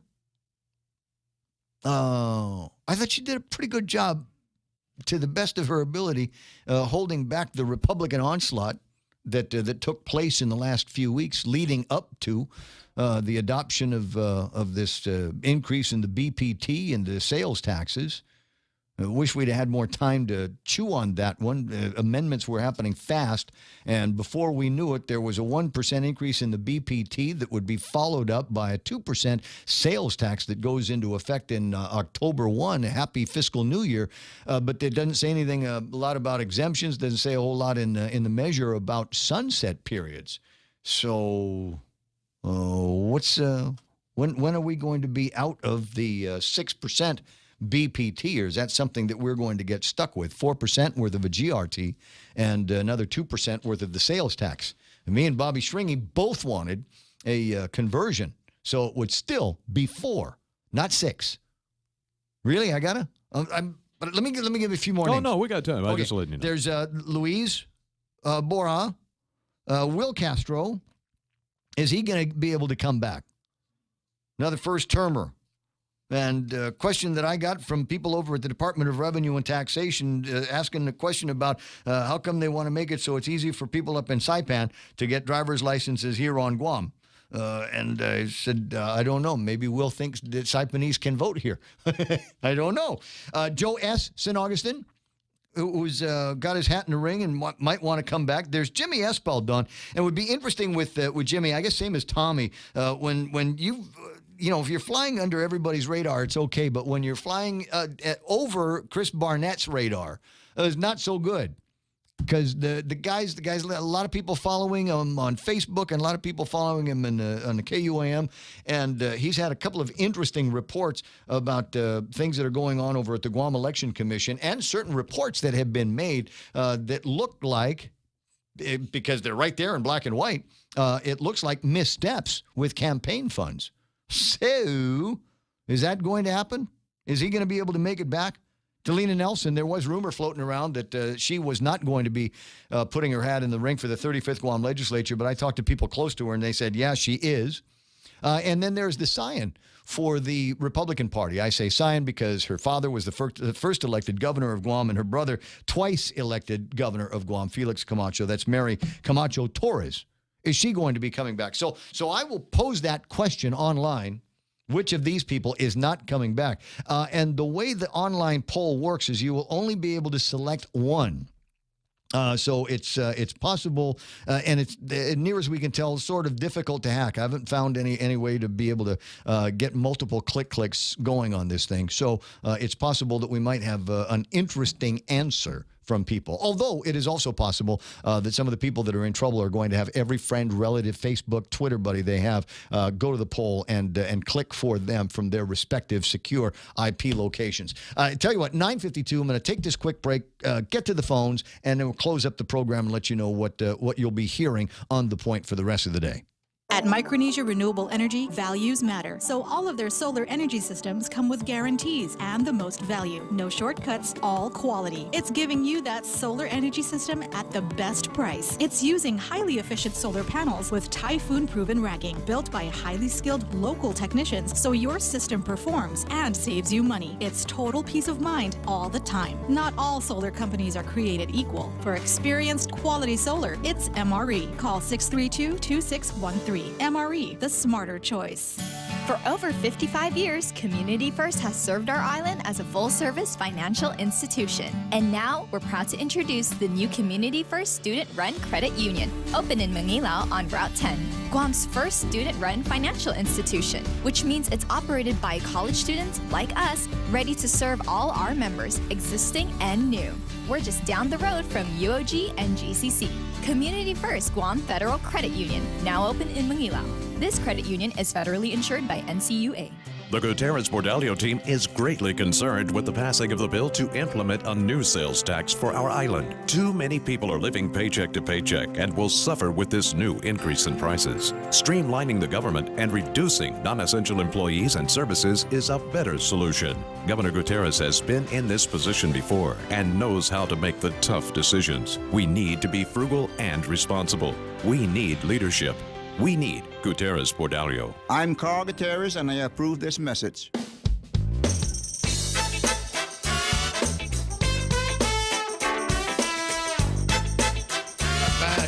9:54 a.m. and is The Point 93.3 FM. Good morning, Tomas.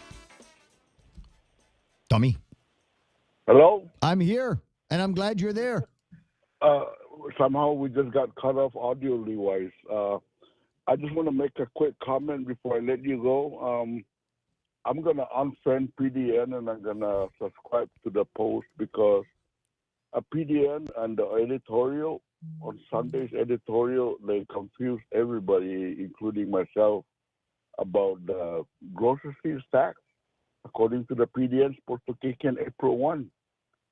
And it's not supposed to be according to the law. It's supposed to kick in October 1. Am I correct? The increase in the business privilege tax of 1% was effective April Fools, and so that part is correct. There is a sales tax that will join the BPT unless something changes, and that will occur on October 1st.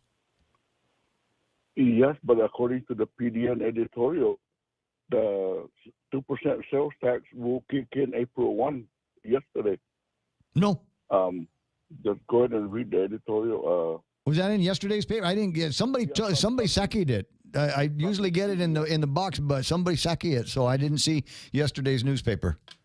Yeah, it's on Sunday's PDN, the Hour View, the editorial. I think they're mistaken, right? So no, if that's what it said, then that's wrong. Yeah. Yeah, I think it's supposed to kick in October 1. All right, I'll talk to you later. It's a close of business for your hour there. Almost. I'm going to let you run. I got Senator Will Castro on the line. Okay, thank you. Okay, amigo. Have a fantastical morning. Buenos Zen Hoffa Senator Will Castro. Hi, Ray. Good morning. Hoffa Day. Hoffa Day to you. Hoffa Day to you. So you think you're going to get called back to the 35th Guam Legislature? Oh, I don't know. That's entirely up to the electorate. But I did want to share, or follow up on the Guam CNMI driver's license initiative. Mm-hmm. So I thought that was a interesting question. Why would we extend the privilege to residents of the CNMI to attain a Guam driver's license? And I was pretty much left at that. And so, I guess we missed the first part when we introduced the bill. The measure is really designed not just to extend that privilege. It's reciprocal in nature. So on its face, I think the bill has merits. But there's really something bigger to be had here. I was listening earlier on Thrive when Mike Benito was on the line, and I thought it was a really good discussion that you were having with him in terms of possibly reaching out to the Marianas, the other islands, to extend their product. And this is consistent with what we've been trying to accomplish with the Marianas Working Group. And the reason why I share that with you is because, in order to, in my opinion, in order to arrive at that point where you have mutually beneficial initiatives for both Guam and the CNMI, you have to establish that level of trust. And I know how to do that. I know how to do. We don't have a lot of time, so let me just jump in and say I know how to establish that level of trust, and that would be to allow me. You can keep your driver's license. Let me buy land up there. Okay. Well, that's. I'm just saying. I mean, that's it's got to be the first conversation that we have. Is never mind the driver's licenses. And my only concern on that was just to make sure that whatever hoops it was that my then 16-year-old son had to jump through to get his driver's license, that they are doing the same thing up in the NMI. And unless they're going through that same graduated pain in the butt program up there, then I don't think that there should be reciprocity. Well, good, and I think that's a legitimate point. But if I can just clarify two things: one, no, they don't have the same hoops that we have. So just to be crystal clear. Second, no, you could very easily, and I'd be happy to if that happens to someone especially a relative. I'd be the first one to get on the phone and clarify. There is no graduated driver's license program up there. There is a license exchange program, to the best of my knowledge, at least for the standard operator's license. And so, no way, I think either they were misinformed or someone misapplied the statute according to their law. But that, again, that's just one part of it. Well, then, wait a second. You just said that they don't have the same hoops that we've got to jump through here. So I just want to make sure, because there's different driving patterns, different roadways, et cetera, et cetera. I unfortunately have only got 12 seconds left, so I'm going to have to let you go. You work on getting Article 12 struck out, and then we'll have that conversation about cow farms in Tinian. I'll talk to you later. Thanks. All right. I'm glad your mom's better. It's KUSG Hagåtña. We got to break into the Fox News Live now. President Trump today saying Mexico needs to do more to curb the amount of illegal immigrants entering the U.S. Mexico has got to help us at the border. If they're not going to help us at the border, it's a very sad thing between two countries. The president threatening to pull out of the North American Free Trade Agreement if Mexico does not cooperate on immigration. President Trump also going after California, this time over Governor Jerry Brown's recent pardons of several former convicts facing deportation. Two of these ex-cons are already in removal proceedings, and by forgiving their record, Brown eliminates the grounds on which they can be deported. The governor has so far pardoned 56 ex-cons on Friday alone, including 5 facing deportation, prompting the president to tweet that